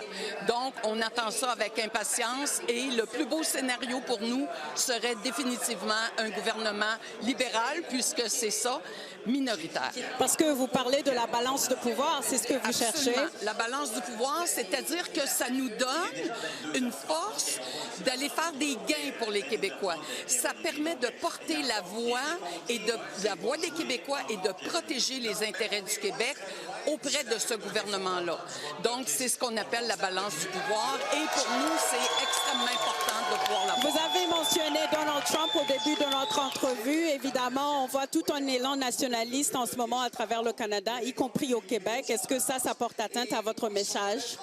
Non, ça ne porte pas atteinte à notre message. Je pense que cet élan-là a été initié par Trump et l'imprévisibilité de ce président des États-Unis, la crainte, la peur qu'il a insufflée et ce qu'on appelle élan nationaliste canadien.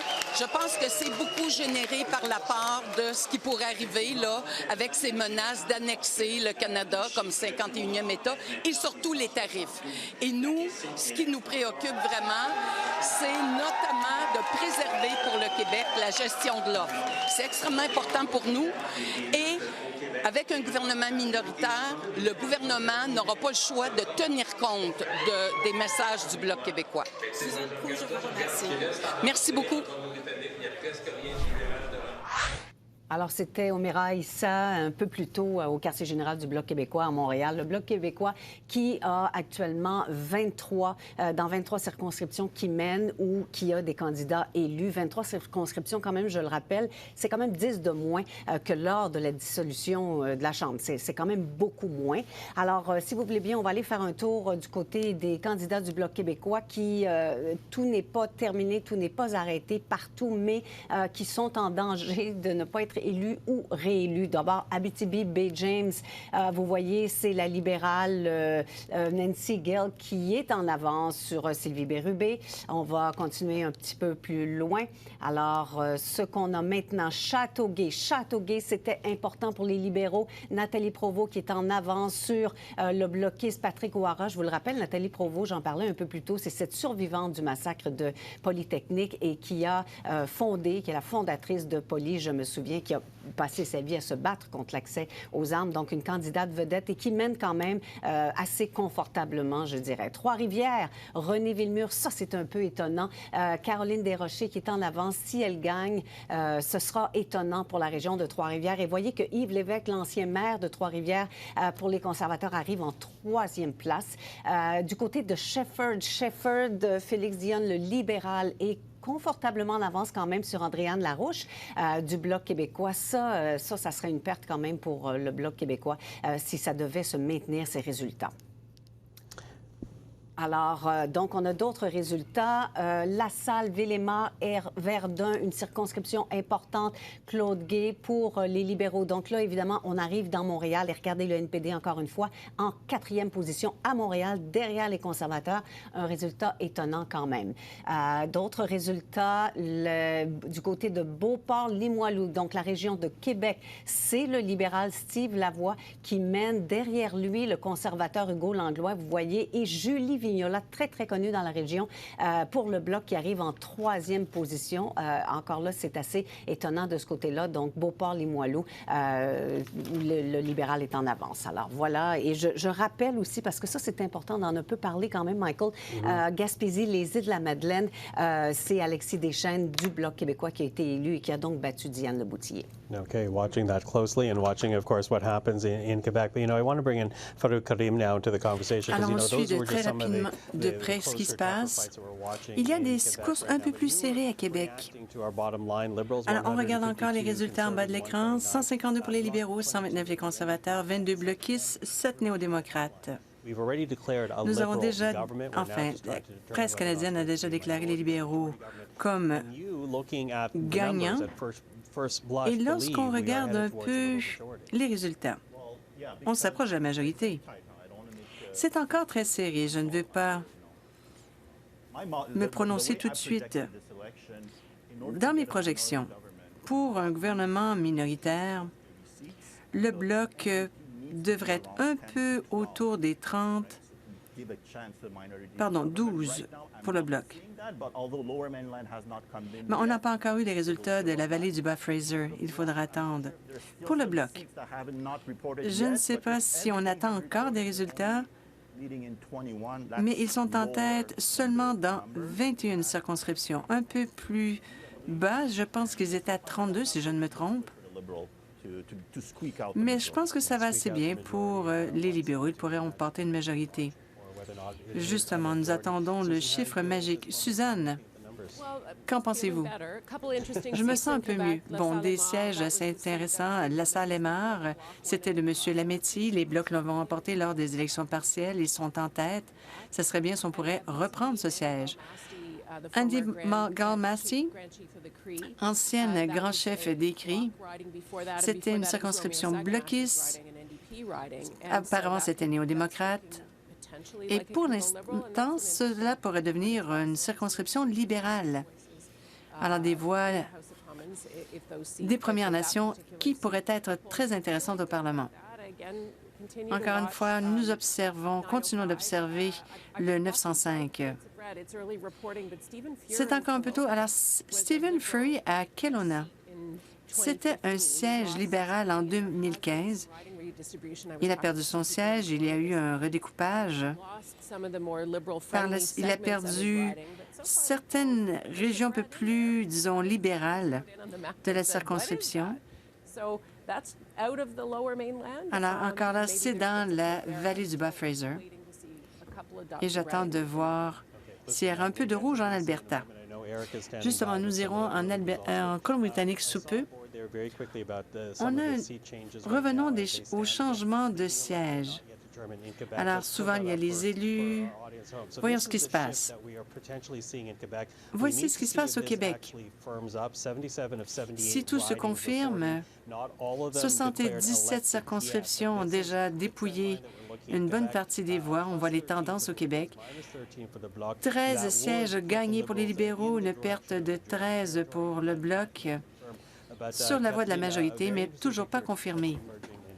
Alors, c'est Même si tout est loin d'être arrêté, reste que ça bouge un peu moins et on se rend compte que le Québec est moins bleu pâle qu'il l'était avant le début de la campagne, avant la dissolution de la Chambre. Donc ça, c'est quand même intéressant de voir ce qui se passe au Québec. Si vous voulez bien, Michael, on va tout de suite aller voir Omaira Issa, qui est, je vous le disais un peu plus tôt, au quartier général du Bloc québécois à Montréal. Alors, allons voir quelle est l'ambiance, parce que, évidemment, les bloquistes ont de quoi se réjouir, parce qu'ils ont fait quand même au moins un gain, Gaspésie-les-Îles, mais reste que si ça se confirme, c'est 21 ou 22 sièges, circonscriptions circonscription où le Bloc est en avance. Reste que c'est beaucoup moins que ce qu'ils avaient auparavant. Donc, O'Meara, comment est l'ambiance?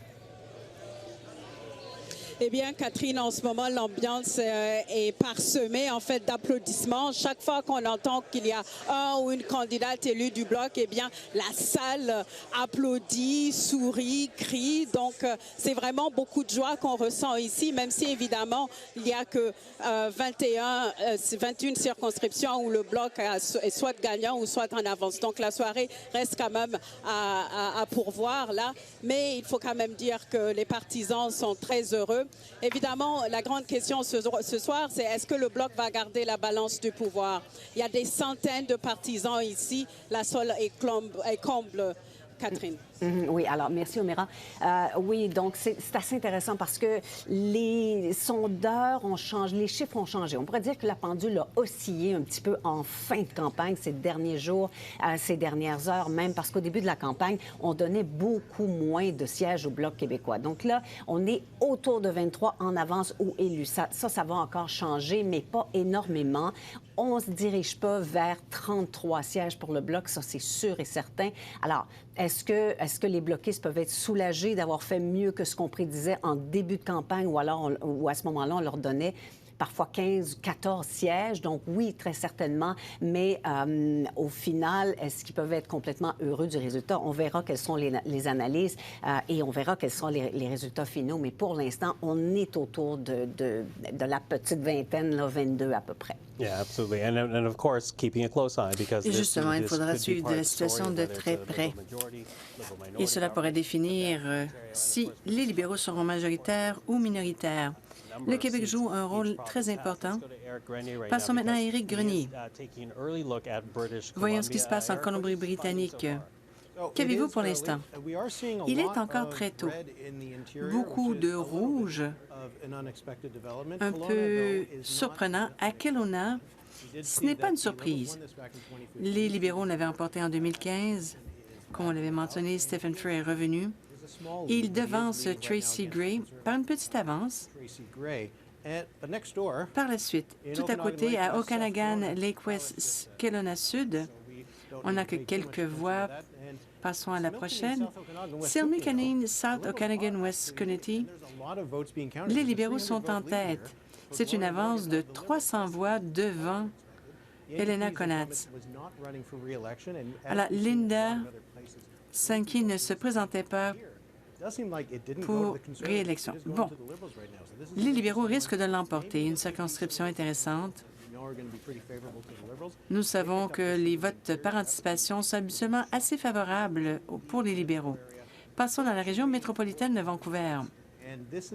Nous attendons encore les résultats. C'est là où la majorité et la minorité peuvent se jouer. Regardez l'année aux dernières élections. Il y avait beaucoup de rouge, un peu d'orange. Il faudra attendre les résultats. Regardons ici. Vancouver-Kingsway, Don Davis est en tête avec une petite marge, mais très peu d'urnes pour l'instant. Vancouver-Est maintenant. Jenny Kwan est en deuxième place, mais seulement quelques urnes dépouillées. Eddie Fry, pour l'instant, est là depuis 1983. Ne perdra pas pour l'instant, mais elle est quand même en deuxième place. Suivons la course de très près. Merci beaucoup, Éric Grenier. Alors que nous observons les résultats en bas de l'écran, la presse canadienne a déclaré un gouvernement libéral. Nous avons maintenant deux autres résultats. Commençons avec Carleton. C'est dans la région de la capitale nationale, près d'Ottawa. Pierre Poilievre détient ce siège depuis 2004 et avec une urne dépouillée, Bruce Fanjoy devance. Alors, il faudra suivre la situation à Carleton de très près. Et tout à côté, c'est la circonscription de Nepean, la circonscription de Mark Carney. Avec une trentaine d'urnes, il est en avance, une avance assez confortable.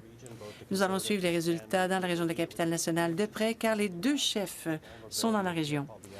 Revenons à la vulnérabilité de Pierre Poilievre dans sa propre circonscription.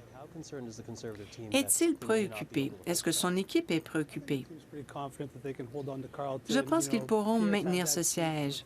Pierre détient ce siège depuis plusieurs années. Il n'était pas très préoccupé, vous savez.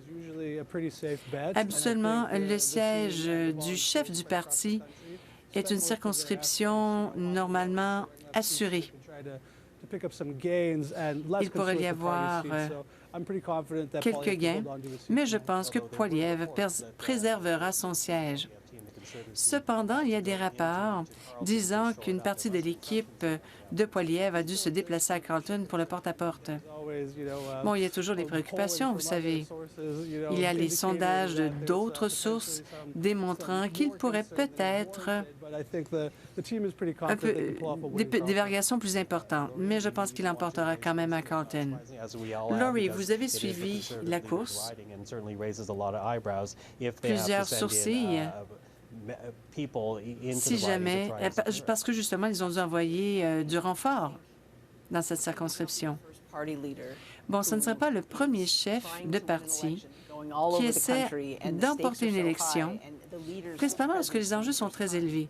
Et vous savez, en tant que chef, c'est difficile de bien distribuer son temps. Alors qu'il se déplace d'un bout à l'autre du Canada pour aider les autres candidats, c'est très difficile d'être à deux endroits en même temps. Bruce Fanjoy des libéraux travaille depuis 2 ans pour l'emporter dans cette circonscription. Je me rappelle encore, tout le monde lui disait « ça ne vaut même pas la peine d'essayer ». Mais on voit que les résultats sont serrés, presque incroyables. Cette circonscription, si je ne me trompe, était possiblement la circonscription avec la plus grande participation pour le vote par anticipation. Bien justement, c'était le bulletin de vote avec 91 candidats. Il y a 8 autres personnes qui ont obtenu des votes aussi, 8 autres candidats. Cela peut rétrécir l'écart entre les deux chefs de file. Le vote sera dilué un peu. C'est un peu décevant. C'est un abus de la démocratie. Mais ce n'est probablement pas les résultats escomptés dans cette circonscription. Ça allait prendre beaucoup de temps avant d'avoir les résultats finaux. Donc, évidemment, ce qu'on a, c'est encore très, très fragmentaire. Oui, ils ont commencé à faire le comptage très tôt. Hein? Oui, mais ce sont des grands bulletins. I will actually admit to the fact I live in that riding. The ballot was 2 feet long. C'était 2 pieds de long. Et plusieurs avaient de la difficulté à le déplier, lire tous les noms pour trouver le bon nom. Justement, quand M. Poilievre est allé voter, ça avait presque l'air d'un petit livret. C'était tellement grand qu'il fallut pousser un peu, car le papier prend plus de place dans l'urne. Bon, voyons voir. Les libéraux devancent dans la circonscription de Carleton. Voyons ce qui se passe à Nepean. Mark Carney est élu à Nepean. C'est la première fois qu'il est élu en tant que député. C'est la circonscription tout à côté de celle de Pierre Poilievre, Carleton. Il est maintenant à la tête d'une victoire libérale et il a remporté un siège, son siège, à Nepean. Pouvons-nous aller retourner à Eric? Les choses évoluent en Ontario, n'est-ce pas? On a 122 sièges en jeu. Il faudra voir maintenant si les libéraux sont sur la voie de la majorité. Je pense que les conservateurs se débrouillent très bien dans le Grand Toronto. Ça ne semble pas être très rouge, mais voyons les résultats des dernières élections. Les conservateurs ont fait quelques gains dans la région de York, un peu dans la région de Brampton. Ce sont des gains très importants pour eux. Regardons Aurora, Oak Ridges et Richmond Hill. Costa Menegakis devance la libérale, la députée sortante.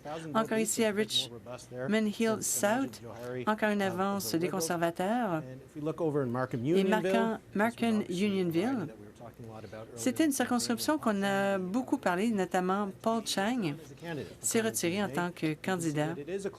Encore une fois, très serré entre Michael Ma et Peter Ewan. Mais c'est encore un gain conservateur pour l'instant. Voyons Brampton. Ruby Sauta est derrière les conservateurs à Brampton-Ouest. Kamal Khera, encore une fois.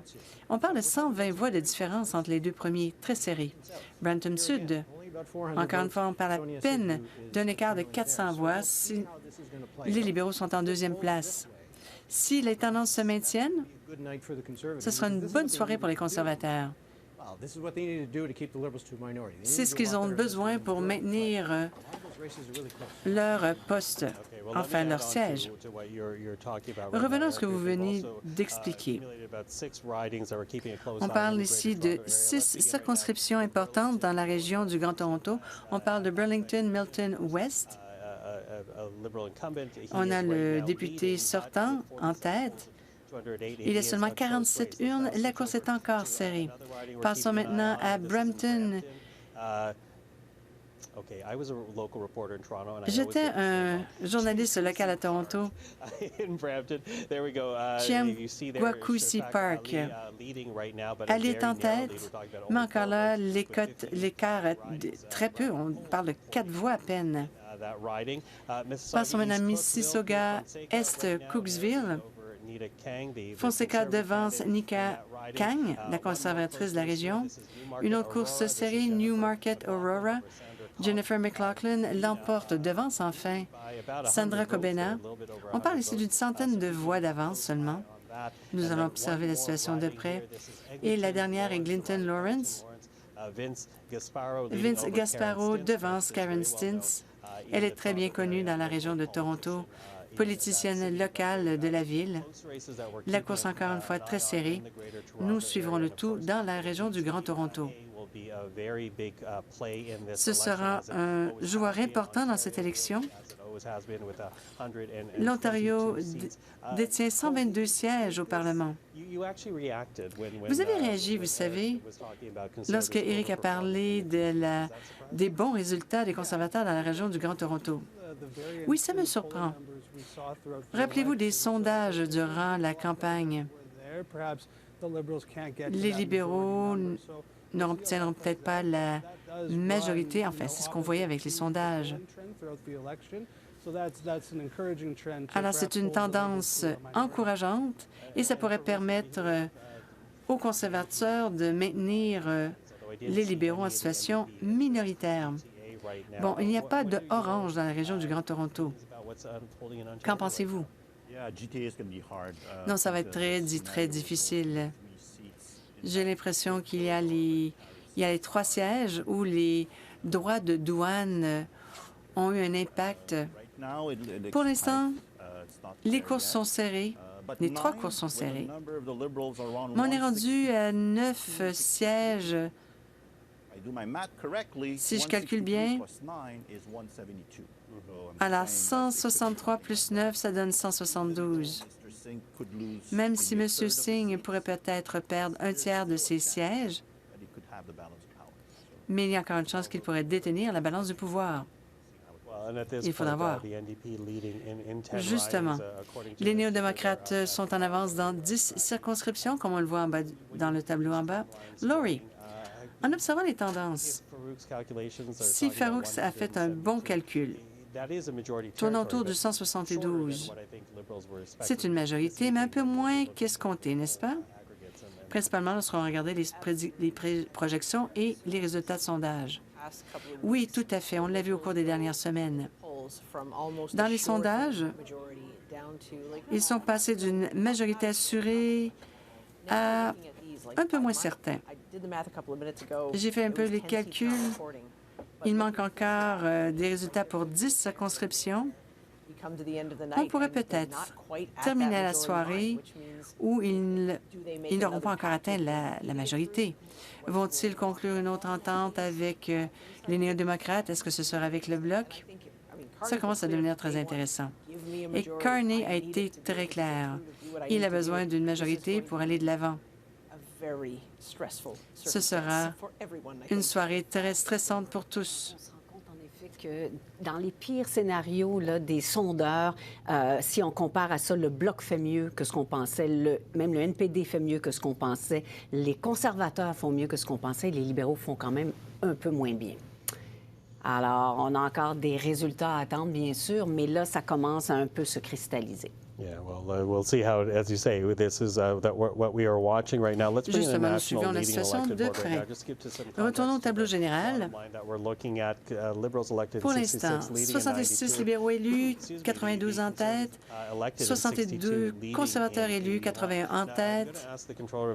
Je vais demander à la salle de contrôle de me donner, s'il vous plaît, ce qui se passe en Alberta. On parle souvent de l'Ontario, un peu de la Colombie-Britannique et du Québec. Voici ce qui se passe. En Alberta, 19 conservateurs élus en tête dans 13 circonscriptions. Les libéraux sont en tête seulement dans 3 circonscriptions. J'aimerais revenir à Janet Brown. Bonsoir, Janet. Merci d'être avec nous encore une fois ce soir.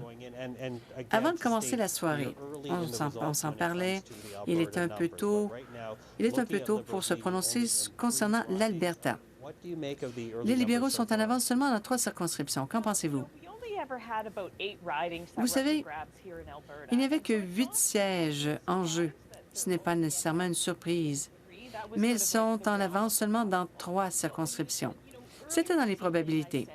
Plus tôt ce soir, je disais que l'Alberta pourrait peut-être déterminer la majorité ou la minorité.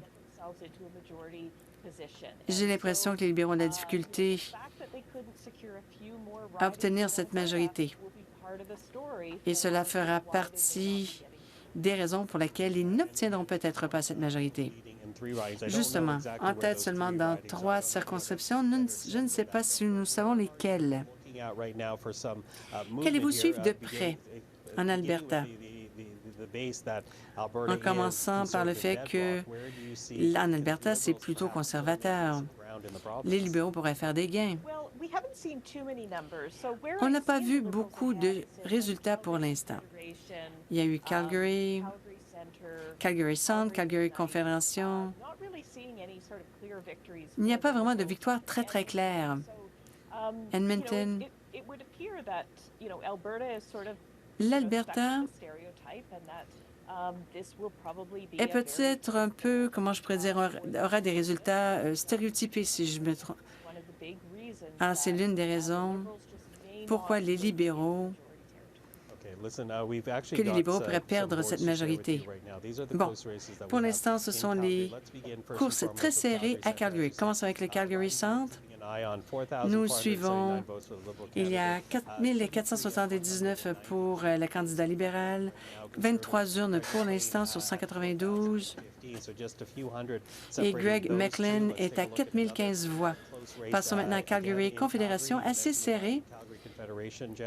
Vous l'avez mentionné, Janet. Corey Hogan avec 1792 voix. Jeremy Nixon le suit avec 1638 voix. Encore une fois, l'écart un peu assez serré. On a 25 urnes pour l'instant. Un autre ici, Calgary McKnight. C'est George Shahal, le député sortant des libéraux. Il est en 2e place, derrière Dalwinder Gill. C'est quoi, 80 voix environ? Il y a eu pour l'instant 10 urnes d'ouvertes sur 196. On observe le tout de très près. Il faudrait attendre un peu pour avoir les résultats définitifs pour Calgary. Vous pensez qu'Edmonton pourrait être conservatrice? C'est très tôt pour se prononcer. Je ne sais pas pourquoi nous n'avons pas les résultats plus rapidement. Possiblement, c'est que la course est très serrée et que le dépouillement se fait un peu plus lentement. Comme Éric l'a mentionné ce soir, lorsqu'on voit les résultats, c'est difficile à interpréter. Lorsqu'on parle de Calgary Confédération, Calgary Centre, ce sont des 3 circonscriptions bien bien diversifié. J'ai déjà habité à Calgary Centre. On a des quartiers au centre-ville qui sont très progressistes, puis des régions suburbaines un peu plus conservatrices. Et si on ne sait pas quel bureau a envoyé ces résultats, bien, on ne sait pas. Il faudra voir quel quartier, alors peut-être Mont-Royal. Il faudra attendre les résultats. Il y aura encore des fluctuations. Il semble bien que ces courses seront serrées et que les libéraux devront être chanceux pour obtenir entre 3 et 4 sièges. Merci, Jeannette, d'avoir été avec nous. C'est l'oracle de l'Alberta. Merci d'avoir été avec nous. Nous faisons le suivi des résultats encore une fois. Retournons au bas de l'écran. Avant de passer au Canada Atlantique, les libéraux sont en avance dans 159 circonscriptions, 143 pour les conservateurs. Lors de la dissolution, les conservateurs avaient 120 sièges. Si les tendances se maintiennent pour les conservateurs, ils font des gains par rapport à la journée de la dissolution. Revenons à la région Atlantique avec les élus. Alors, ce sont les résultats du Canada Atlantique à l'écran. 22 libéraux élus, un libéral en tête, 8 conservateurs élus, un conservateur en tête. J'ai besoin d'un petit peu, disons, d'explications. Il y a des courses encore très serrées dans le Canada Atlantique. Pouvez-vous nous expliquer les résultats au fur et à mesure que la situation se consolide? Bien justement. On a beaucoup parlé des votes par anticipation. Les libéraux s'en sortent bien. Et justement, une des circonscriptions a changé de couleur, le Central Nova. Sean Fraser est en avance. Et c'est la raison pour laquelle les conservateurs sont passés de 10 à 9 sièges. Il y a aussi Terra Nova de Peninsulas. Anthony Germain est en deuxième position avec un écart d'à peine 23 voix. Alors, il faudrait voir ce qui se passera par la suite. Revenons encore dans la région du Grand Toronto. Les courses sont encore très serrées, il faudra attendre. Voyons ce qui se passe à Brampton Ouest avec un écart de 200 voix à peine. Plus le temps avancera, plus les résultats se consolideront. Revenons à l'Alberta. Calgary. 2 circonscriptions rouges pour l'instant. Edmonton Centre. Ce n'est pas une grande avance des conservateurs. Edmonton Centre-Est, même chose. Ce sera peut-être plus difficile pour les libéraux. Encore une fois, il faudra attendre le dépouillement pour que ce soit un peu plus avancé. Alors, certains bureaux pourraient faire changer les résultats. Passons maintenant à South Shore Sainte-Marguerite. On suivait de très près la course dans le Canada Atlantique. Jessica Landry, Fancy Landry l'a emporté. Un autre exemple que les derniers dépouillements peuvent changer les choses. Ils ont presque terminé et elle devance de près de 11 points. Les conservateurs. Il faudra encore attendre un peu. Lorsqu'il y a un écart important entre les votes de la journée ainsi que les votes par anticipation, le vote par la poste, par correspondance, il faut attendre la fin du dépouillement. Oui, ça risque d'être assez tard dans la soirée. Laurie, ce n'est pas votre première élection, vous avez étudié les questions, ces grandes questions. La course est plus serrée qu'escomptée. Alors, on voit 158 contre 144 pour les libéraux. Qu'en pensez-vous? Est-ce que ce sera tard? Bon, comment puis-je m'expliquer? Les libéraux doivent obtenir 172 sièges pour obtenir la majorité. Ils en sont encore assez loin. Il reste peu de circonscriptions On commence à voir les résultats un peu plus consolidés dans certaines circonscriptions. Et le Bloc s'est bien débrouillé au Québec. On a beaucoup parlé des courses à 2 partis politiques. J'ai l'impression que les néo-démocrates ont encore 10 sièges.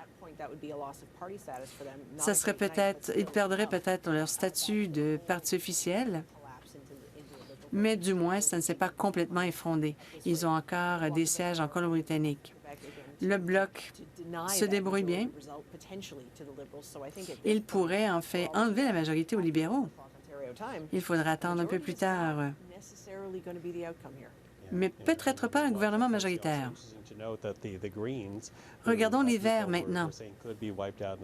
On pensait qu'ils disparaîtraient cette fois-ci, mais il y a 2 circonscriptions. Je pense que l'une de ces circonscriptions, c'est celle de Mary May et possiblement Mike Morrison à Kitchener Centre. Eric, vous avez des informations à cet effet? Bien justement, voilà. C'est Saanich Gulf Island, une avance devant David Beckham, pas le joueur de soccer, mais bien le député. On parle quand même de politique canadienne. Puis il y a aussi Kitchener Centre, avec Mike Morris. Il n'a pas une très grande avance. Les conservateurs sont en 2e place et les libéraux sont en 3e place. Une course à 3. Voici maintenant dans Vancouver métropolitain, Abbotsford, South Langley, Mike DeYoung pourrait peut-être l'emporter en tant qu'indépendant. Il a été rejeté en tant que candidat conservateur, ancien membre du cabinet. C'est une avance pour l'instant très mince, 33 pour les 2 premiers, 25 pour Mike DeYoung en tant qu'indépendant. Oui, c'est à remarquer. Bon, passons maintenant à la vallée du Bas-Fraser. Que se passe-t-il pour Jagmeet Singh? Il est un peu tôt. Wade Chang devance Jagmeet Singh. Merci beaucoup, Eric. Merci, Eric Grenier. Suzanne, au cours des derniers jours de la campagne, on savait que la course se resserrait un peu.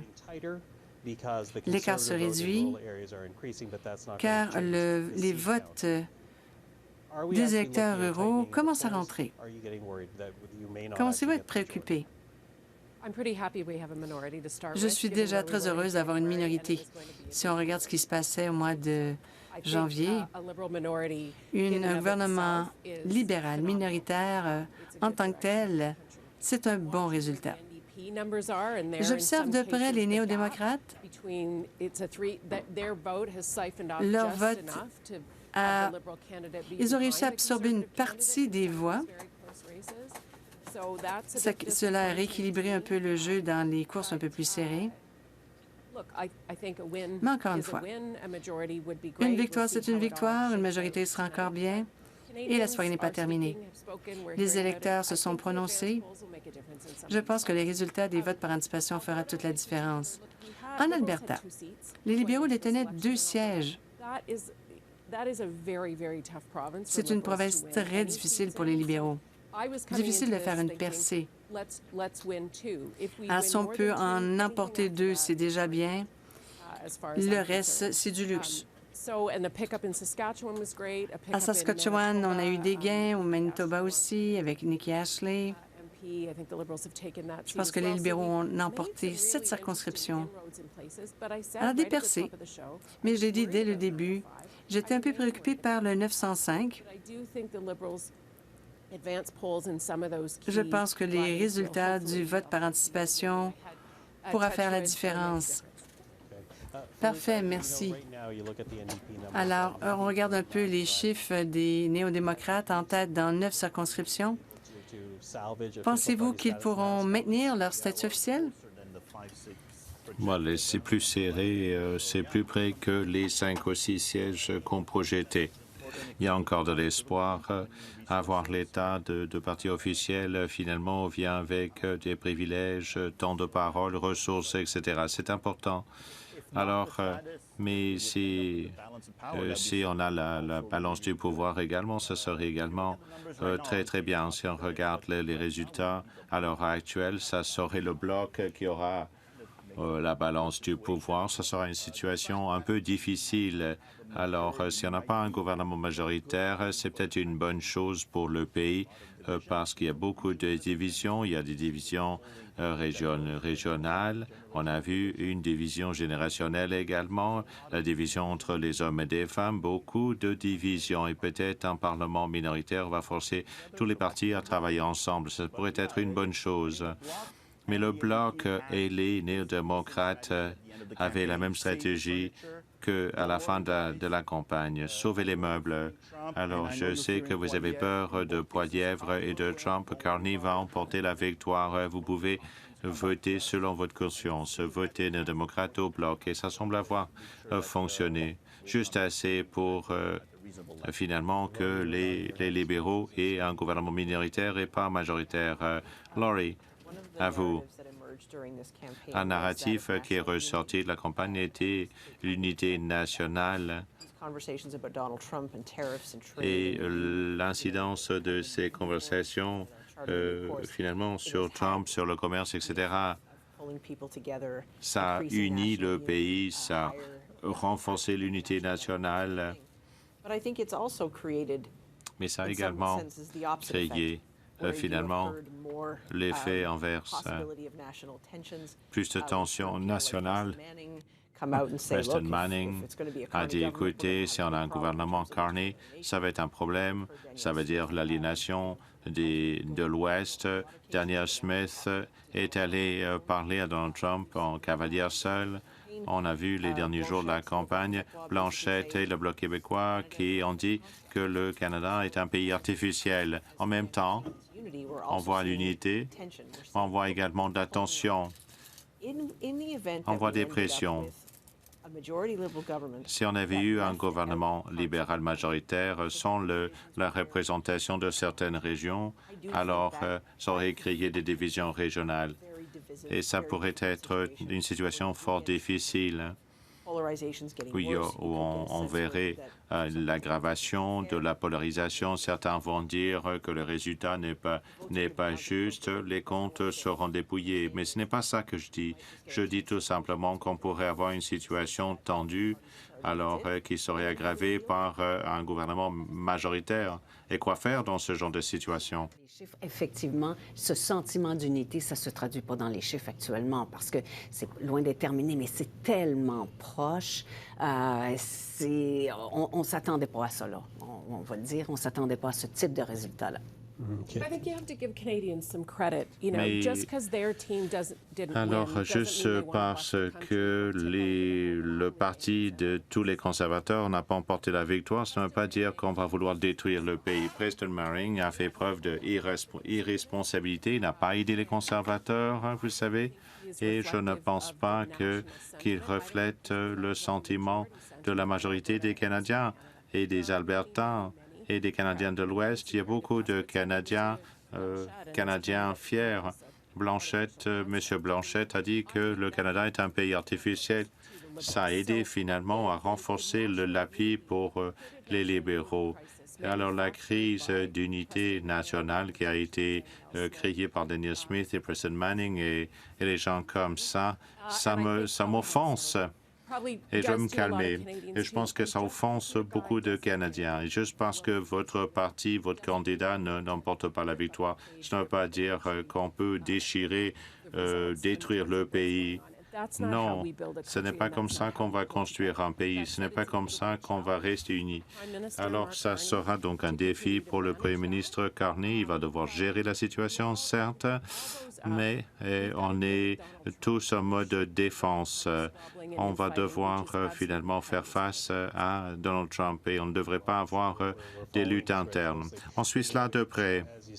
Mais comme vous dites, et on va voir ce qui va se passer, c'est intéressant de voir que les libéraux sont en tête élus dans 156 circonscriptions et les conservateurs 149, 156 et 4 circonscriptions de plus qu'à la dissolution. Regardons le tableau. Ça raconte l'histoire. Regardez la colonne des élus. 92 pour les libéraux, 92 pour les conservateurs. Ce n'est pas une victoire écrasante des libéraux, n'est-ce pas, auquel on s'attendait? Alors, Cole, votre réaction? Oui, c'est finalement... il n'y a pas de victoire, finalement. On a vu, finalement, qu'il y a de la division, finalement, selon les hommes et les femmes. Donc, Susan a dit que Président Manning ne reflète pas finalement le sentiment ou l'avis des Albertains. Les Albertains ont élu Rachel Notley. Alors, je ne pense pas finalement qu'il y a beaucoup de tensions en Alberta, mais les Albertains voient finalement que leurs intérêts n'étaient pas défendus par le gouvernement Trudeau.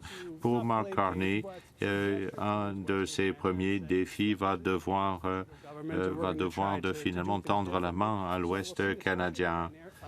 Surtout si on a un gouvernement minoritaire où ils vont devoir travailler avec les autres partis. Alors, on va voir s'ils arrivent. Sinon, il y aura donc une autre élection dans 18 mois. On verra.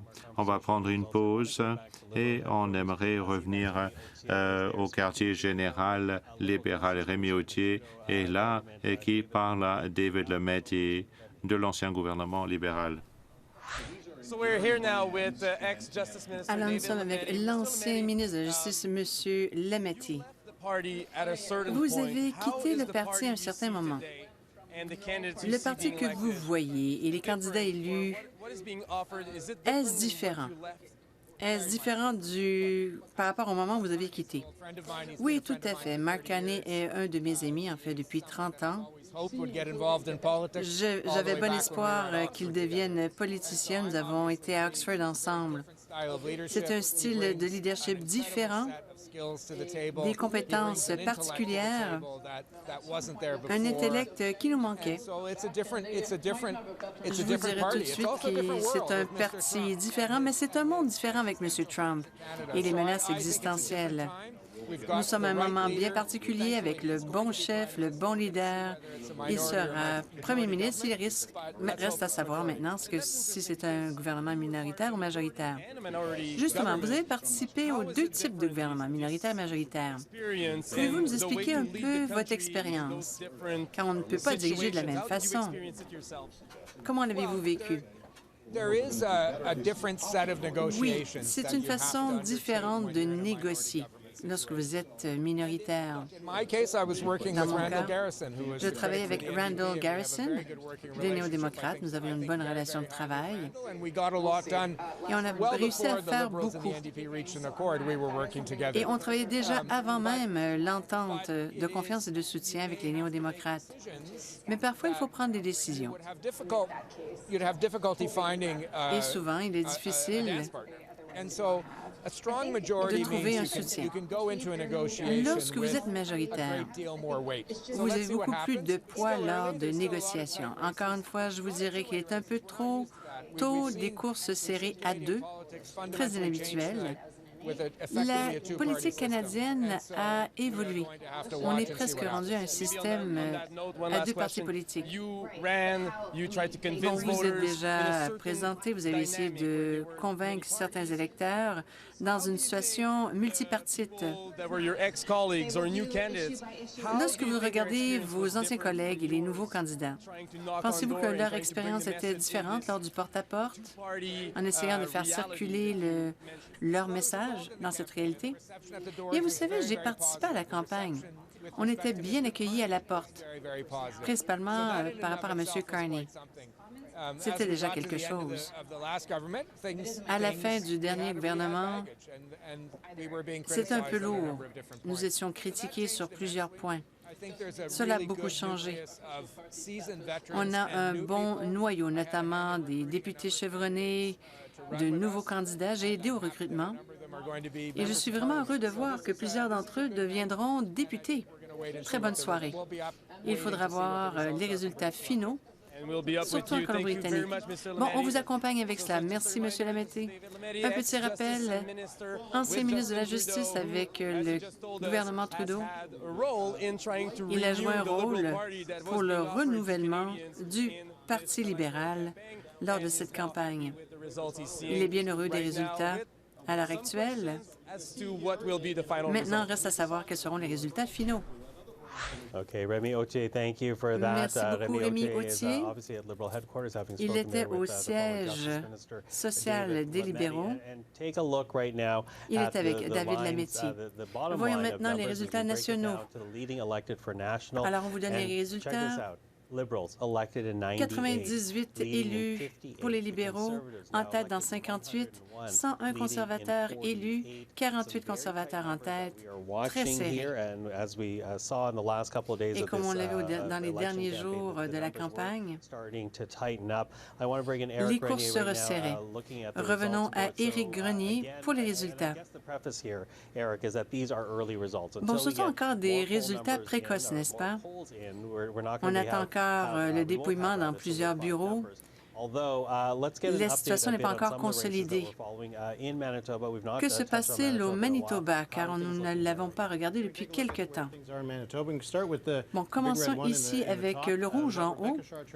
Alors, Rebecca Chartrand des libéraux est en tête devant Nikki Ashton des néo-démocrates. Ce sera un gain libéral. Maintenant, passons à Winnipeg. C'est là où tout se passe dans la province. Alors, Winnipeg-Ouest, course encore serrée, une avance de 1700 voix pour Doug. Ce sera encore un gain libéral. La course était serrée la dernière fois, mais il pourrait l'emporter. Un autre gain, Elmwood Transcona. Colin Reynolds, le conservateur, devance par une marge assez importante, plus de 2000 voix. Leela Dance, députée sortante, elle avait remporté les élections partielles l'automne dernier. Elle risque de perdre son siège. Puis, Winnipeg Centre avec Léa Gazan des néo-démocrates. Elle devance avec 400 voix. Elle devance les libéraux. Quelques changements. Passons à Kildona-Saint-Paul. Ce n'est pas encore une victoire pour les conservateurs. Elle devance par 600 voix. Et on attend encore une bonne majorité du dépouillement. Voici ce qui s'est passé lors des dernières élections. Alors, il y aura des changements. Une circonscription devient conservatrice, l'autre libérale. Passons à l'Ontario. Que se passe-t-il avec les 122 sièges en jeu? Bon, d'une part, on peut aller voir ce qui se passe dans le nord de l'Ontario. La dernière fois, il y avait une circonscription néo-démocrate, une autre près de Sudbury. Alors ici, dans Kapuskasing et Timmins, Musquet, Go-Wook, Mallette devance Black, possiblement un gain conservateur. Sudbury Est Manitoulin Nickel Belt. M. Poilievre est allé dans cette circonscription. Cela pourrait donner de bons résultats. Jim Bélanger devance son rival avec une bonne avance. Passons dans le Grand Toronto. Beaucoup de rouge. Un seul bleu, York Centre. Roman Baber devance Yara Sachs. Il pourrait être élu un gain conservateur. À Toronto-Saint-Paul, il semble que les élections partielles n'auront pas eu autant d'influence qu'on le pensait. Leslie Church pourrait l'emporter. Regardons maintenant au nord de Toronto. Ce sont ici le tableau des dernières élections. Il y a des changements à Brampton. Alors, il y a un petit changement ici à Mississauga. Les conservateurs devancent dans Brampton-Ouest, environ une avance d'environ 300 voix. Et à Brampton-Sud, encore une fois, une avance de 300 voix pour les conservateurs. Quelques petits changements pour l'instant dans le Grand Toronto. Mais encore une fois, les marges sont très serrées. Pouvons-nous aller voir Peterborough? Nous disons toujours qu'il s'agit du baromètre électoral. Que se passe-t-il à Peterborough? Les libéraux s'en sortent assez bien dans l'est de l'Ontario. Emma Harrison, bonne avance, 6 000 voix. Elle devrait l'emporter par rapport à Michel Ferreri. Alors, il faudra voir si ce sera majoritaire ou minoritaire. Même chose de Baie-de-Quinte. Chris Mallette devance par 500 voix. Le député sortant passons à Kingston et les îles. Alors, Mark Gerritsen l'emporte par 60 par rapport à l'ancien maire. Carlton. Bon, pour l'instant, il y a un bon dépouillement. Alors, 4 000 voix pour Bruce Fanjoy, 2 619 voix pour Pierre Poilievre.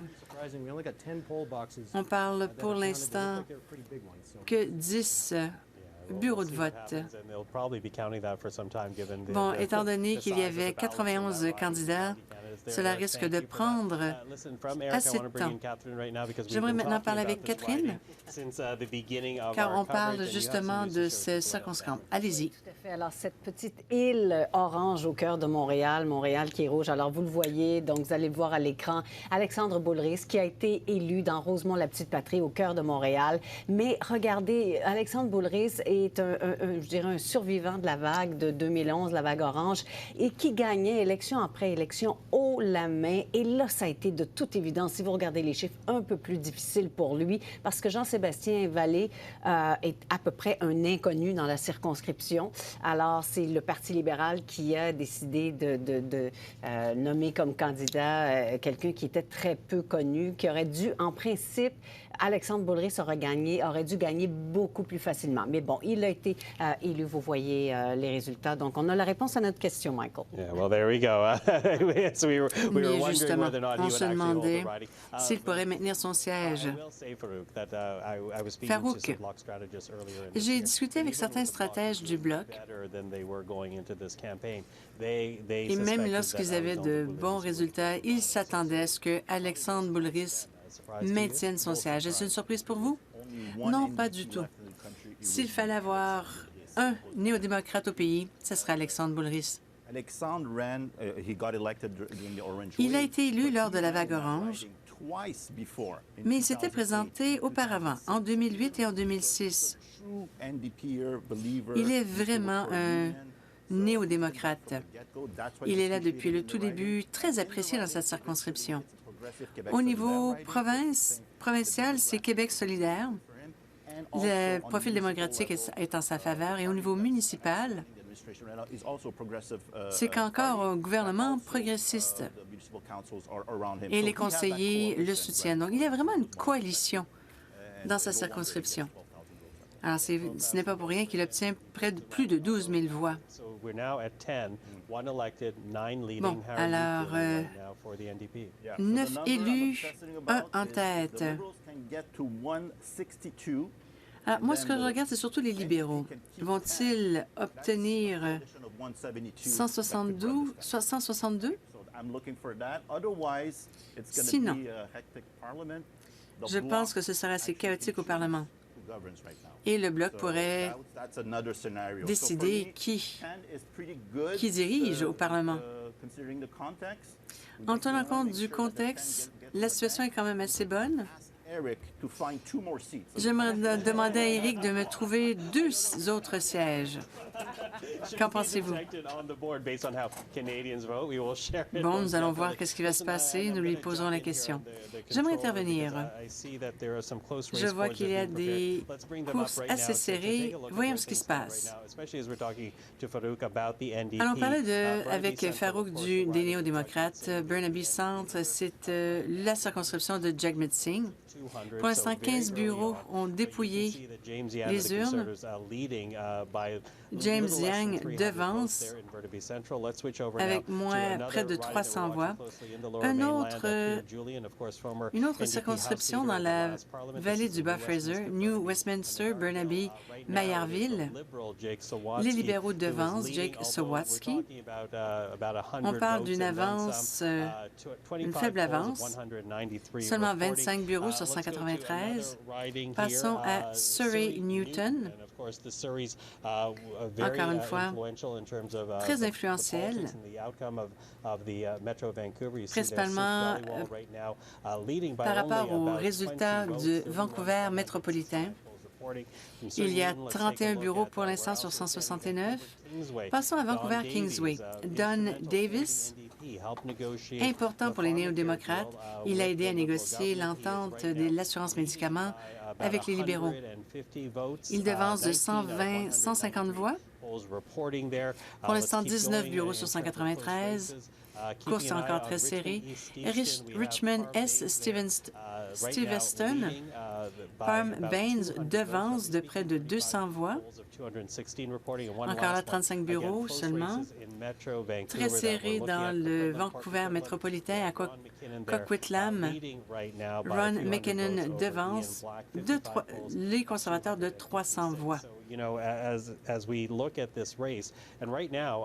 Pour l'instant, 157 députés soient élus ou en avance par rapport aux 147 conservateurs. Alors, on voit que les résultats ne sont pas encore consolidés, n'est-ce pas? On pourrait voir une certaine évolution. Certains libéraux s'attendaient à une victoire un peu plus importante, n'est-ce pas, Suzanne? Bon, c'est serré. Plusieurs d'entre nous pensaient que la course serait serrée. Mais encore une fois, obtenir un gouvernement minoritaire libéral est important. Nous allons avoir un premier ministre qui pourra traiter avec Donald Trump. Et Mark Carney sera le premier ministre. Bon, on ne sait pas combien de sièges les libéraux emporteront, mais nous savons comment fonctionner en tant que gouvernement minoritaire.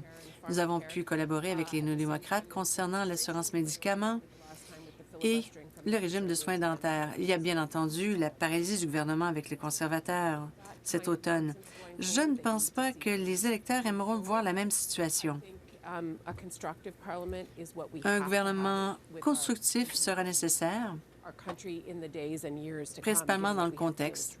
Nous devons traiter avec Trump, revoir nos échanges commerciaux, nos partenaires et stimuler notre économie. Justement, revenons au concept de coalition. Alors, c'était une entente entre les libéraux et les néo-démocrates lors du dernier Parlement. Mais je me demande si les néo-démocrates veulent avoir le même type d'entente. Il y a eu de la collaboration avec eux. Ils en ont un peu souffert lors de la campagne. D'autre part,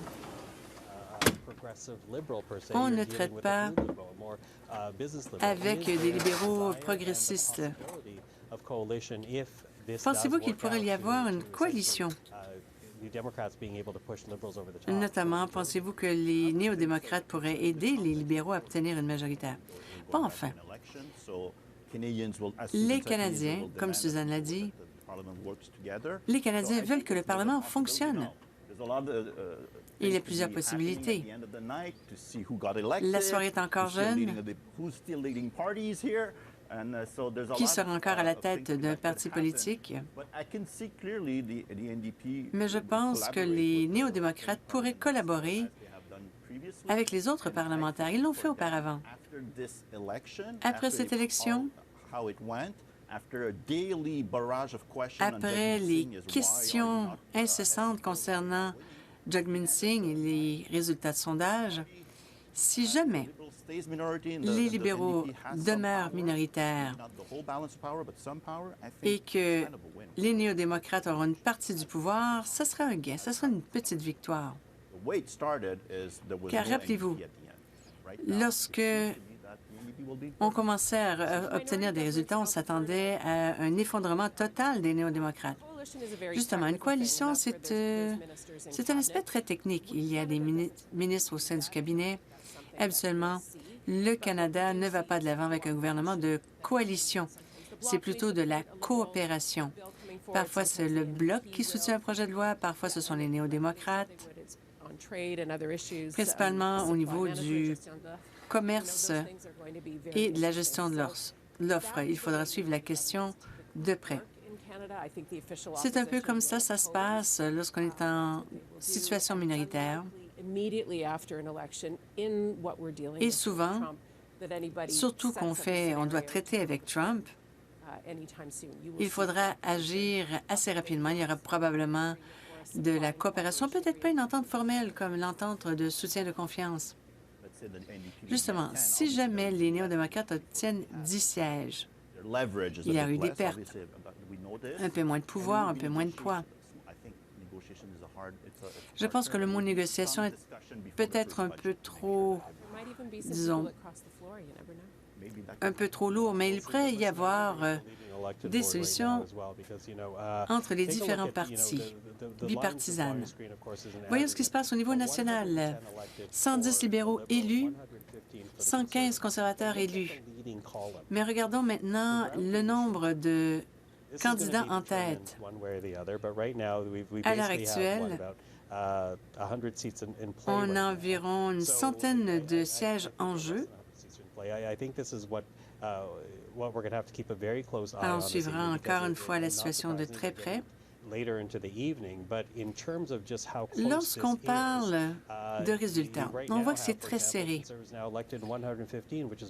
Il y a maintenant 115 conservateurs élus, plus que les libéraux élus.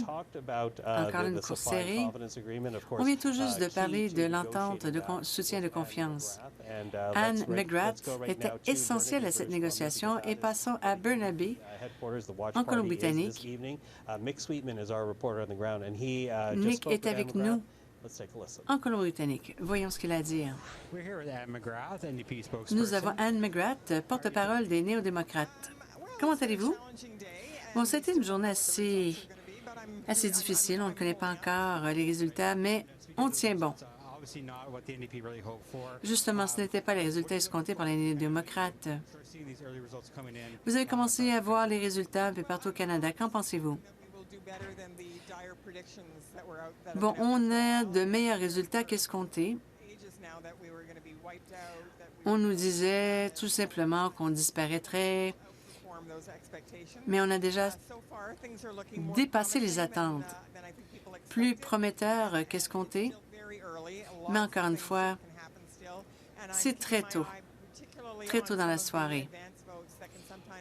Et souvent, il faut attendre un peu le résultat du vote par anticipation. Ça peut changer la donne. Justement, dans le métro Vancouver, alors c'était des bastions néo-démocrates depuis plusieurs années. Il semble y avoir des fluctuations. Qu'en pensez-vous? Vous savez, la campagne était très divisive, polarisante. C'était d'une part les menaces de Trump et les droits de douane, et cela a vraiment changé les discussions. C'était comme si on avait un système à deux parties.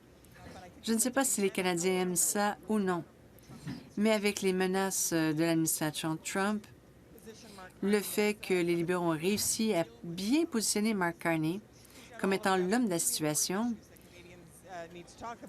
ils ont mis un petit peu, comment je pourrais dire, en veilleuse les autres grands enjeux, notamment en santé. On l'a même vu lors des débats. On n'a même pas discuté de la santé, sachant qu'il s'agissait d'une priorité pour plusieurs Canadiens. Plusieurs n'ont pas de médecin de famille. Les urgences ferment leurs portes. Ce n'était pas un enjeu dominant, enfin pour plusieurs chefs. C'était une priorité pour les Canadiens. Cela a créé cette dynamique, à savoir rouge ou bleu, comme étant les deux seuls choix. Cela nuit un peu, principalement si certains électeurs étaient plus, disons, enclins à voter pour un autre parti. Certains électeurs ont décidé de voter libéraux, même s'ils étaient peu enclins. Parfois, ils le regrettent.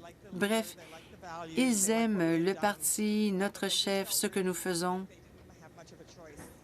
Mais le choix se rétrécissait, n'est-ce pas? J'aimerais rebondir là-dessus. Vous pensez qu'il s'agissait d'une erreur des néo-démocrates de ne pas avoir déclenché une élection avant l'arrivée de Trump? Jack Mincing a été très clair. Il y avait certains dilemmes. Si on avait déclenché une élection un peu plus tôt, on aurait peut-être pu remporter plusieurs autres sièges. Mais il était très probable qu'on s'attendait à un gouvernement majoritaire conservateur. Et ce n'aurait pas été très positif pour les électeurs. C'était difficile à accepter. Et plusieurs Canadiens seraient d'accord avec lui, certains candidats. Revenez aussi au régime de soins dentaires. Il n'avait pas été déployé à 100 %. On a réussi à obtenir certaines ententes concernant l'assurance médicaments, mais il fallait amorcer les travaux afin que les Canadiens puissent recevoir des médicaments gratuits en matière de contraceptifs et de médicaments antidiabétiques. Il fallait institutionnaliser le programme d'assurance médicaments. Je pense que c'était la bonne décision d'attendre un peu avant de déclencher les élections. Avoir un gouvernement majoritaire conservateur avec Pierre Poilievre, et rappelez-vous, à l'époque, il avait promis de balayer du revers de la main ces deux programmes. Cela aurait nu aux Canadiens et aux Canadiennes. Vous êtes avec nous, je pense, depuis 1983, n'est-ce pas? C'est des résultats très différents des années 80-90. Je pense qu'il est mieux d'avoir... C'est mieux d'avoir plusieurs sièges que moins de sièges. Durant cette période, on a appris certaines leçons. Un gouvernement libéral majoritaire, sans un bon groupe de députés néo-démocrates, s'en sortent sans trop de problèmes. Lorsque les libéraux étaient majoritaires, ils ont mis de côté le programme en matière de logement, coupé dans les transferts, ils ont transformé l'assurance-emploi et ça ne fonctionne plus pour les travailleurs. Merci d'avoir été avec nous. Merci. Bonsoir. Michael, je vous redonne la parole. Mick, thank you for that. Anne McGrath, merci beaucoup, Anne McGrath. Merci d'avoir été des nôtres ce soir. Regardons donc le tableau élu et en tête. On voit que les libéraux sont élus en 115 circonscriptions, en tête en 49. Conservateurs, 118 élus, 28 en tête. Alors, regardons en bas, nous avons maintenant un député élu, et ça, c'est Elizabeth May, qui est la chef du Parti vert dans la circonscription de Saanich-Gulf Island. On voit le résultat de plus de 2000 voix par rapport à son adversaire conservateur. Alors, Elizabeth May va revenir à la Chambre des communes. Éric Grenier, alors on continue à surveiller les résultats. Alors, c'est moins de 100 circonscriptions qui restent à déterminer. Les conservateurs sont à 146. Ça, c'est 26 circonscriptions de plus par rapport à la dissolution. Alors, où est le rendement du conservateur mieux que prévu? Alors, il ne faut pas oublier, ce vote continue à se faire compter. Cumberland-Colchester allait pencher du côté des conservateurs. Maintenant, on voit que les libéraux sont en tête. La même chose à Terre-Neuve et Labrador. Jonathan Rowe tire de l'arrière. Anthony Germain est maintenant en tête par rapport à son adversaire conservateur. Alors, on voit que dans certaines circonscriptions, les conservateurs n'ont pas le meilleur rendement. Alors, dans la région du Grand Toronto, c'est là où les conservateurs empêchent les libéraux, finalement, d'emporter la victoire majoritaire. Dans cette région, le nord du Grand Toronto, les libéraux perdent des sièges. Voilà le résultat actuel. On voit quelques pertes dans l'ouest également. Dans le sud-ouest de l'Ontario, maintenant, c'est tout bleu. tout bleu à Windsor et Windsor-Ouest, Harbour Gill devance Richard Pollock de loin. Il n'était pas le député sortant. Brian Massey finalement tire de l'arrière. Alors Windsor, comme c'est Lakeshore, alors très serré. Kathy Borrelli devance Eric Kushmerchek. Dans le sud-ouest de l'Ontario, on voit que les conservateurs se portent assez bien. Kitchener centre, Mike Morris tire de l'arrière, derrière donc l'adversaire conservateur. Kitchener-Conestoga, Treleaven devance Tim Lewis, qui est le député sortant. En Ontario, les conservateurs finalement font mieux que prévu dans le sud-ouest de l'Ontario et dans la région du Grand Toronto et autour de Hamilton. Ils sont en tête à Hamilton East Stony Creek. Ned Currick devance le député libéral Niagara Falls, Niagara Lake. Les conservateurs ont une avance assez importante. Niagara Sud, Fred Davies devance Vance Badaway. On voit que les conservateurs font mieux que prévu en Ontario. Alors, Cole Hogan, stratège pour les conservateurs. Cole. Eric dit que les conservateurs font mieux que prévu en Ontario. Est-ce que le rendement est à la hauteur de vos attentes? Je suis surpris. Alors, finalement, on a un rendement qui dépasse ce que les sondages prévoyaient. Alors, on continue à voir les résultats arriver. Au fil des heures, finalement, empêche les libéraux de gagner un gouvernement majoritaire. Je serais curieux de voir le résultat définitif, mais finalement, on a dépassé les attentes des sondeurs. Alors, quelle a été la teneur des conversations avec vos collègues? Le rendement est mieux que prévu, mais étiez-vous préoccupé par rapport aux résultats ce soir? Est-ce que tu avais des sondages qui indiquaient finalement que tu allais faire mieux que prévu? En Ontario, finalement, j'ai beaucoup parlé à mes collègues de là où on pouvait emporter quelques gains. On avait 120 sièges avant les élections. Un gain de 20 sièges serait très important, pas assez pour former le gouvernement, qui était l'objectif ultime, bien entendu. Mais on voulait faire des gains pour l'équipe de Poilièvre. C'est un bon signal pour les conservateurs, à savoir que la coalition, finalement, prend de l'expansion. Elizabeth May a emporté la victoire. Elle prononce un discours. Écoutons-la.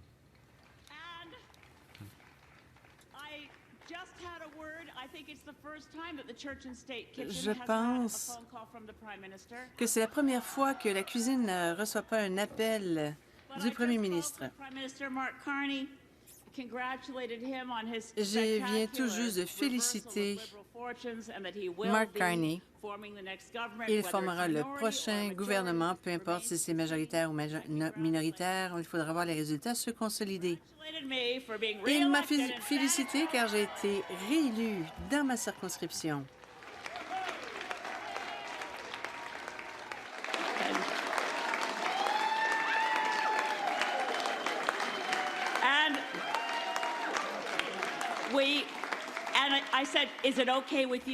Est-ce que ça vous va si je vous dis tout de suite ce que vous avez dit?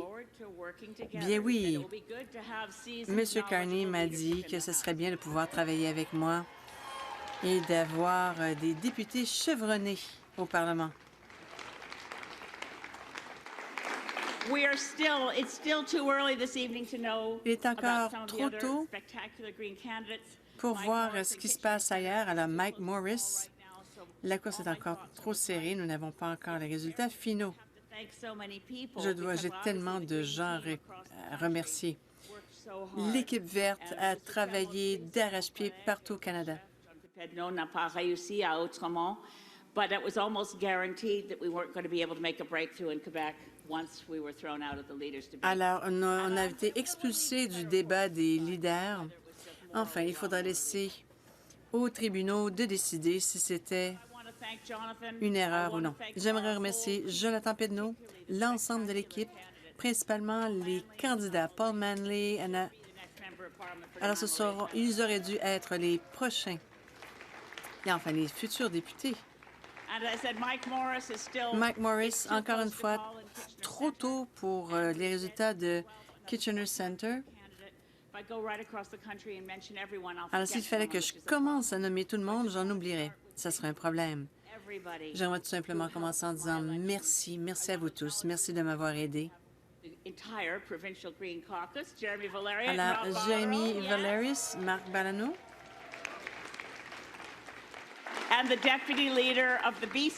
Et aussi la co-chef Lisa Allison des Verts de la Colombie-Britannique. Il y a tellement de gens que je veux remercier, mais commençons avec les personnes très importantes. Comment ai-je réussi à être réélu? D'autres chefs risquent de perdre, cela inclut Pierre Poilievre et Jagmeet Singh. Je n'ai pas de problème avec Jagmeet, mais j'ai un petit peu de difficulté avec Pierre Poilievre. Il faudra voir les résultats finaux dans ces circonscriptions, trop tôt pour se prononcer. Les élections étaient très difficiles, vous savez. Les médias traditionnels ont fait circuler l'idée que je devrais perdre dans ma circonscription. Et vous savez, lorsqu'une rumeur commence à circuler, c'est très difficile de contrer. On a réussi dans ma circonscription pour quelques raisons. Les Verts l'ont emporté en raison du dévouement et de l'engagement des bénévoles. En 2025, Saanich Gulf Island avait 250 bénévoles qui travaillaient sans relâche. Une bonne main d'applaudissements pour tous nos bénévoles. Pour tous les bénévoles, ici à Saanich-Île-de-Gulf, nous avons eu 250 personnes qui ont travaillé comme bénévoles pour cette élection. C'est incroyable. But I want to thank in particular my campaign Mais j'aimerais manager, remercier Kim Kim Maloney, ma directrice de campagne. Merci, Kim. My guru of all things to do Mon with gourou comms, Jojo Beatty. des communications, Jojo Beatty. Amazing help from Stuart McKinnon every Stuart single McKinnon, day. à tous les jours, Asham Emerson, mon autre assistante. And then Puis, the brain trust of the operation. le cerveau de l'opération. Le groupe de bénévoles qui n'ont travaillé. Marilyn Regivo, Linda Brown, Rani Hurdfall, Syl Ross, Robin Ross, Jennifer Kennedy. There'll be so many volunteers if I forget Tellement de someone. bénévoles. Dan Kelp, Tom Meenan And the Salt Spring Island crew, et Tommy Mitchell l'équipe de and Soft Bob Island, Mackay, and all the folks on Bob tender, Mackay, and Krista Gracework. Krista There's so many Gracework. people to thank, so I better stop. Tellement de personnes. Je vais m'arrêter maintenant. Canvassing and helping with Merci d'avoir fait le porte-à-porte. Il y a aussi Peter Salmon. Merci, merci beaucoup. So, when it comes to Saanich Gulf Island, Quand on parle de ma circonscription, Saanich Gulf Island, on parle d'une communauté. C'est une réussite de la communauté. Ce n'est pas une réussite faite en isolement.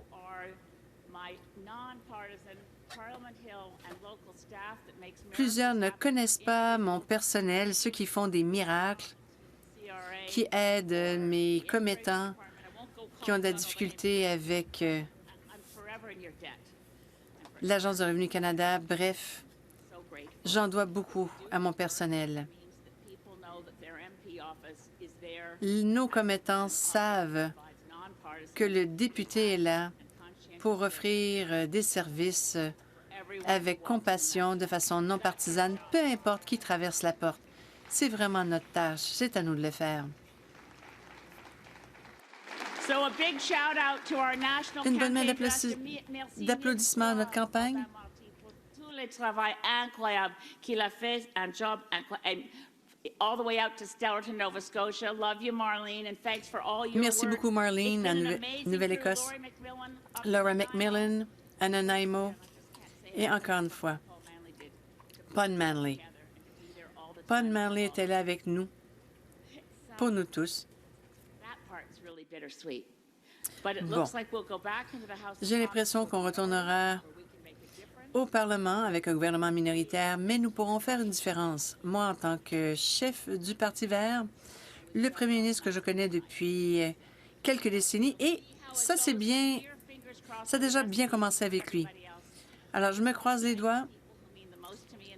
J'aimerais remercier ceux qui me sont très chers. Mon conjoint, John Kidder.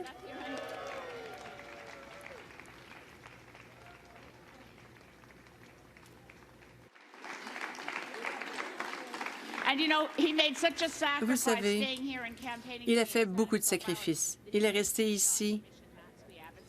Il a manqué plusieurs événements avec moi. Encore une fois, j'aimerais remercier Kate et ma petite fille, Kelly. Lily. Lily, c'est incroyable. Elle me donne de l'énergie. J'adore voir ces photos. Merci Dieu que je suis en santé au début des 60... J'ai dépassé un peu les 70 ans. Alors, il faut lutter contre Trump, défendre les droits de la personne, protéger la planète, des forces qui aimeraient bien faire de l'argent alors qu'ils le peuvent et nous laisser tomber. Je pense qu'on peut riposter, comme Bill Anderson l'a dit dans sa chanson. Nous pouvons défendre notre souveraineté pour ce qui vaut la peine. Alors, du fond du cœur, pour les experts qui ont dit que les Verts étaient pour être décimés, nous sommes encore là. National Post, nous n'avons pas disparu.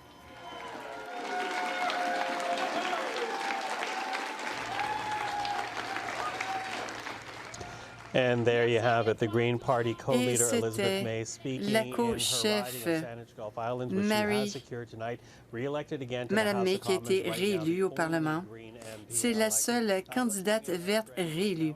Passons maintenant la parole à Éric Denier. Où en sommes-nous rendus? Les attentes n'étaient pas très élevées, mais Mme May a réussi à l'emporter. Justement, elle l'a emporté encore une fois à Saanich Gulf Island. Elle détient ce poste depuis 2011.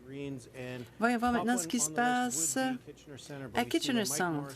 Mike Morris est derrière la candidate conservatrice d'environ 200 voix. Il reste encore beaucoup de bureaux qui n'ont pas encore remis leurs résultats. Passons maintenant dans le Grand Montréal au Québec. Voyons à Outremont. Un petit problème. M. Pedneau était 5e. Il était environ à 11 lors de la dernière vérification. Un résultat un peu décevant. Passons maintenant à l'île de Vancouver. Elizabeth May a parlé de Paul Manley. C'est à Nanaimo Ladysmith. Il avait remporté les élections partielles auparavant, puis les élections générales. Il détient maintenant 18 des voix. Lisa Marie Baron est en 4e place. C'est la députée sortante. Difficile pour les Verts. Alors, c'est vraiment Mme May. Et voyons voir ce qui se passera à Kitchener Centre. Justement, il y avait 2 députés lors de la dissolution. Merci beaucoup, Éric. Passons maintenant aux résultats nationaux. Au tableau, 129 libéraux élus, 32 libéraux en tête, 128 conservateurs élus, 22 en tête. 21 bloquistes élus, 2 en tête. 3 néo-démocrates élus, 5 en tête. Et nous avons Elizabeth May, la candidate verte élue. Dans la colonne du milieu, on voit que les résultats sont très serrés. Alors, ce sera plus difficile pour les libéraux d'obtenir la majorité. Retournons au Grand Toronto. Très important. Voici les courses les plus serrées. Commençons avec Eglinton Lawrence. Les libéraux devancent encore, mais pas grand-chose. On parle ici d'une quarantaine de voix devant Karen Stintz des conservateurs. Elle est bien connue à Toronto. C'est une politicienne locale.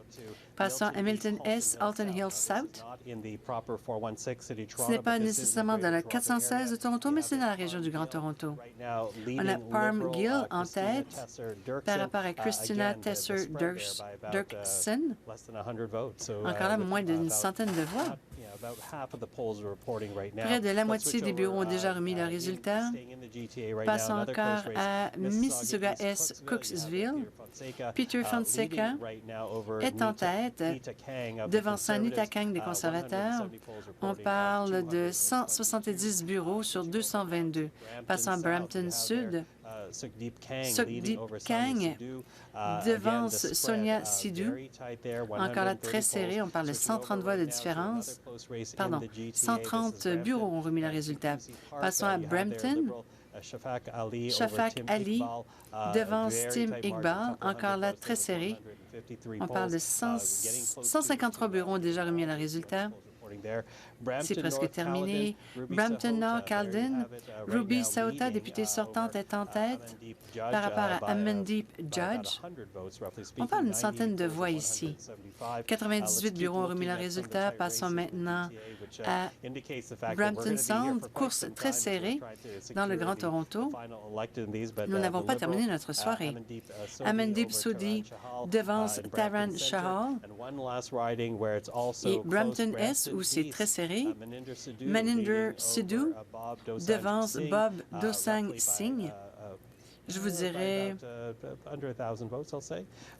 1100 voix, 1200 voix, encore là très serré dans la région du Grand Toronto. Nous suivrons le tout. Les libéraux ont 162 candidats soit élus ou en tête. Il est maintenant passé minuit et je suis très heureux d'avoir Susan Cole. Avant de passer à un autre sujet, comment vous sentez-vous par rapport à cette soirée? Je commence avec vous. Je suis vraiment surpris de voir à quel point certaines courses étaient très serrées.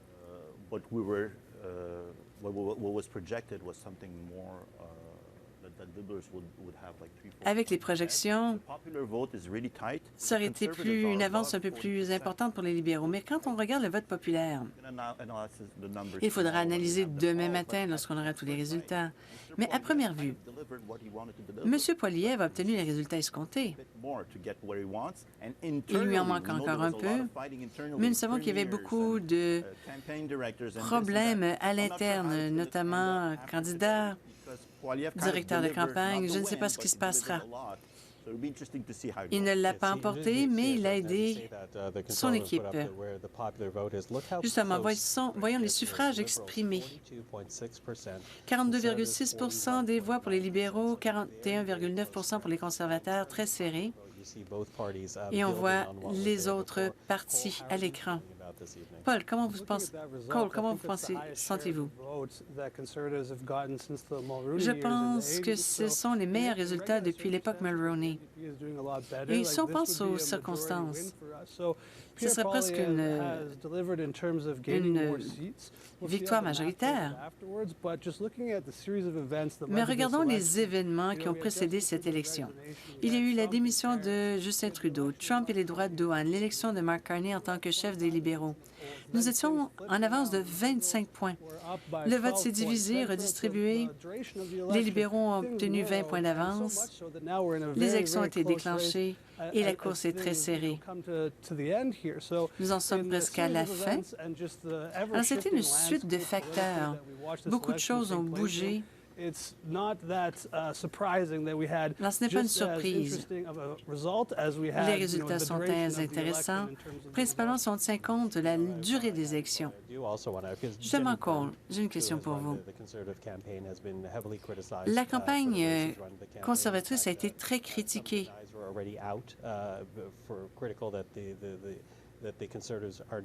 Les conservateurs n'étaient pas sur la... enfin, n'auraient pas remporté la victoire. Que se passe-t-il maintenant avec ce petit problème? En fait, ce sont des gains. Rappelez-vous, lors de la dissolution, je pense qu'il y aura des discussions assez sérieuses par la suite. Rappelez-vous de Andrew Scheer puis Aaron O'Toole. Il y a aussi l'entretien de Doug Ford. C'était une vidéo publiée en ligne. Alors souvent, on n'attend même pas les résultats finaux. Vous savez, Doug Ford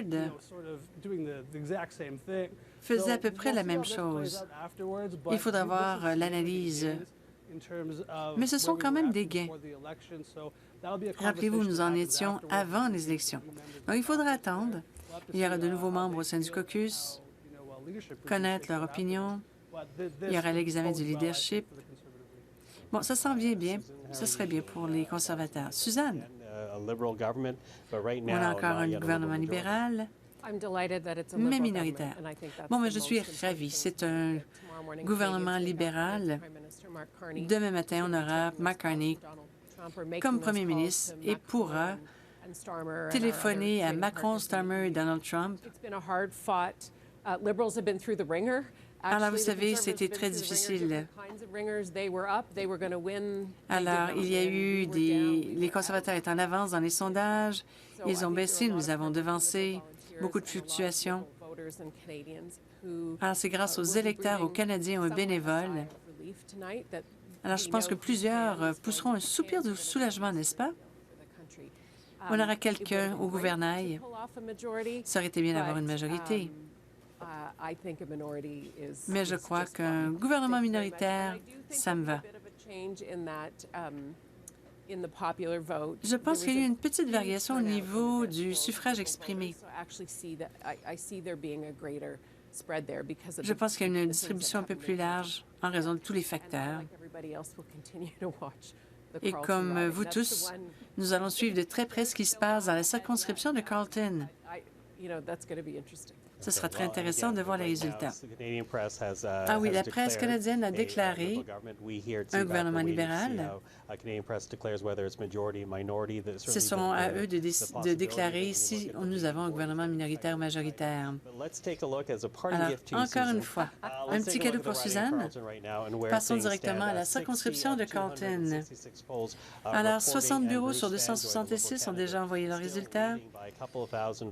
Il y a encore une avance de quelques milliers de votes par rapport à Pierre Poilievre. Encore une fois, il y avait 91 candidats sur le bulletin de vote. Les libéraux devancent les conservateurs. C'était une circonscription détenue par les libéraux depuis près de 20 ans. Burnaby Centre. Comme on a mentionné, la course est très serrée, très difficile pour M. Singh. Il est en 3e place, derrière les libéraux et les conservateurs. Nous y reviendrons. Alors, on vient tout juste de passer minuit. Nous allons voir avec notre équipe ce qui se passe. Que se passe-t-il? On fera un tour de tous les groupes. Passons au parc Lansdowne, près d'Ottawa, avec Lansdowne. Andrew, allez-y. Bonsoir, Michael. Alors, une mise en contexte. 200 à 300 libéraux derrière moi qui regardent les résultats arrivés. Beaucoup qui portent les enseignes, finalement, qui leur ont été distribuées. Une grande célébration il y a 2 heures, quand on a projeté une victoire libérale. Ils se sont calmés au fur et à mesure que l'écart entre les conservateurs et les libéraux s'est rétréci. Maintenant, les libéraux regardent les résultats pour voir ce qui va se passer. Il y a des circonscriptions qui ne sont pas encore déclarées. Alors, il reste à savoir si ça sera un gouvernement minoritaire ou majoritaire. Mais je parle aux libéraux derrière moi. On était finalement soulagés parce que pour bien d'entre eux, ça aurait été plus un enterrement, une funéraille il y a quelques mois parce que le Parti libéral aurait pu être décimé. Certains disent que le meilleur scénario, finalement, il y a quelques mois, finalement, c'était de faire en sorte que ce soit un gouvernement conservateurs minoritaires. Maintenant, il y a un soulagement et un certain contentement. Et on a applaudi certains résultats. Vous avez montré la situation dans la circonscription de Carleton. Bruce Fanjoy, le libéral, est en tête. Tout le monde a applaudi.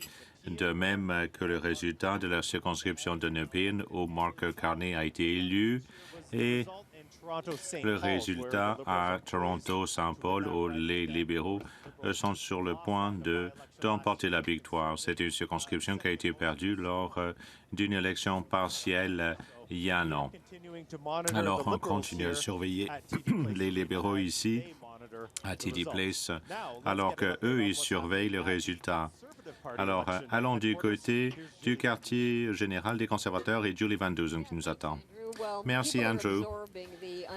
Alors, on absorbe le résultat malheureux. Sont-ils choqués? Non. Quand je parle aux gens, ils disent, écoutez, les sondages indiquaient que ce n'allait pas être un bon résultat pour le Parti conservateur. On aurait été très surpris d'emporter la victoire. Certains disent que M. Poilievre a aidé hier soir. Il a remercié les gens pour leur soutien, mais il a dit, écoutez, peu importe ce qui arrivera demain, et aujourd'hui, donc le jour des élections, je serai là pour me battre pour vous. Il reconnaissait finalement il n'allait pas emporter la victoire. Qu'est-ce qu'il va faire? Est-ce qu'il va rester en poste? C'est une bonne question. Et quand on pose la question aux conservateurs ici, parce que les conservateurs n'aiment pas les chefs qui perdent des élections et ils n'ont pas tendance à les traiter très doucement, que ce soit Andrew Scheer ou Aaron O'Toole. Mais quand on pose la question au sujet de Pierre Poilievre, on dit, écoutez, il nous a permis de gagner plus de sièges. On avait 120 à la dissolution. On a fait des gains. Les libéraux n'ont pas la majorité. C'est un gouvernement minoritaire, donc M. Poilievre est un politicien depuis un certain temps, depuis 2004. Mais c'était sa première campagne. Les gens le félicitent pour sa campagne. Certains disent, je ne vois pas ce qu'il aurait pu faire d'autre. Finalement, on parle de son énergie, de ses ralliements. Il attend qu'il arrive pour prononcer son discours. Comme vous venez de dire il y a quelques instants, on ne sait même pas s'il va emporter sa propre circonscription de Carleton. On s'attend à le voir, mais on ne sait pas quand, on ne sait pas s'il attend le résultat ou quoi, mais les militants restent, je ne sais pas pendant combien de temps, mais il y a encore des gens ici qui tentent pour accueillir Pierre Poilievre. Maintenant, à Myra, au quartier général du Bloc. Vous entendez juste derrière moi des applaudissements parce que Jean-Denis Garon vient d'être réélu dans la circonscription de Mirabel et il est en train de parler donc aux partisans qui sont réunis aujourd'hui. On s'attend à ce que Yves-François Blanchet, le chef du Bloc québécois, vienne ici dans les prochaines 15 minutes donc pour s'adresser à cette foule qui est ici réunie au Théâtre Le National de Montréal, au centre-ville de Montréal. Bien évidemment, on est loin du 33, du chiffre 33 qui était le nombre de circonscriptions que détenait le Bloc au moment de la dissolution du Parlement. Donc, aujourd'hui, j'ai parlé à des gens ici, à des partisans qui disent, un partisan m'a dit, vraiment, aujourd'hui, il s'agit de sauver les meubles et de garder la balance du pouvoir. Ça, c'est vraiment une des grandes questions qui revient ce soir. Comment garder la balance du pouvoir? Et ils espèrent que si c'est un gouvernement minoritaire libéral, eh bien, que le Bloc va garder cette balance de pouvoir. C'est d'ailleurs ce que nous a dit Suzanne Prou, qui est la présidente du Bloc québécois. Et donc, vous entendez derrière moi, toute cette soirée, ça a été parsemé d'applaudissements de gens qui sont particulièrement fébriles, donc qui attendent le chef pour venir s'adresser à eux. Le chef, Yves-François Blanchet, qui pendant la campagne a martelé le même message, et le message a été, écoutez, si vous voulez une voix forte pour le Québec à Ottawa, élisez des bloquistes. Si vous voulez une voix forte qui va affronter Donald Trump, élisez des bloquistes pour, évidemment, défendre des dossiers comme celui de l'aluminium, le secteur de l'aluminium, le secteur de l'aérospatial ou encore la gestion de l'offre. Et donc, est-ce que son message est passé ce soir? Eh bien, clairement, en partie, puisqu'ils ont plus d'une vingtaine de sièges.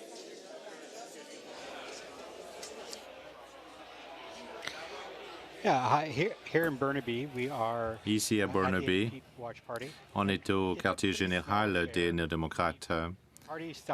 C'est assez limité, il y a à peu près une demi-douzaine de militants, il y a de la musique, mais ce n'est pas une fête.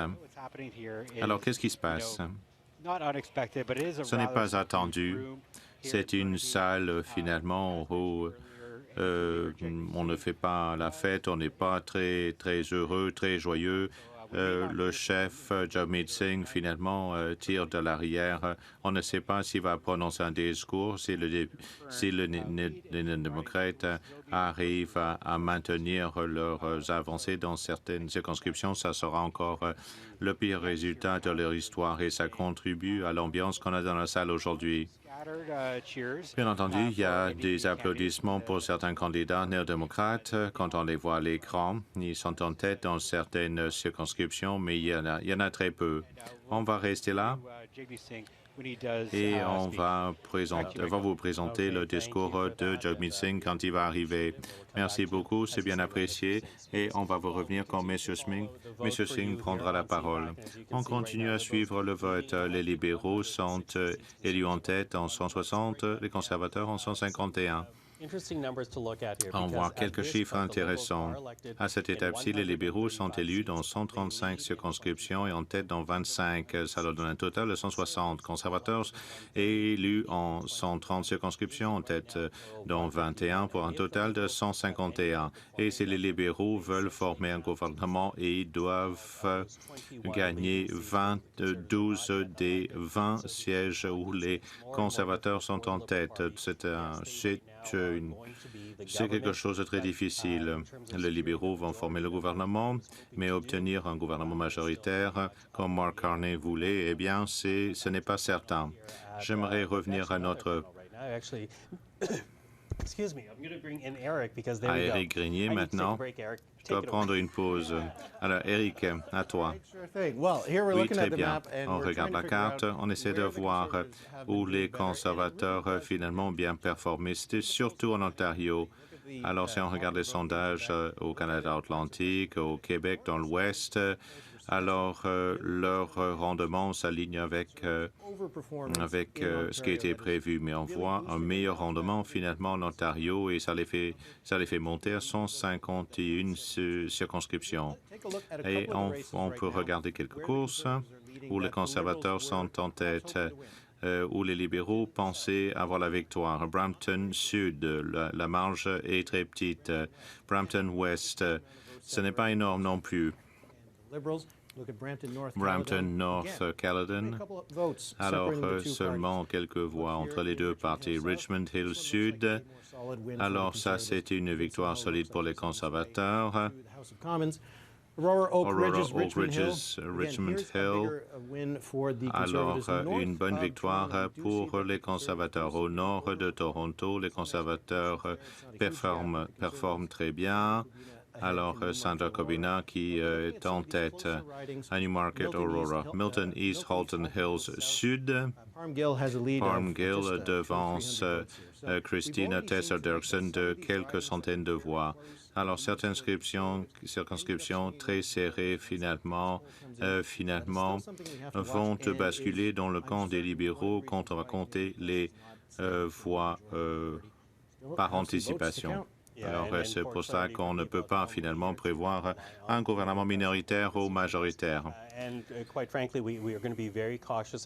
Alors, on va être prudent parce que, comme tu dis, Eric, on ne sait pas si les voix vont finalement changer les résultats. 160 sièges pour les libéraux, 151 pour les conservateurs et 22 pour les conservateurs, où les conservateurs sont en tête. Les libéraux doivent en gagner 12 pour obtenir la majorité. Alors maintenant, nos panélistes. Catherine Lafrance est avec nous. Et M. Turnbull. Alors Geneviève Tellier également. Alors de l'Université d'Ottawa et Chris Hall, qui est à côté de Catherine Lafrance. Alors parlons des résultats. Les résultats actuels. Un gouvernement libéral, on ne sait pas si ça sera minoritaire ou majoritaire pour l'instant, mais les conservateurs s'en sortent beaucoup mieux que prévu. N'est-ce pas? Oui, on savait qu'à la fin, il y avait donc un écart de 4 % dans les sondages entre les deux partis. On a toujours imaginé finalement que le vote conservateur n'était pas très efficace. Parce qu'on gagne finalement la victoire haut la main en Alberta et c'est plus difficile ailleurs. Mais ils ont performé mieux à Terre-Neuve ou en Ontario. Alors on a l'impression finalement que les citoyens n'ont pas tout à fait dit la vérité aux sondeurs. À un moment donné, pendant la campagne, Trump n'était pas finalement la question de l'urne, et c'était plus finalement les questions telles que l'abordabilité, le logement, toutes ces questions finalement ont pris le dessus. Comme on a vu vers la fin de la campagne, où Poilievre martelait ce message comme il a fait au début. Alors, le pays est divisé, c'est clair, entre les conservateurs et les libéraux. On a peut-être un système à deux partis maintenant. Il y a le Bloc québécois qui est une force au Québec, les démocrates. Finalement, ça va leur prendre beaucoup de temps pour reprendre la force. Mais ça va être beaucoup plus difficile à gouverner quand on a un gouvernement minoritaire. On sera affaibli face à Donald Trump et il va falloir dépendre du Bloc. Alors, les négociations que Mark Carney va devoir entretenir avec le Bloc pour finalement seront longues et il n'a pas beaucoup de temps. Alors, on va approfondir la question une fois qu'on verra le portrait actuel. Si on a un gouvernement minoritaire, par exemple, la question des pipelines. Et Mark Carney en parle. Les pipelines, finalement, pour l'énergie propre et traditionnelle. Alors, s'il doit travailler avec les démocrates, les blocs, les Verts, ça va être plus difficile pour lui de gouverner, n'est-ce pas? Laurie, parlez-nous de votre analyse de ce qui se passe jusque-là. Bon, c'est presque à égalité, non? Dans plusieurs circonscriptions, c'est incroyable de voir. L'écart est très serré entre le premier et le deuxième. Alors, je ne sais pas comment cela va terminer. Dans notre système, c'est qui l'emporte. Et souvent, le deuxième ne perd que par une dizaine de voix. Très serré. Je comprends bien qu'un gain, c'est un gain, une victoire, c'est une victoire, et qu'un gouvernement minoritaire libéral s'en sort mieux que ce qu'on croyait il y a de ça 6 mois. Maintenant, reste à savoir quel type de relation fonctionnera. Allons-nous avoir une situation où les libéraux devront négocier dur avec les bloquistes. Et rappelez-vous, il y avait la question de la souveraineté aussi. J'arrive même pas à trouver les bons mots. Peut-être le mot bizarre. Je ne sais pas comment définir cette élection. Les libéraux et les néo-démocrates, vous savez, il y avait cette entente de confiance et de soutien. Mais ils n'avaient même pas besoin de cette entente car ils étaient capables de travailler ensemble. Les libéraux n'ont presque atteint la majorité et les néo-démocrates les ont aidés. Mais cette situation est bien différente. Ce n'est pas le même type de Parlement qu'on avait à la dissolution. Revenons justement à ce qui se passe. Alors, c'est M. Yves-François Blanchette qui arrive à son siège. Il prendra la parole. Nous allons avoir le tout dans une quinzaine de minutes à CEPAC. J'aimerais revenir à Catherine et Geneviève. J'aimerais parler de la situation au Québec. Le Bloc sont soit élus ou sont en tête dans 23 circonscriptions. Autrement dit, ils ont perdu une dizaine de sièges. Mais ce n'est pas dans les sièges escomptés.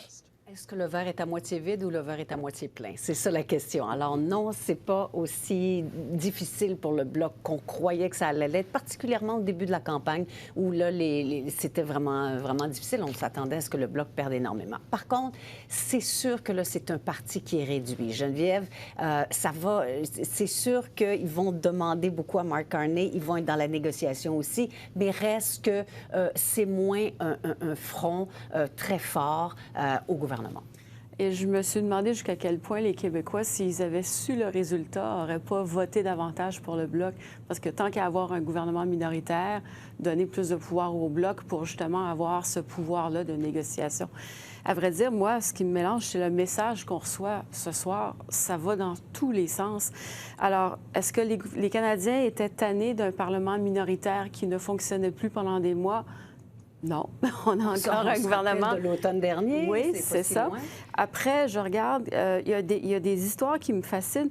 La Gaspésie est allée au Bloc québécois. Alors, les pêcheries qui sont si menacées par Donald Trump, on n'a pas gardé les libéraux, on est allé vers le Bloc.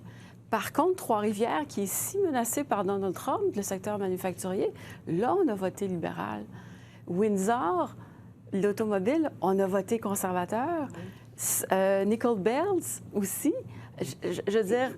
Les libéraux ont fait des gains autour de Montréal. Oui. Alors, Montréal est vraiment très rouge. Alors, c'est quoi le message à sortir de ce soir de la part des Canadiens? J'en ai aucune idée. C'est divisé. C'est vraiment bizarre. Well, and I think that is going to be part of the post-mortem that we're going to have to do in terms of the messaging that Canadians are sending based on the votes as Quel est le we message calculate them envoyé in. par les Listen, électeurs? we are at this point waiting for both Yves-François Blanchet. Nous We're also getting attendons word that pour the Yves-François NDP leader, Blanchet Jagmeet Singh, is making his way to the Jagmeet NDP Singh watch est en party. déplacement. So we're going to have that for you On as aura soon as it happens. bientôt But ces deux let's take a quick discours. look right now at Mais passons Alberta de nouveau because, à of course, l'Alberta.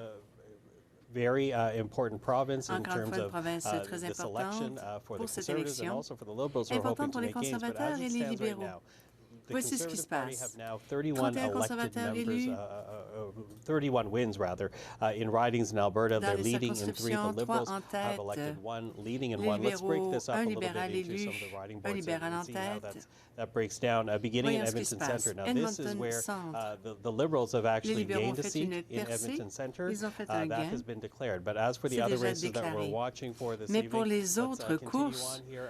cela se Calgary poursuit à Centre, Calgary right now, Centre. the Conservative Pour is l'instant, leading, in le there by conservateur about, devance 100,000 votes, but still par leading, 1100 voix. Let's, switch over Et to, à Calgary Calgary Confédération, we have there a tight race. Corey c'est Hogan, the très Liberals right serré now, entre Corey Hogan et Jeremy Nixon. show, with Et you. à And Calgary let's, McKnight, Dalwinder Gill for the Conservatives right now, Dalwinder leading over Guild George Shahal, devance who, George is Shahal. of course, is a liberal, incumbent, C'est to un this député race. Let's go to sortant Janet Brown dans right cette now, course. in Calgary, as, Et she, nous avons of course, aussi is, Calgary Skyview. one more board we're gonna share Désolé, before, j'avais Calgary Skyview, where the passé tout droit. Conservatives are right now leading. But let's, Encore une fois, les conservateurs sont en tête. Je passe la parole à Janet Brown, sondeur en Alberta. Pouvez-vous nous décrire un peu la situation en Alberta? Bon, ce n'est pas la première fois qu'on voit ce type de tendance en Alberta. On sous-estime les conservateurs dans le cadre des sondages, et encore une fois, c'est le cas. Même chose pour les régions suburbaines de l'Ontario. Ils emboîtent le pas à l'Alberta. On semble observer les mêmes tendances. Les libéraux pouvaient peut-être remporter jusqu'à 2 sièges. Maintenant, ils sont en avance. L'avance est très mince. Très difficile d'analyser le tout.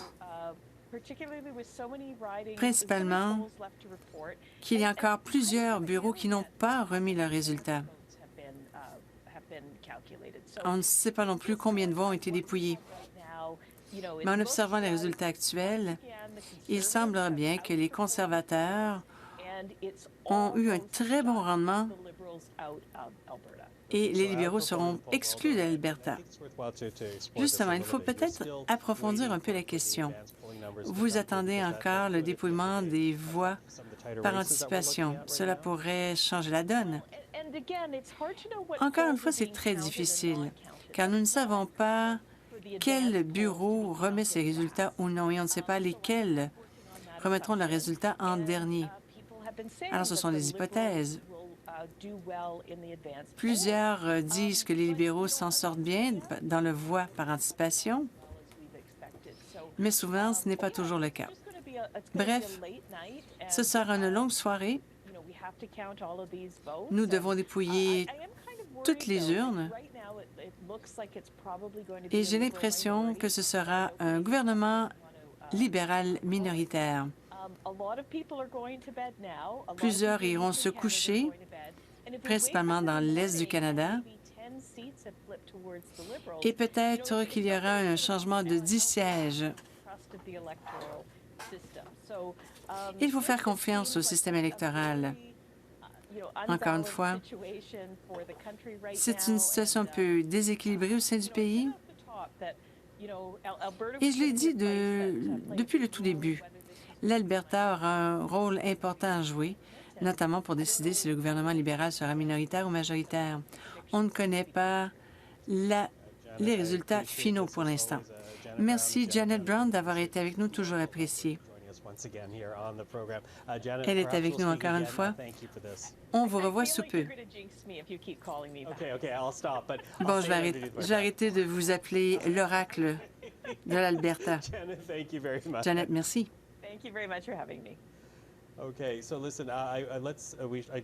Un instant. Nous allons voir bientôt Jagmeet Singh avec nous. Voici ce qui se passe à Burnaby Centre. M. Jagmeet Singh éprouve de la difficulté. Il a obtenu environ 4 000 voix contre Wade Chang des libéraux, qui l'emporte avec plus de 5 000 voix de différence. Jem Yang l'a emporté environ 8 000 voix. C'est une soirée un peu difficile. Pour l'instant, 90 bureaux ont remis leurs résultats par rapport à 200. Nous attendons le chef des néo-démocrates au podium. J'ai une question pour vous. Il y a eu des victoires remarquables. Passons à Edmonton-Strathcona. Un député a réussi à maintenir son siège. Oui, justement, il s'agit d'une des 6 circonscriptions que, peu importe ce qui se passe, ce sera néo-démocrate. Il s'agit de Heather McPherson. Alors, voyons ce qui s'est passé la dernière fois. Ils ont emporté avec 58 des voix. Et pour l'instant, ils ne sont qu'à 44,4 des voix. Si on regarde ce qui se passe à Edmonton-Griesbach, ils s'attendaient à emporter avec Blake Desjardins. Il traîne derrière M. Desjardins. Il y a aussi le Nunavut. Pas beaucoup de voix pour l'instant, mais les néo-démocrates sont encore en tête. Au Québec, c'est M. Alexandre Boulris. Il a survécu à Rosemont, la petite patrie. Il était en tête. Mais à part ça, ils n'ont pas de siège en Ontario. Au Manitoba, ils sont en avance à Winnipeg Centre. Pas une grosse avance, mais Léa Gazan est au premier rang. Ici, on voit qu'à Skeena-Buckley Valley, on a Taylor qui devance Ellis Ross. Ce sont des communautés un peu différentes, alors il faudra voir ce qui va se passer. Passons à l'île de Vancouver. Encore une fois, les démocrates sont en tête à Courtenay-Alberni. Il faudra voir ce qui se passera par la suite avec M. McNichol. À Vancouver-Est, Jenny Kwan, elle a une avance de 1 500 voix par rapport à Mark. Et à Vancouver-Kingsway, Don Davis, devancement d'une quarantaine de voix, très serré. Et encore une fois, revenons à Burnaby Central. Il a obtenu environ 19 des voix. Revenons à Westminster. On a Peter Julian. Il est en 3e place, derrière les libéraux et les conservateurs. On pensait que les libéraux étaient pour l'emporter. Maintenant, les conservateurs sont en tête. Peter Julian est député de longue date. Il s'était déplacé il s'était présenté lors de la course au leadership de 2017. Ce n'est pas terminé. Il est derrière, il traîne d'environ 1000 voix. Soirée difficile pour les néo-démocrates. Alors, ils ont besoin de 12 sièges pour parti politique officiel. Comme nous l'avons dit, ce que vous voyez à l'écran, c'est soit le nombre de sièges de députés élus ou en tête. Retournons à New Westminster, en Colombie-Britannique. Nous pensions qu'un libéral pouvait l'emporter. Peter Julian est un député sortant fort. Pensez-vous qu'il faudra discuter la situation de la Colombie-Britannique? Pensez-vous que le vote a été divisé? Oui, justement, il faudra voir qu'est-ce qui se passe. Il y avait des attentes. On s'attendait à une division des voix où les néo-démocrates et les conservateurs, ça serait un peu divisé. Alors, c'est ce qu'on pensait. Mais vous savez, la Colombie-Britannique, c'est toujours difficile. Je ne dis pas ça parce que ce sont les derniers à donner leurs résultats, le dernier fuseau horaire, mais tellement difficile à prévoir. Nous savions que ce sera difficile. Bon, passons à Jagmeet Singh. Il prendra la parole en Colombie-Britannique. Voici ce qu'il a à dire.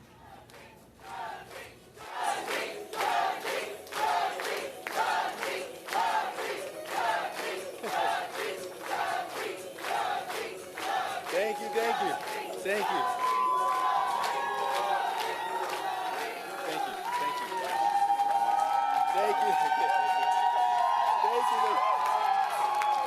Merci beaucoup. Thank you.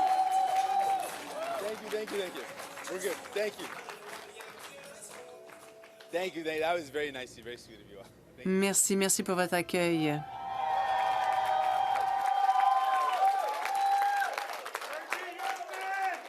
You're gonna get me all choked up here, guys.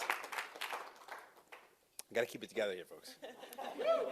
Thank you very much. The love is amazing. I appreciate y'all. Merci, je ressens votre amour. Merci beaucoup à Suzanne. Elle est avec nous depuis le tout début. Appreciate her so much.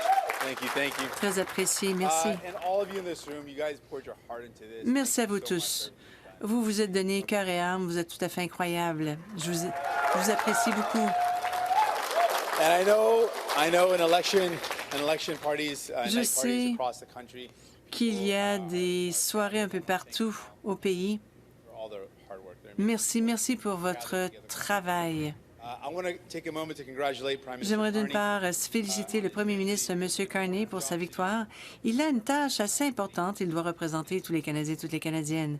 Il doit protéger notre pays ainsi que notre souveraineté face aux menaces de Donald Trump. Ce soir et tous les soirs qui s'ensuivent, nous ferons partie de l'équipe Canada et nous serons là pour vous défendre et nous battre.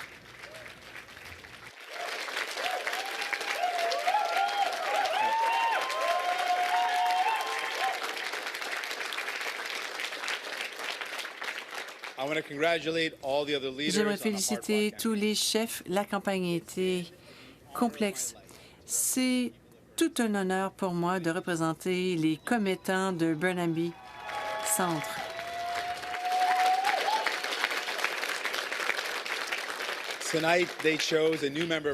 Ce soir, ils ont choisi un nouveau membre du Parlement, un nouveau député. Je sais que c'est décevant pour les néo-démocrates. Nous avions de bons candidats. Je sais à quel point vous avez travaillé d'arrache-pied. J'ai passé du temps avec vous. Vous êtes incroyable. Je suis désolée. Vous allez continuer de vous battre pour votre communauté. Je sais à combien de portes vous avez frappé. Vous n'étiez pas avec vos familles. C'est beaucoup de sacrifices. Encore une fois, merci beaucoup. J'aimerais remercier tous les candidats néo-démocrates.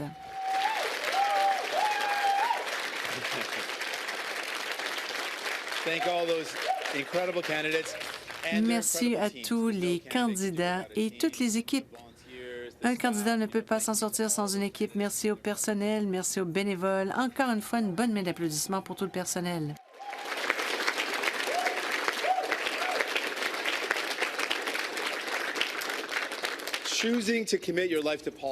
Lorsque vous dévouez à la politique, il y a des sacrifices, mais nous choisissons ce type de vie car il y a la possibilité de changer notre pays pour le mieux. Parfois, vous perdez. C'est difficile, ça fait mal. Mais on est défait seulement si on cesse de lutter. Nous perdons seulement si on nous dit de ne cesser de rêver pour un Canada plus juste, plus faisant preuve de compassion. J'ai rencontré des néo-démocrates d'un océan à l'autre qui ne se retireront jamais, même si on leur dit qu'il n'y a pas de place pour eux à la table.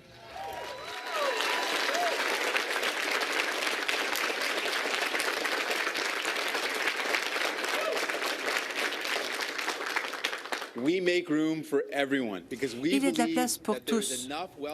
Nous croyons qu'il y a suffisamment de richesses pour tous afin que nous puissions vivre la vie que nous méritons.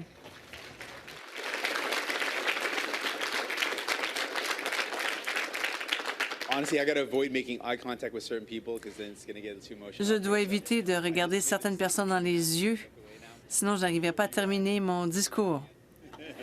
Anne, cesse de me regarder, s'il vous plaît. Il y a ça près de 8 ans. J'ai été élu chef de ce parti, de ce mouvement tout à fait incroyable.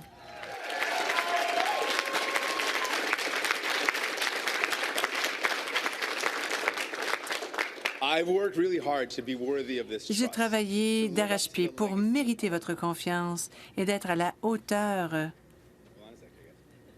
de ce que j'ai hérité. One more sec.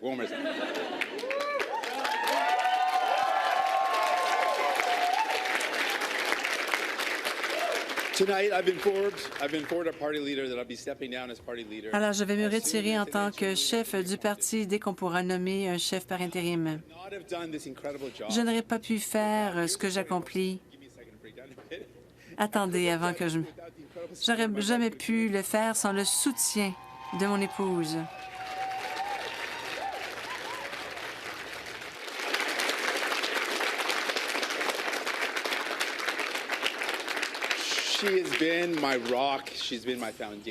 Elle était avec moi, c'était mon roc pendant plusieurs années.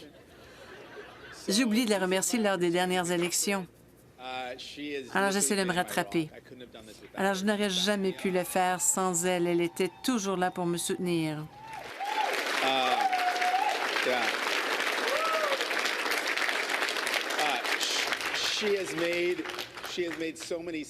Elle a fait tellement de sacrifices.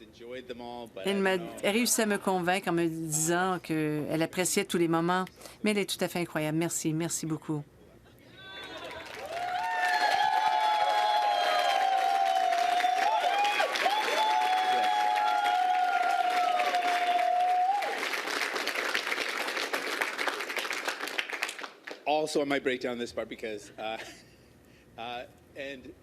Vous savez, j'ai mes filles. Je me bats pour mes filles.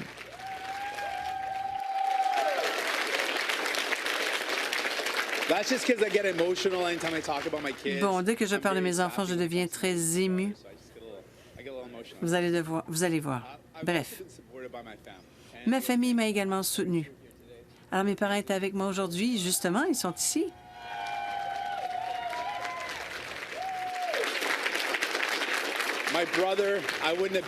J'ai également mon frère. Alors, une bonne main d'applaudissements pour mon frère. Je ne serais pas ici sans lui.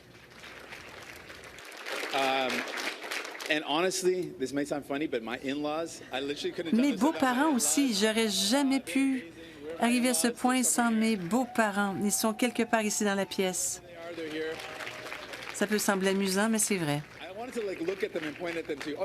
Et voilà, je viens de les trouver.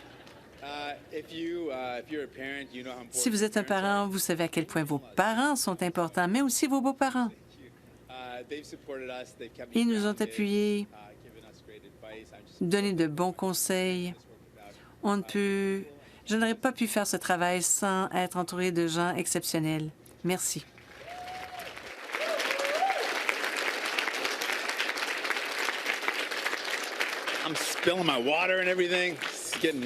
Bon, désolé, il y a de l'eau partout.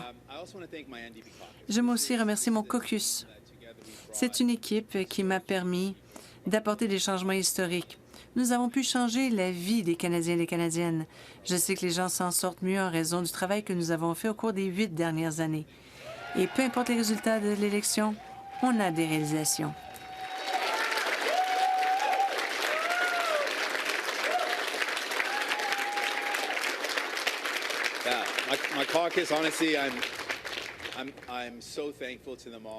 Je suis tellement content de mon caucus.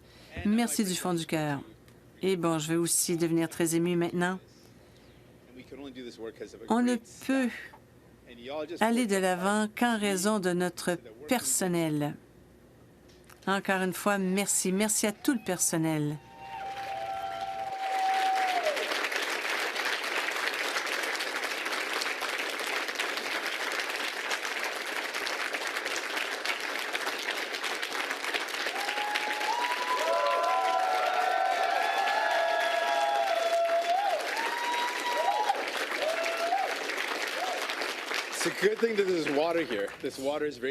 Une chance qu'il y a de l'eau.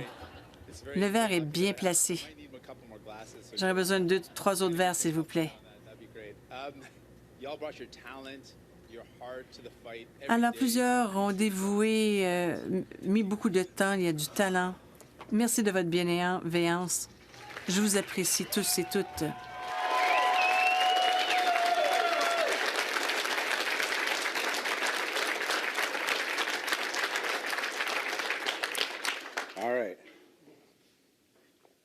We're almost there, folks. I got a couple other things I really want to get off my chest here. One other thing is, D'autre part, nothing's too spicy. It's just good stuff. c'est des points positifs. Souvent, je parle toujours de ma mère. C'est un enseignement sikh et c'est à la fondamentale. Cela répond. C'est lorsque le monde s'effondre. Kalami veut dire esprit. Et ça explique un peu qui je suis. Autrement dit, lorsque vous vous battez pour obtenir la justice et l'équité, dans nos batailles, nous devons faire preuve d'optimisme face aux problèmes. C'est un optimisme défiant. Et c'est l'esprit. Bien entendu, je suis déçue. Nous n'avons pas emporté plus de sièges. Mais je ne suis pas déçue par mon mouvement, par le mouvement.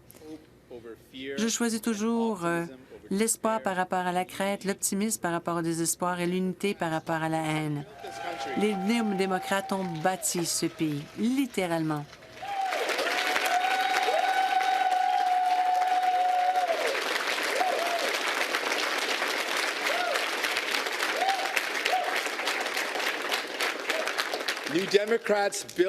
Les néo-démocrates ont bâti ce pays.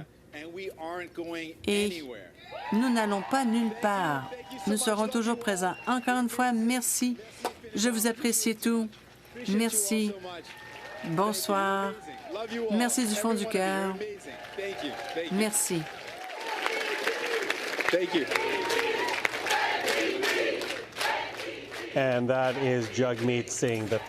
Et c'était Jagmeet Singh, le chef des néo-démocrates. Il est déçu des résultats pour son parti politique, mais il n'est pas déçu par le mouvement. Il a bon espoir pour l'avenir du parti. M. Singh a remis sa démission en tant que chef du parti néo-démocrate. Il se retirera dès qu'ils pourront choisir un chef par intérim. Nous allons suivre ce dossier dans les prochains jours. C'était un discours où l'on voyait qu'il était bien ému. Il a annoncé sa démission. Mais comme M. Singh, alors que M. Singh prenait la parole, il y avait un deuxième discours. Oui, Absolument. Alors, Yves-François Blanchet au Bloc québécois au quartier général à Montréal. Sauf à moins d'un énorme changement, le Bloc obtient 23 sièges, ce qui est beaucoup plus que ce qu'on annonçait au début de la campagne dans les sondages, mais beaucoup moins que ce qu'ils avaient auparavant. Je vous rappelle qu'ils étaient 33 députés à la dissolution de la Chambre. Alors, si vous voulez bien, on peut peut-être tout de suite aller écouter le discours d'Yves-François Blanchet qu'il a prononcé il y a quelques minutes à peine. Mes amis, bonsoir. Quelle étrange soirée, comme s'il était possible que ces soirées ne puissent pas l'être. Est-ce qu'on peut enlever le son de la télévision? OK, c'est bon. Je pensais que c'était... Je m'entends moi-même en délai. Donc, ça serait mieux qu'il n'y ait pas de son sur la télé. Merci. Alors, voilà. D'abord, c'est une soirée à deux vitesses. Je vais commencer par la vitesse humaine. Le Bloc québécois a fait une campagne de cœur, une campagne de passion, une campagne à la hauteur de ce que sont les Québécois. Dans cette campagne, des amis, des collègues, des candidats, des gens que j'apprécie d'amour, sont allés au front et n'ont pas gagné leur circonscription. Les noms qui me viennent à l'esprit sont ceux que vous voyez vous-même. Sont ceux qui ont circulé à l'écran durant la soirée. Je veux adresser les remerciements les plus sincères et ma promesse d'une amitié durable à tous ces gens qui y sont allés à fond et qui resteront des proches, des militants et des morceaux de l'âme du Bloc québécois. Merci.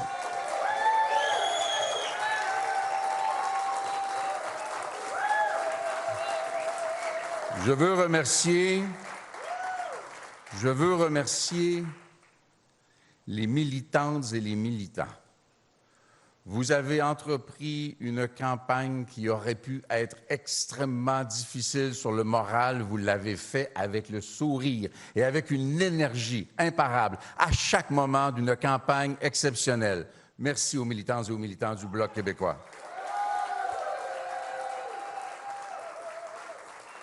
Permettez-moi, parce que c'est la manche que nous commençons à compter de demain, de remercier, même si c'est le même monde, les militantes et les militants du Parti québécois aussi.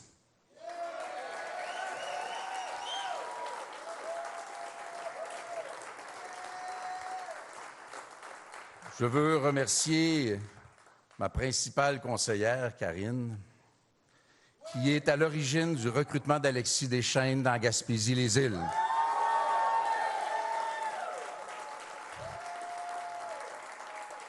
Je veux remercier l'extraordinaire équipe de l'autobus, l'extraordinaire équipe de la permanence, des gens qui, avec tellement peu de moyens, ont fait tellement une extraordinaire campagne. Mais surtout, envers et contre tout, les Québécoises et les Québécois qui ont choisi de faire confiance au Bloc québécois, merci beaucoup.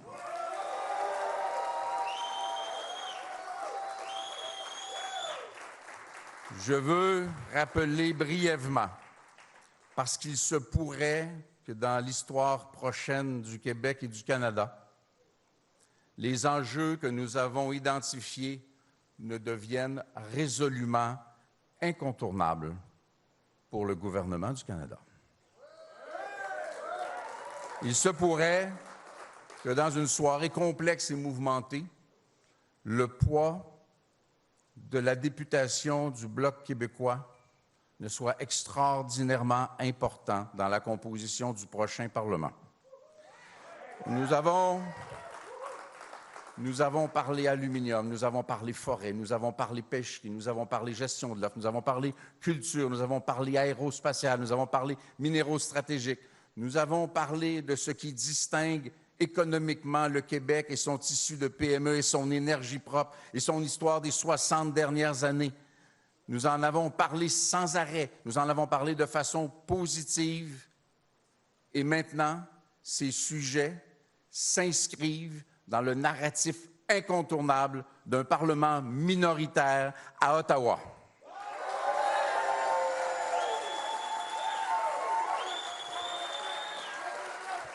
Nous avons eu le courage d'être les premiers à déposer des propositions politiques en matière d'économie et d'adaptation de l'économie québécoise, tout aussi bonne pour l'économie canadienne. Nous les avons déposées vite et clairement. Nous avons parlé de subventions salariales, de financement transitoire. Nous avons parlé de recherche, de développement, de transformation locale des ressources du Québec. Nous avons parlé de ce qui fait une économie énergique. Nous avons parlé de propositions qui, elles aussi, en matière économique, devant le vide de certaines autres propositions, des propositions qui occuperont l'espace politique pour l'adaptation du Québec et du Canada aux défis qui nous attendent au cours des prochaines années. Et nous avons parlé, et nous imposerons incontestablement la réalité que le Québec est une nation française.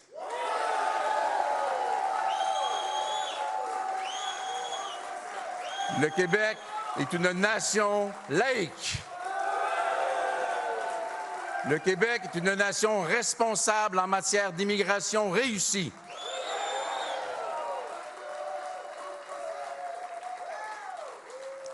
Mais nous prenons aussi la mesure. Nous prenons aussi la mesure de la responsabilité qui pourrait s'avérer la nôtre. Il n'est pas question, advenant l'hypothèse où le Bloc trancherait lors de votes à la Chambre des communes qui seront déterminants pour l'avenir du Québec et l'avenir du Canada, il n'est pas question que le comportement soit frivole. Il n'est pas question que le comportement soit irresponsable. Nous serons des gens articulés, compétents, présents dans tous les dossiers, qui agiront dans le sens du bien commun. Le Canada devra, à chaque question qui sera posée, s'assurer que l'intérêt du Québec soit respecté. Devra en toute matière faire converger les intérêts du Québec et du Canada. À défaut, il n'y aura pas d'appui du Bloc québécois.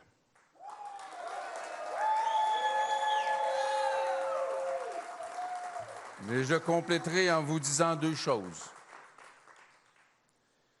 Le Canada, avec l'appui du Québec, sera plus fort dans sa négociation avec les États-Unis. Il pourra inspirer d'autres nations du monde qui seront confrontées aux mêmes difficultés face au président américain. Je veux, en finissant, vous dire, vous avez, mes amis, retenu une vague avec vos mains. Vous avez surmonté un défi qui aurait littéralement renversé des gens de moindre caractère que le vôtre.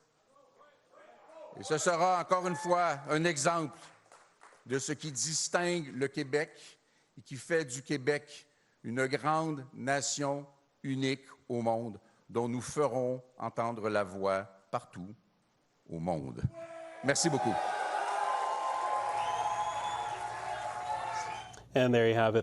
Alors ça, c'était le chef du Bloc, Yves-François Blanchet, qui prononçait son discours ce soir à Montréal. Regardons donc le tableau. Alors, comme vous voyez, le Bloc est élu dans 22 circonscriptions. Le Parti conservateur élu dans 137 circonscriptions, en tête en 10.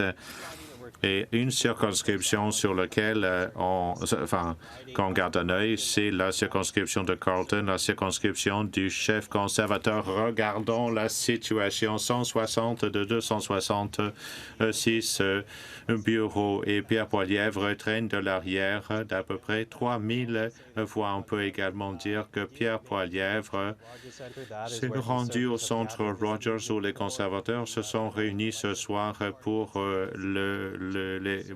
voir les résultats. Écoutons le chef du Parti conservateur. Chers Canadiens, merci. Merci, chers Canadiens. Je vous aime aussi. I love you too. Thank you, thank you, thank you. Merci du fond du cœur. Profound gratitude. C'est avec beaucoup de reconnaissance que je suis ici sur la scène dans le cadre de ces élections historiques. Alors, je suis le fils adopté par un enfant adopté par des enseignants, et nous avons une réfugiée vénézuélienne, et nous sommes ici pour servir les Canadiens et Canadiennes. Des millions de personnes ont déposé leur vote. Nous en sommes très fiers. Merci pour l'opportunité que vous nous avez donnée.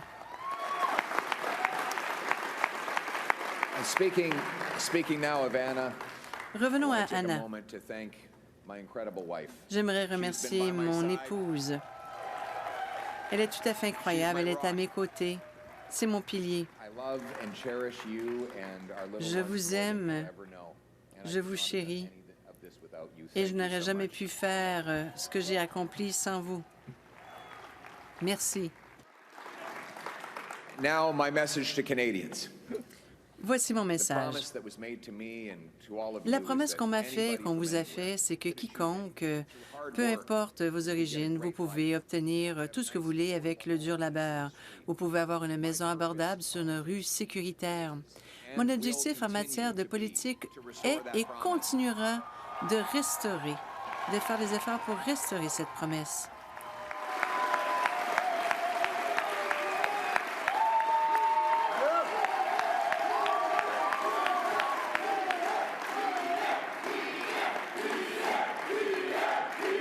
Thank you.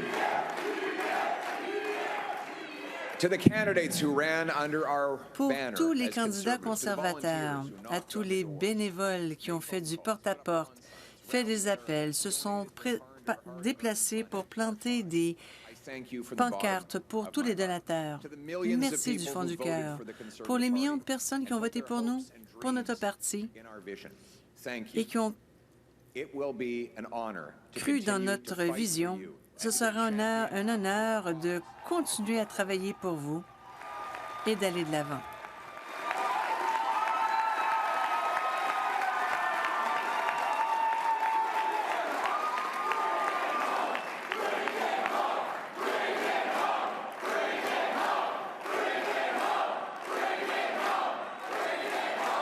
Ça serait un grand honneur de continuer de me battre pour vous, parce que c'est un honneur d'être votre voix. C'est un honneur de me battre pour les valeurs conservatrices pour lesquelles vous avez voté. Et surtout, ça va être un honneur de continuer d'avancer la promesse du Canada, que chacun ici au Canada qui travaille fort pour avoir une belle vie et une belle maison abordable dans une communauté sécuritaire. C'est ça notre vision et on va le ramener chez nous.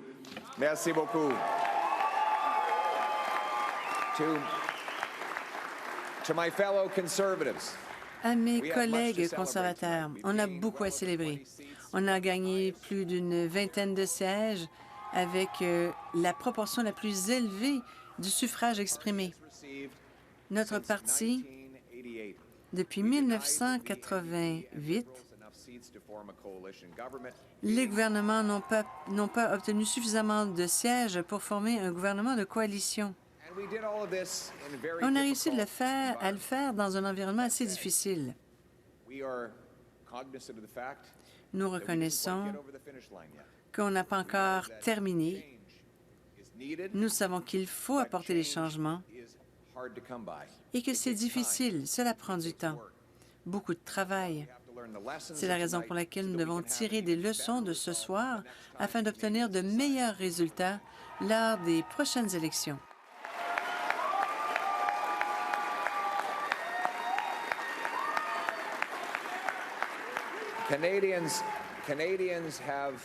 Les Canadiens et les Canadiennes ont choisi un gouvernement minoritaire qui l'a emporté par un vote très mince.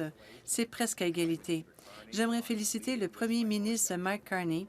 Il sera à la tête de ce gouvernement minoritaire. Nous aurons tout le temps de débattre des questions, d'être en désaccord.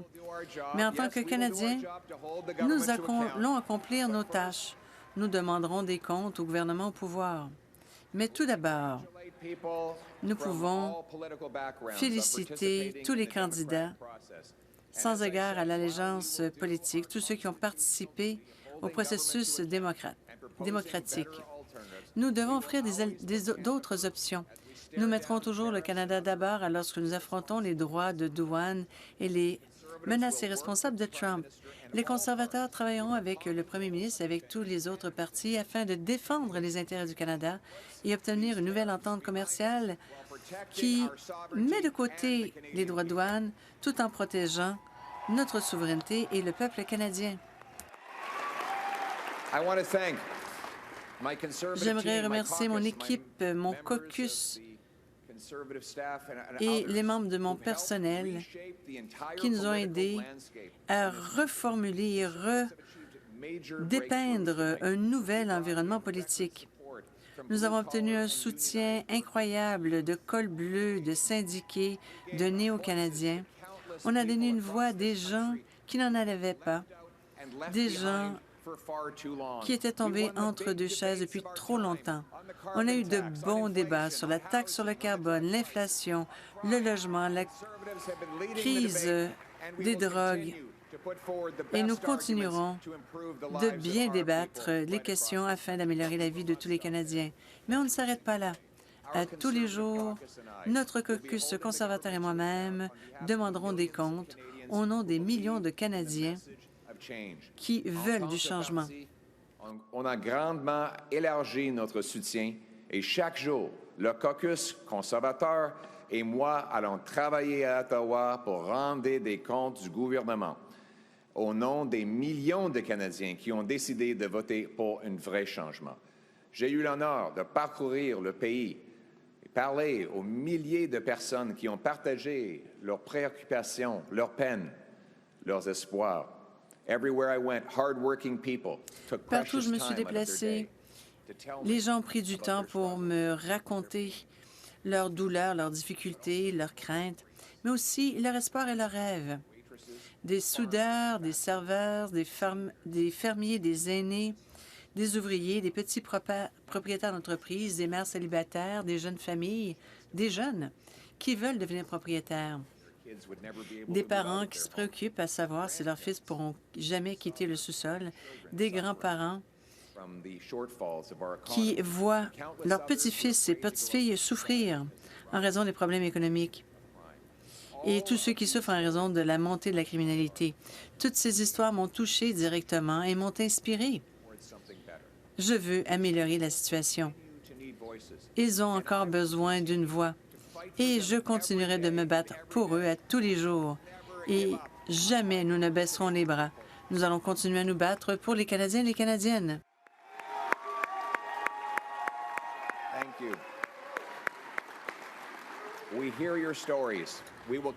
Nous avons entendu vos récits. Nous ne les oublierons pas. Nous n'oublierons pas nos commettants. Je sais que plusieurs d'entre vous peuvent être un peu déçus. Le changement n'est pas arrivé à la ligne d'arrivée. Cela prend du temps. D'une part, il ne faut jamais abandonner. Les Canadiens et notre pays valent la peine. Nous devons nous battre pour eux. Je vous ai entendu et j'ai apporté vos histoires avec moi tout au long de cette campagne. Et vos histoires vont rester avec moi lorsque je me bats avec mon équipe conservatrice pour vous défendre et pour avancer vos intérêts. À ceux qui ont désespéré besoin de changement, je sais que vous êtes déçus. Le changement est difficile et ça prend du temps. Surtout, ça veut dire qu'on ne peut jamais lâcher. Parce que notre pays et son peuple méritent qu'on se batte pour eux. I will never give up on fighting for everyone who stood with us today. Je vais toujours continuer de me battre pour tous ceux qui sont avec nous et pour les millions de personnes qui ont voté pour les autres partis politiques. Voici mon message ce soir. Pour la mère célibataire à 2 emplois, mais dont le frigo est vide et dont le compte d'épargne est vide, pour les jeunes qui pensent ne jamais pouvoir devenir propriétaires, les aînés qui perdent leurs économies et ne se sentent plus en sécurité, pour ceux qui vivent dans la crainte et la peur de la criminalité, pour ceux qui perdent leurs emplois en raison des droits de douane inacceptables des États-Unis, pour tous ceux qui sont pour tous les oubliés. Le changement demande du temps, mais nous allons vous apporter ces changements. Nous continuerons de nous battre pour la grande promesse du Canada. Quiconque, sans égard à vos origines, peut accomplir tout ce qu'ils veulent. Le dur labeur vous donne une belle maison dans une belle rue, sécuritaire, protégée par nos soldats, sous le fier drapeau canadien. Le Canada d'abord, pour faire changement. Merci.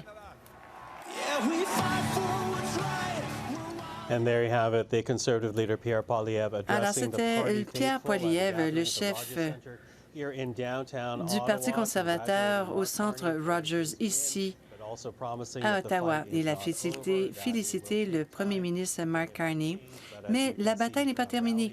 Le changement prend du temps et les conservateurs continueront de faire avancer leurs idées. Monsieur Pierre Poilievre prenait la parole ici même à Ottawa. Nous avons entendu les principaux chefs. Nous attendons toujours Monsieur Mark Carney. Il sera avec nous sous peu.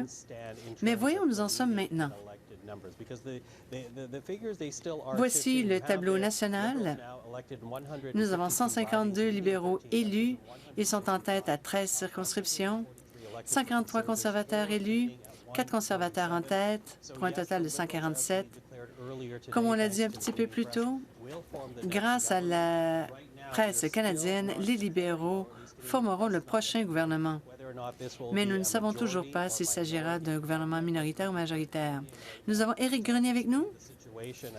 Que se passe-t-il maintenant? Il est avec nous depuis le début de la soirée. Alors, nous sommes à 165. Alors, vous avez la colonne du milieu avec les candidats en tête. Les libéraux devront emporter tous ces sièges pour obtenir la majorité.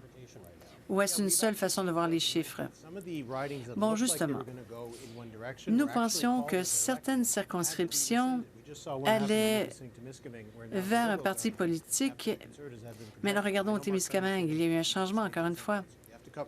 Alors, si vous devez me couper, n'hésitez pas. Il y a 7 circonscriptions. Cela pourrait donner la majorité aux libéraux. Il s'agit d'une course contre le Bloc québécois à Terrebonne. On parle ici de moins de 30 voix entre les libéraux et le Bloc québécois. Encore une fois, le vote par anticipation soutient davantage les libéraux. Voyons voir s'il pourrait y avoir un changement. Passons en Ontario. Brampton Nord. Encore une fois ici, Brampton Nord, Caledon, on parle de 140 voix de différence seulement. Écart très serré. Les libéraux devraient l'emporter. Même chose pour Milton East, Halton Hills South. Encore une fois, la différence n'est pas très grande. Il reste encore 26 urnes à dépouiller. Il faudra voir les résultats finaux. Passons à Kitchener, Conestoga. Alors, encore là, une différence de 600 voix. Il reste encore quelques bureaux de vote. Et ce n'est pas la première fois qu'on verrait un changement. Passons à Brampton West. Encore une fois, moins de 1000 voix de différence. Ça commence à devenir un peu plus difficile pour les libéraux. Passons maintenant en Colombie-Britannique. Vancouver-Kingsway.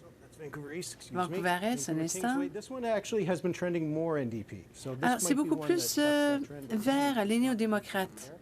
Mais encore là, les écarts sont très serrés. New Westminster, Burnaby, Mayerville, les conservateurs devancent les libéraux de près de 300 voix. Et la dernière circonscription, Cloverdale-Langley City, encore une fois, 1000 voix de différence entre les deux. Il reste encore 65 urnes à dépouiller. Là, les libéraux pourraient l'emporter. Ils n'ont besoin que de 7 sièges, et je crois que c'est la raison pour laquelle on ne donne pas des résultats finaux. Au tout début, on avait l'impression que c'était les conservateurs, mais bon, c'est bien de le souligner. Il faut faire preuve de prudence. On a déjà vu des fluctuations, même après qu'une victoire a été déclarée par la presse canadienne. Encore une fois, nous allons revenir à nos politicologues. Dès que Mark Carney prendra la parole, nous suspendrons les discussions ici dans la salle. La course est encore très serrée. Que pensez-vous de ces décisions, le fait de ne pas déclarer un gouvernement majoritaire ou non? Bon, il reste encore plusieurs circonscriptions où l'écart entre le premier et le deuxième est tellement mince qu'on ne peut pas annoncer la victoire. Il faut attendre.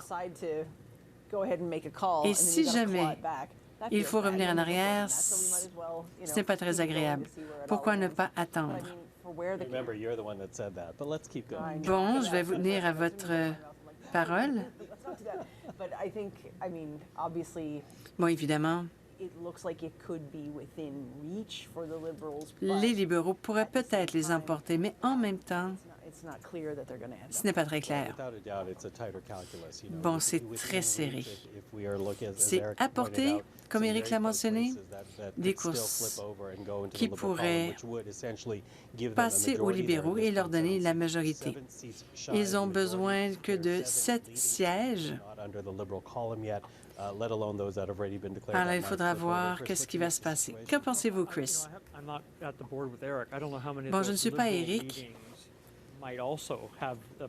Et il y a quand même la possibilité de voir l'inverse, un siège libéral qui repasse aux conservateurs.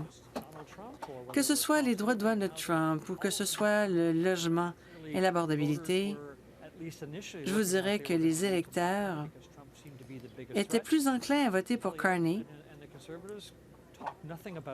Et Poilievre et les conservateurs ont plutôt parlé d'enjeux nationaux, notamment le logement. Au moins, les conservateurs, les libéraux auront un front commun pour faire face à Trump. Même chose pour la défense, la sécurité. Mais je n'ai jamais vu une élection aussi serrée. Et principalement lorsque les électeurs ont voté principalement pour 2 partis. C'est peut-être une nouvelle dynamique au Canada. Il faudra voir. Catherine? À partir de maintenant, rien ne sera facile, à moins que les choses changent radicalement et que les libéraux obtiennent une majorité éclatante. On sera dans la négociation, on sera, vous en avez parlé plus tôt, presque dans la coalition, on sera dans les demandes du Bloc québécois. On a entendu le leader du Bloc québécois, Yves-François Blanchet, qui a presque commencé à refaire sa liste d'épiceries et qu'il adressait bien sûr au premier ministre. Et ajouter à ça un contexte particulièrement difficile de négociation avec les Américains, avec l'administration Trump, je prévois de nombreux casse-têtes et quelques maux de tête également. Alors, je ne sais pas si vous êtes du même avis, Geneviève, mais il me semble qu'il n'y a rien, c'est ni tout blanc ni tout noir. Oui, puis c'est fascinant parce que quand Yves-François Blanchet faisait son discours, on voyait que c'était seulement le Bloc québécois qui pouvait venir appuyer un gouvernement, soit conservateur ou libéral. Et là, ça a changé. Puis le NPD avec les Verts pourrait aider les libéraux. Mais même si le scénario idéal pour les libéraux sont capables d'aller chercher les 7 sièges qui manquent, ça veut dire qu'ils auraient 172. C'est le minimum. Et après, il faut qu'ils choisissent le président de la Chambre. Ils sont à 171 pour voter. Après, il y a tous les députés. Après, ça veut dire que personne ne doit partir, que personne ne doit être tomber malade. Voilà, exactement. Alors, sur la corde raide. Ça va être extrêmement difficile, peu importe le scénario. Et le mandat fort, ça c'est clair, le mandat fort que M. Carney voulait avoir, il ne l'a pas eu. Effectivement. I'm so sorry to interrupt, but as you can see, this is in Ottawa. This is at Alors, nous Lansdowne sommes Park, à Ottawa, au not far parc from where we are. Lansdowne, pas très loin de nous. On a l'épouse de Mike Carney. Écoutons-la. Bonsoir Canada et merci pour votre vote. I'm so grateful to you. Thank Je you suis for tellement supporting your reconnaissante. Liberal candidates. Merci d'avoir soutenu vos candidats libéraux. Merci d'avoir choisi mon mari pour une vision positive et unifiante, principalement pour faire du Canada un pays fort. Au cours des dernières semaines, Marc et moi-même avons eu le privilège de rencontrer tellement de gens partout au Canada. Lors de nos arrêts, nous avons pu percevoir la passion, l'engagement et la bienveillance, et sans oublier la beauté et la diversité de ce grand pays. Alors, nous sommes passés de l'hiver au printemps, vous savez?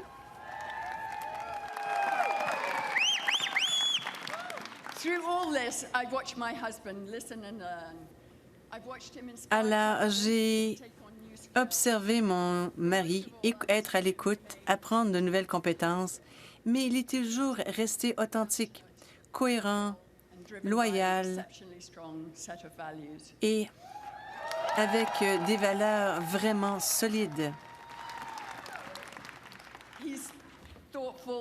Il est réfléchi, respectueux et honnête. J'espère bien que maintenant, vous comprenez un peu qu'il a les compétences nécessaires pour faire face à ces défis. Il a un bon sens de l'humour et un beau sourire.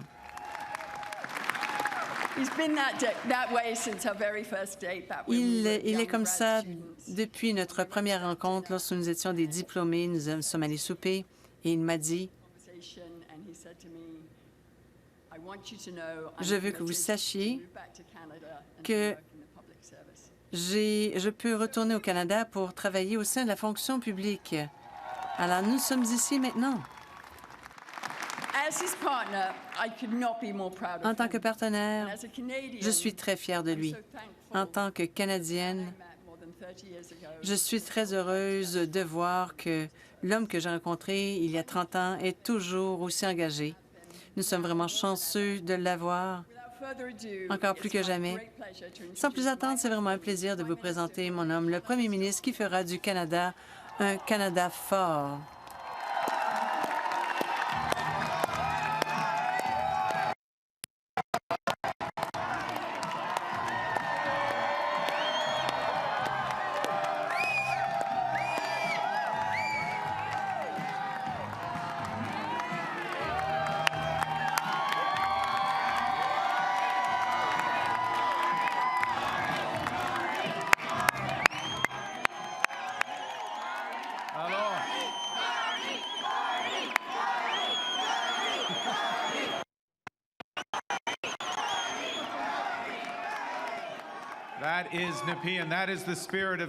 C'est vraiment Nepean, l'esprit de Nepean, n'est-ce pas?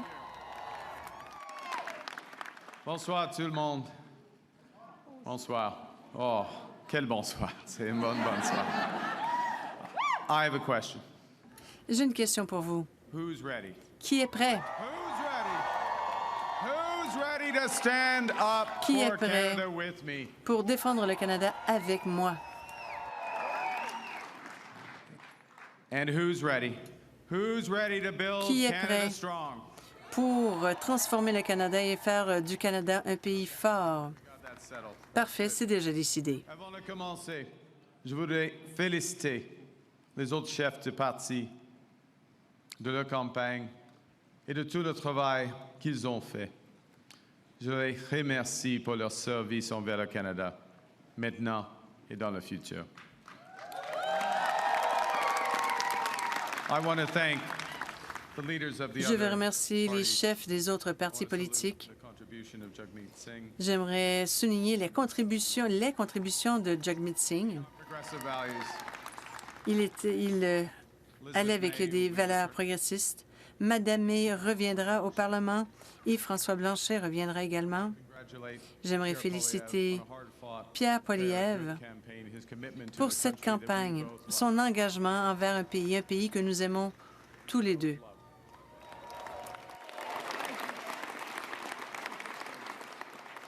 They all have many, many more contributions to our land. Nous n'avons pas terminé à contribuer, vous savez. Merci, Diana. For your work on this campaign. Merci pour votre travail dans le cadre de cette campagne. Thank you, Diana. Merci. For the commitment and compassion. Merci pour votre engagement et votre compassion. Tonight Ce soir, simply would not have been possible without you. je n'aurais pas pu réussir sans vous Support of our et sans le soutien de nos 4 enfants qui m'inspirent et qui m'inspirent à tous les jours, en fait. I also want to salute the J'aimerais women and aussi men who put their name on the ballot. souligner les hommes et les femmes qui se sont présentés en tant que candidats, et ce pour tous les partis politiques. Merci de vous présenter dans ce moment si critique. Who were elected, Et pour les élus, particularly those liberals. principalement pour les libéraux élus, I am looking forward to working j'ai bien hâte together. de travailler avec vous. Let's say so. Bruce. And Bruce, yes, Bruce Vanjoy. I'm Oui, looking forward to Bruce. working with Bruce. J'ai bien hâte de travailler avec Bruce. Fantastic. He will be a great MP. Oui, ce sera un excellent député, vous savez. We're going to have fun tonight, yes. Nous allons bien s'amuser ce soir, n'est-ce pas? Bien sûr.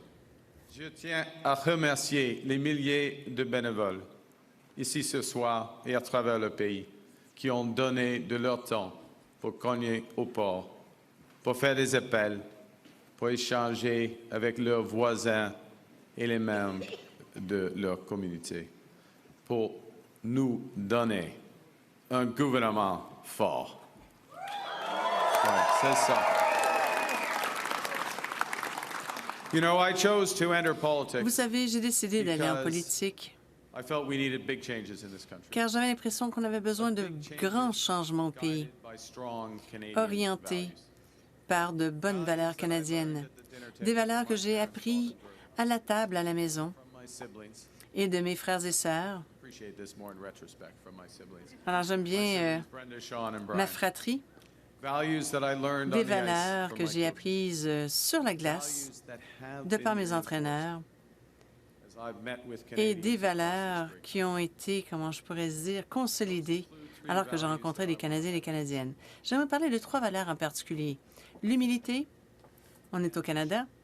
L'ambition également, and c'est le unity. Canada. It's Canada. Et l'unité, c'est également le Canada.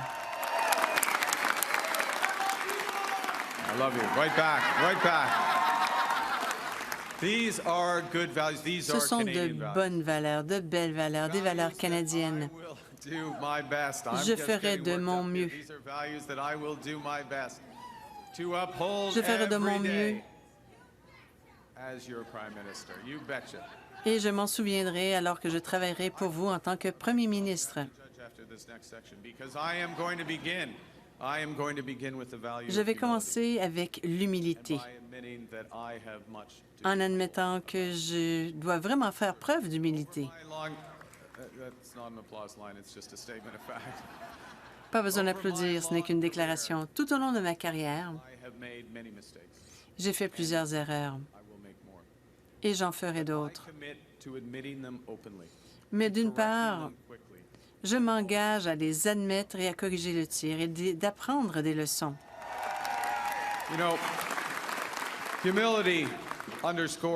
L'humilité démontre bien qu'il faut diriger en tant qu'équipe au sein du cabinet et au sein du caucus et de travailler de façon constructive avec tous les partis au Parlement, de travailler en partenariat avec les provinces et les territoires, ainsi qu'avec les peuples autochtones.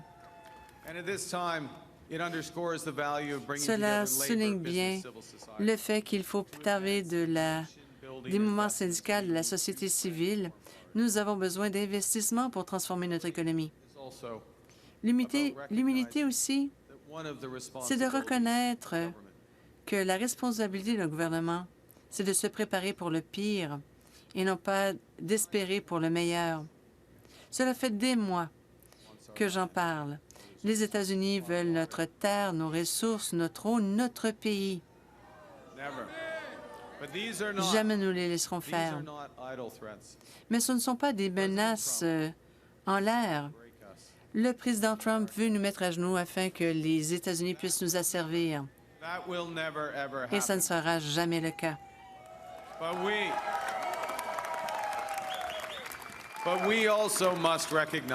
Nous devons également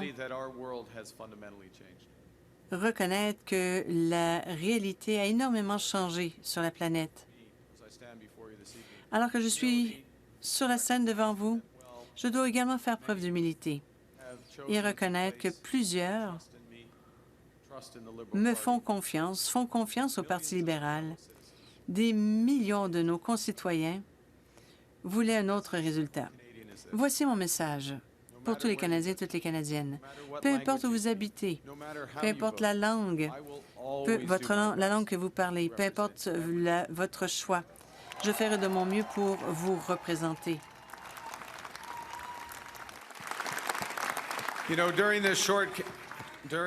Durant cette courte campagne électorale, je suis allé en Saskatchewan et en Alberta à quelques reprises. Et nous savons que pour les libéraux, c'est difficile, et je le sais, j'y ai grandi. Mais j'y suis allé quand même. Je veux diriger pour tous les Canadiens. Plusieurs Québécois et Québécoises m'ont ouvert leurs portes, m'ont accordé leur confiance. J'en suis profondément touché et je vous en remercie. La langue française.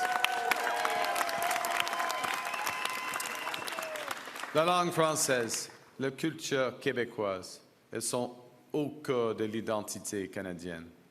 Elles définissent le pays que j'aime tant. Et je vais les défendre sans relâche.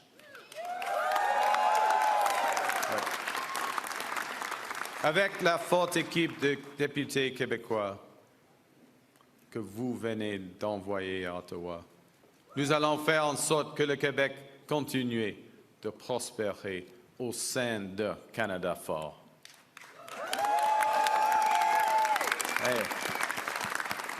Et que vous soyez un travailleur des sables bitumineux à Fort Mac, une infirmière de Joliette ou un comptable de Toronto. Il y a plusieurs comptables à Toronto. Mon gouvernement va travailler pour vous tous. So, as we come here after this Alors que nous sommes réunis après l'élection la plus importante de nos vies, mettons fin à la division et à la colère du passé. Nous sommes tous des Canadiens et mon gouvernement travaillera avec vous, pour vous.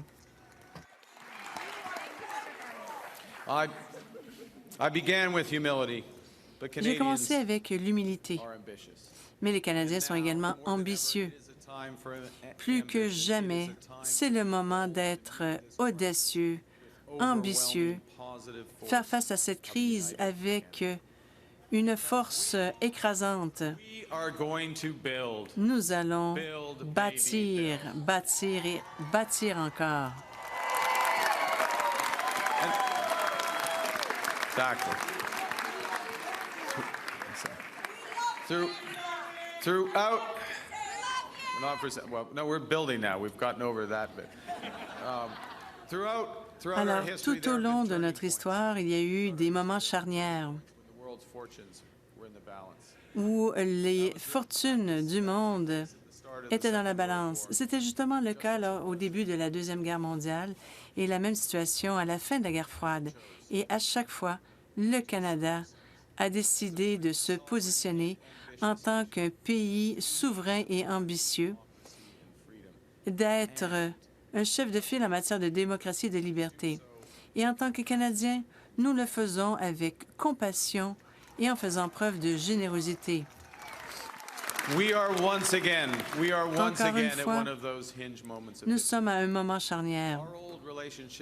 Notre ancienne relation avec les États-Unis, une relation fondée sur une intégration progressive, eh bien, cette relation est terminée.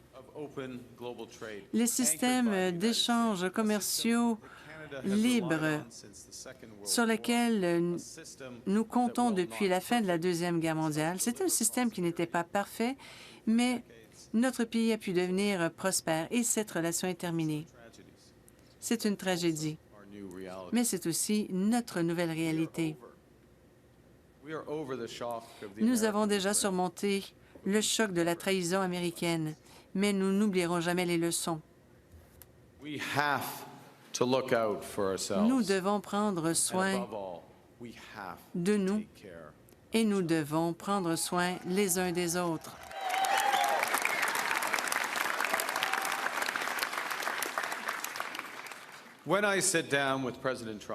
Lorsque je m'assieds avec le président Trump, c'est pour discuter la future relation économique entre deux nations souveraines.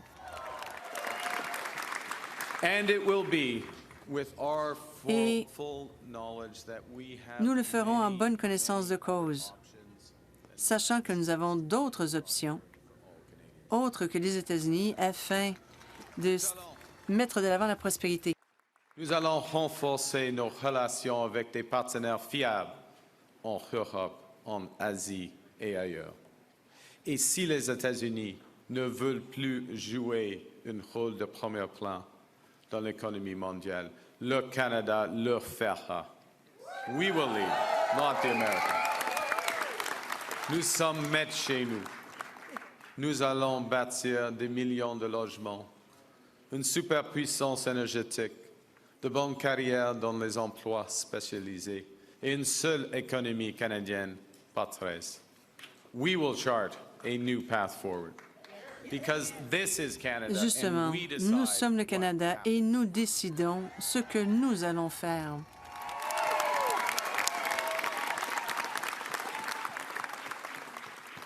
We will need to think big and act Nous big. devons penser grand, être audacieux. Tiens, il y a un téléphone qui sonne. It's okay. It might be important. Ah, ben c'est peut-être un appel important.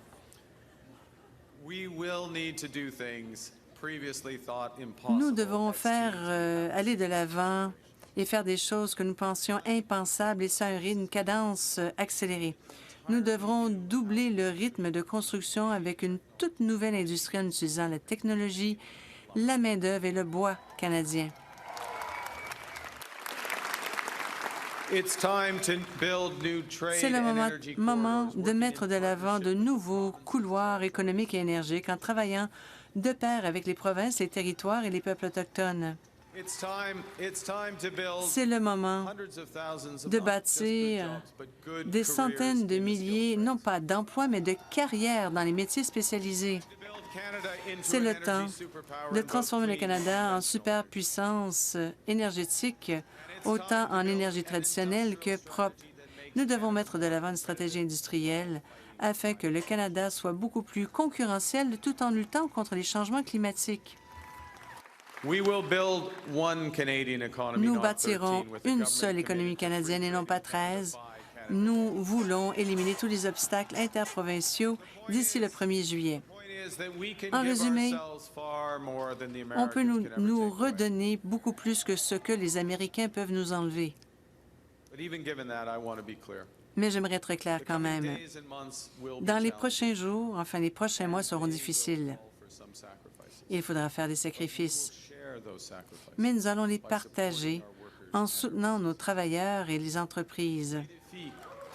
Les défis devant nous sont intimidants et c'est normal. Les grands changements, comme ceux que nous vivons, sont toujours inquiétants. Nous avons beaucoup de chemin à faire, mais j'ai confiance. J'ai confiance en vous. J'ai confiance au Canada.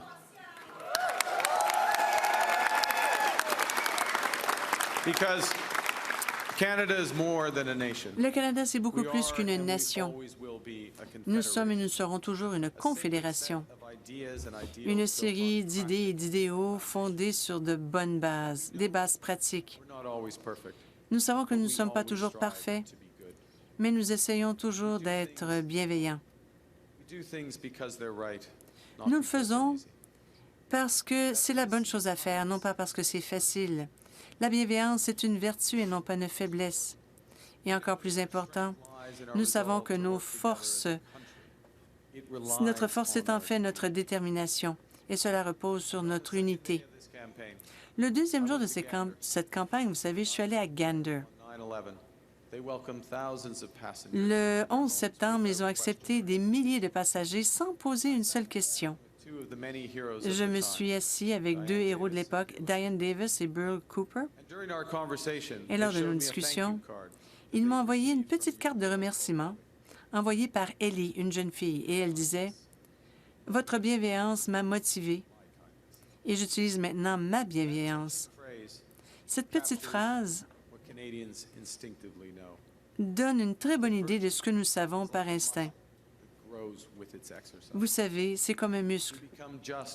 Ce muscle se gonfle avec les répétitions. Et lorsque nous faisons preuve de bienveillance, nous devons encore plus bienveillants. Même chose pour l'unité. Et lorsque nous sommes Canadiens, le Canada croît.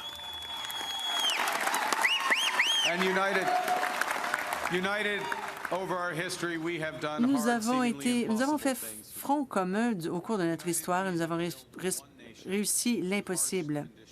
Nous avons bâti une nation dans des conditions très difficiles, très souvent avec des voisins hostiles.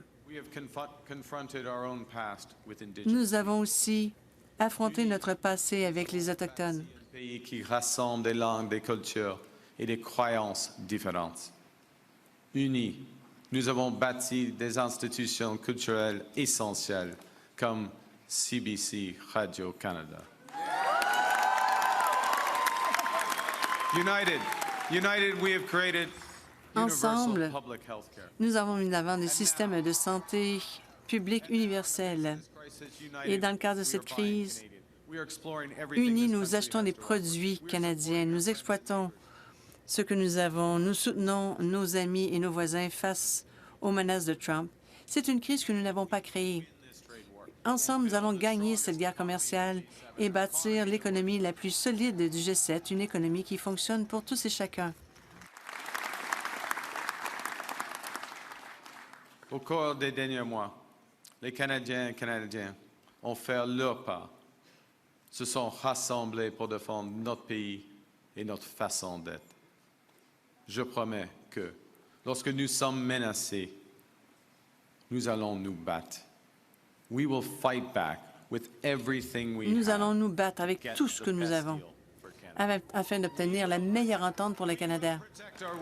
Nous allons protéger nos travailleurs et nos entreprises et, par-dessus tout, nous allons préparer un avenir indépendant pour notre beau pays, un avenir qui fera de nous un pays encore meilleur. Ensemble, nous allons bâtir un Canada fort Un Canada libre, un Canada pour toujours. Vive le Canada. Merci beaucoup.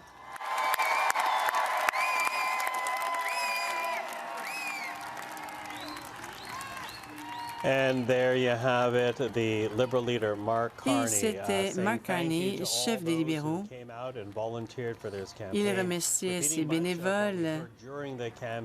Il a répété ses intentions. Il veut bâtir plus rapidement, plus d'unités de logement. Il nous donnera plus que peuvent nous enlever les États-Unis. C'était le dernier discours de la soirée. Comme nous l'avons déclaré un peu plus tôt aujourd'hui, il s'agit d'un gouvernement libéral qui retournera au pouvoir. Maintenant, nous ne savons toujours pas s'il s'agit d'un gouvernement minoritaire ou majoritaire. Il faut attendre les déclarations de la presse canadienne. Voici où nous en sommes maintenant. Au niveau national, il y a 154 libéraux élus et 11 en tête, pour un total de 165, 143 conservateurs élus, 4 en tête, pour un total de 147 sièges, et le Bloc a élu 22 bloquistes, les néo-démocrates 5 et un vert. Passons maintenant à Julie Van Dusen. Elle est au siège conservateur à Ottawa, au centre Rogers. Julie, comment les conservateurs ont-ils réagi aux résultats de ce soir? Il y a des pertes, mais ce n'est pas, disons, des résultats si négatifs qu'on ne le pensait. Oui, tout à fait. Ils sont déçus. Personne n'en doute. Pierre Poilievre a prononcé son discours avec son épouse à ses côtés. Il a mis l'accent sur les côtés positifs de cette élection. D'une part, il continuera. Ils ont aussi emporté plus de sièges, enfin le plus grand nombre de sièges depuis 1988. Ils ont dit également que Stephen Harper n'a pas remporté un gouvernement majoritaire à sa première tentative. Enfin, il y a plusieurs questions qui restent en suspens pour l'instant. Lorsqu'il a félicité Mark Carney, et certaines personnes dans la foule l'ont hué, ils ont dit qu'il y avait suffisamment de temps pour demander des comptes au gouvernement. Mais pour l'instant, il a dit qu'on réagissait en tant que Canadiens et Canadiennes. Mais d'une part, sera-t-il élu? Nous n'avons toujours pas les résultats finaux de la circonscription de Carleton. M. Carney a félicité Bruce Fanjoyce, mais nous n'avons toujours pas les résultats finaux. Pierre Poilievre devra probablement attendre à demain pour savoir s'il est toujours député de Carleton. Mais il faut regarder le côté positif de tout cela. Il restera actif et il a vraiment mentionné qu'ils ont emporté plus de sièges qu'auparavant. Et oui, c'est ce qu'on a entendu. Merci beaucoup, Julie Van Dusen. Une fois que c'est terminé au centre Rogers, on peut même entendre l'équipe en train de démanteler la scène. Alors, c'était Julie Van Dusen au centre Rogers à Ottawa. Elle faisait allusion à la circonscription de Carleton. Voici ce qui se passe. Voyons les résultats. Les conservateurs étaient un peu préoccupés. Il se pourrait que Pierre Poilievre perde son siège. Il le détient depuis une vingtaine d'années. Maintenant, on parle, il y a 225 bureaux fermés et Bruce Fanjoy continue de devancer Pierre Poilievre par quelques milliers de voix. Nous suivons la situation de très près. Passons maintenant à Andrew Thompson au parc Lansdowne. Mark Carney avait ce ton conciliateur à la toute fin, disant merci à tout le monde, mais il a aussi fait allusion à Bruce Fanjoyce, disant qu'il fera un très bon député et qu'il aurait pu ou pourrait défaire Pierre Poilievre. Andrew, qu'avez-vous entendu ce soir? Il retourne au pouvoir, mais nous ne savons toujours pas s'ils seront majoritaires ou minoritaires. Donc, si rien ne change, ils n'obtiendront pas la majorité demandée par Mark Carney. Qu'avez-vous entendu à Lansdowne? Bien, Michael, vous entendez, la fête a commencé, les libéraux célèbrent, mais si on ne sait pas si ce sera un gouvernement minoritaire ou majoritaire. Bien des libéraux, si on leur avait dit, et il y a quelques mois qu'on allait célébrer une victoire libérale, ils auraient été finalement très heureux.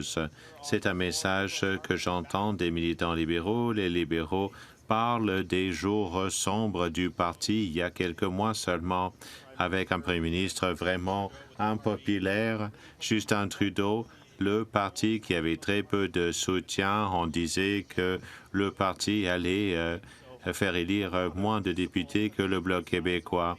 Donc, tout le monde est soulagé. Mark Carney a prononcé un discours conciliatoire pour un message pour ceux qui n'ont pas voté libéral. Il a dit qu'il ferait de son mieux pour représenter tous les Canadiens qui se sont rendus en Saskatchewan et en Alberta à la fin de la campagne, parce qu'il veut gouverner pour tous les Canadiens. Il demande la fin de la division du passé. Les chefs le disent toujours. On va voir si ça se concrétise. On a hâte à voir ce qui va se passer pendant les jours à venir, de qui sera formé son cabinet et qu'est-ce qui va se passer après la reprise des travaux parlementaires et qu'est-ce qui va se passer avec les négociations avec l'administration Trump. Tout à fait. Parce qu'on nous dit qu'on va avancer très rapidement pendant les semaines à venir. Merci, Andrew d'avoir été des nôtres ce soir. Andrew Thompson, qui est à Lansdowne Park à Ottawa avec le Parti libéral.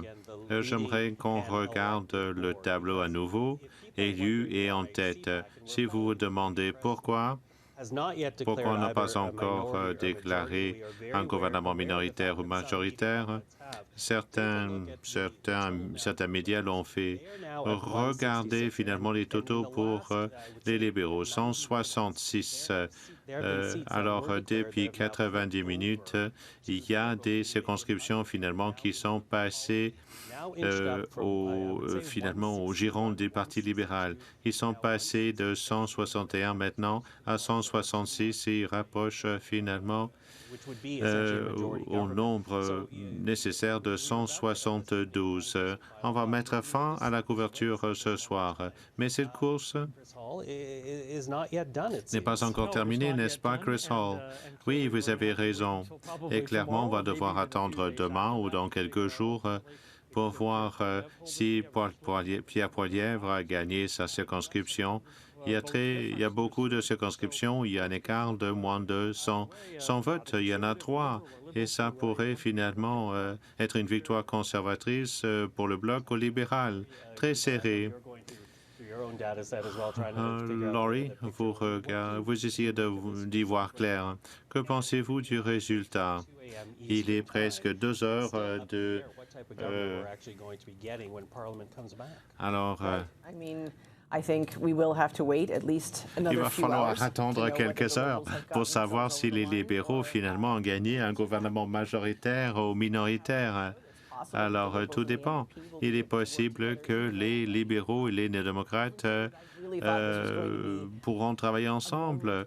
Moi, je pensais que les néo-démocrates n'auraient pas la balance du pouvoir. Mais il est très possible, finalement, que les néo-démocrates finalement maintiennent la balance du pouvoir. Mais le Bloc québécois a plus de députés. Certes, il va y avoir des conversations intéressantes à savoir comment le Parlement va avancer, travailler.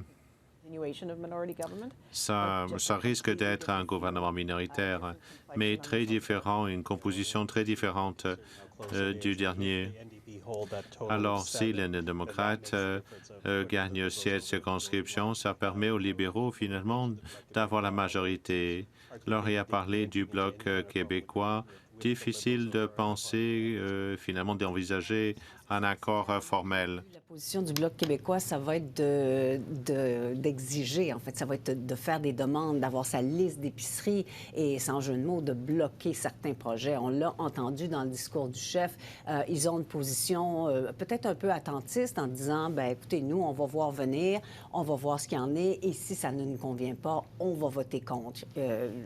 M. Blanchet n'a pas beaucoup parlé d'alliance. Je ne sais pas si vous êtes du même avis, Geneviève. Il a parlé plutôt de ce qu'il allait faire, lui, si les choses ne lui convenaient pas. Et on connaît ses positions sur plusieurs sujets, notamment les pipelines. Oui, M. Blanchet a déjà commencé les négociations ce soir, alors il est dans bonne position. Mais il ne faut pas oublier qu'au dernier Parlement, le Bloc avait plus de sièges que le NPD, mais c'est quand même avec le NPD que le gouvernement s'est aligné. Et ce soir, ça pourrait être encore la même chose. Le problème, la nouvelle donne, ce qu'on sait ce soir, c'est qu'il n'y a plus de chef chez le NPD. Alors, il y a un problème de leadership.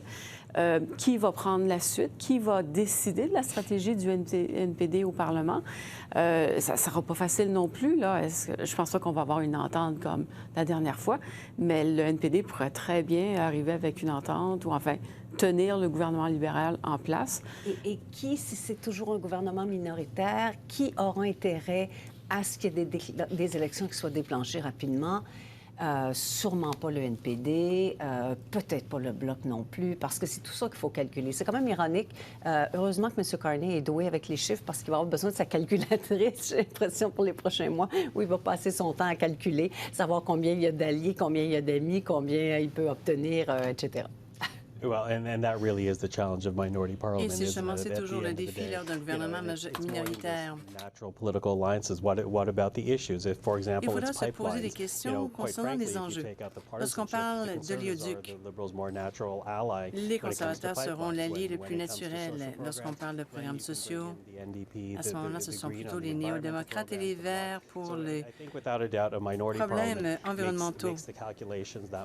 Il faudra, c'est ce qui rendra les calculs un peu plus compliqué. Passons maintenant la parole à Éric Grenier. Nous terminons la soirée. Nous déclarons un gouvernement libéral sans toutefois savoir s'il s'agit d'un gouvernement minoritaire ou majoritaire.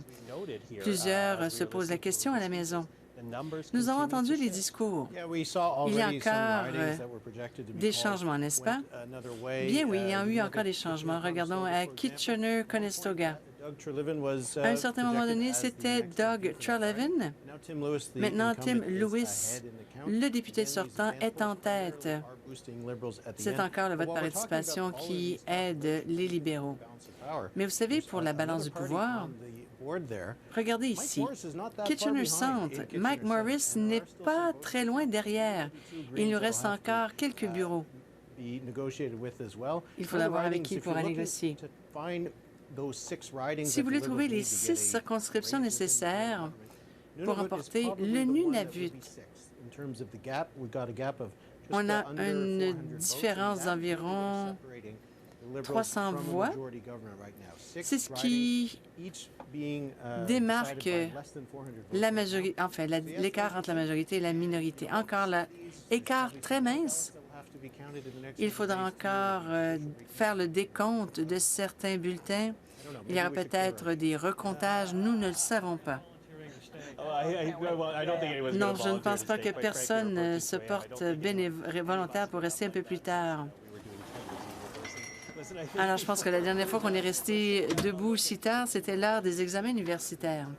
Bon, Éric, restez avec moi encore une fois. On retourne.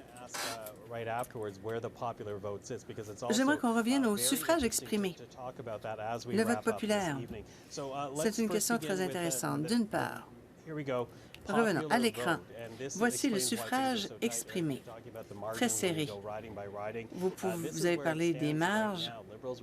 Les libéraux ont emporté 43,1 %, les conservateurs 41,7 %. Marge très mince. Mais voici ce qu'on remarque. Depuis les dernières élections, les deux premiers partis ont augmenté dans la participation, disons. Si vous deviez parier, qu'auriez-vous à dire? Bien, il y en a peut-être 6, peut-être une dizaine même, qui pourraient passer d'un parti à l'autre.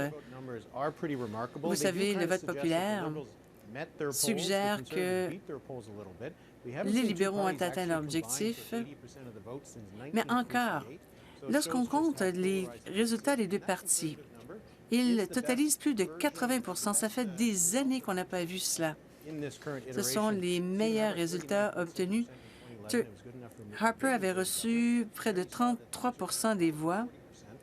Maintenant, c'est plus de 40 % pour les conservateurs. Ils vont perdre les élections. Auparavant,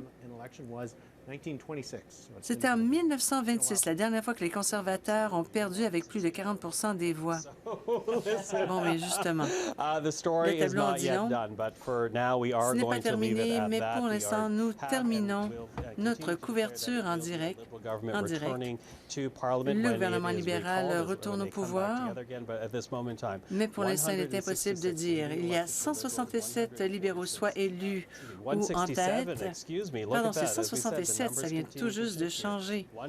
167 libéraux, soit élus ou en tête, 145 conservateurs, soit élus ou en tête. Ce n'est pas terminé, mais les marges des écarts sont tellement serrés. Nous pourrons faire un suivi très tôt demain matin lorsque nous aurons une meilleure idée. Encore une fois, merci beaucoup à Catherine Lafrance, ma collègue Chris Hall de Navigateur, Laurie Turnbull de l'Université de Dalhousie et Geneviève Tellier de l'Université d'Ottawa. Et merci Eric Guenier de l'autre côté, qui nous a beaucoup aidé avec le tableau intelligent. Merci à tous nos auditeurs. Ici Marcos Serapio. C'était Vote 2025 à CEPAC. Bonne soirée et il y aura des mises à jour demain matin.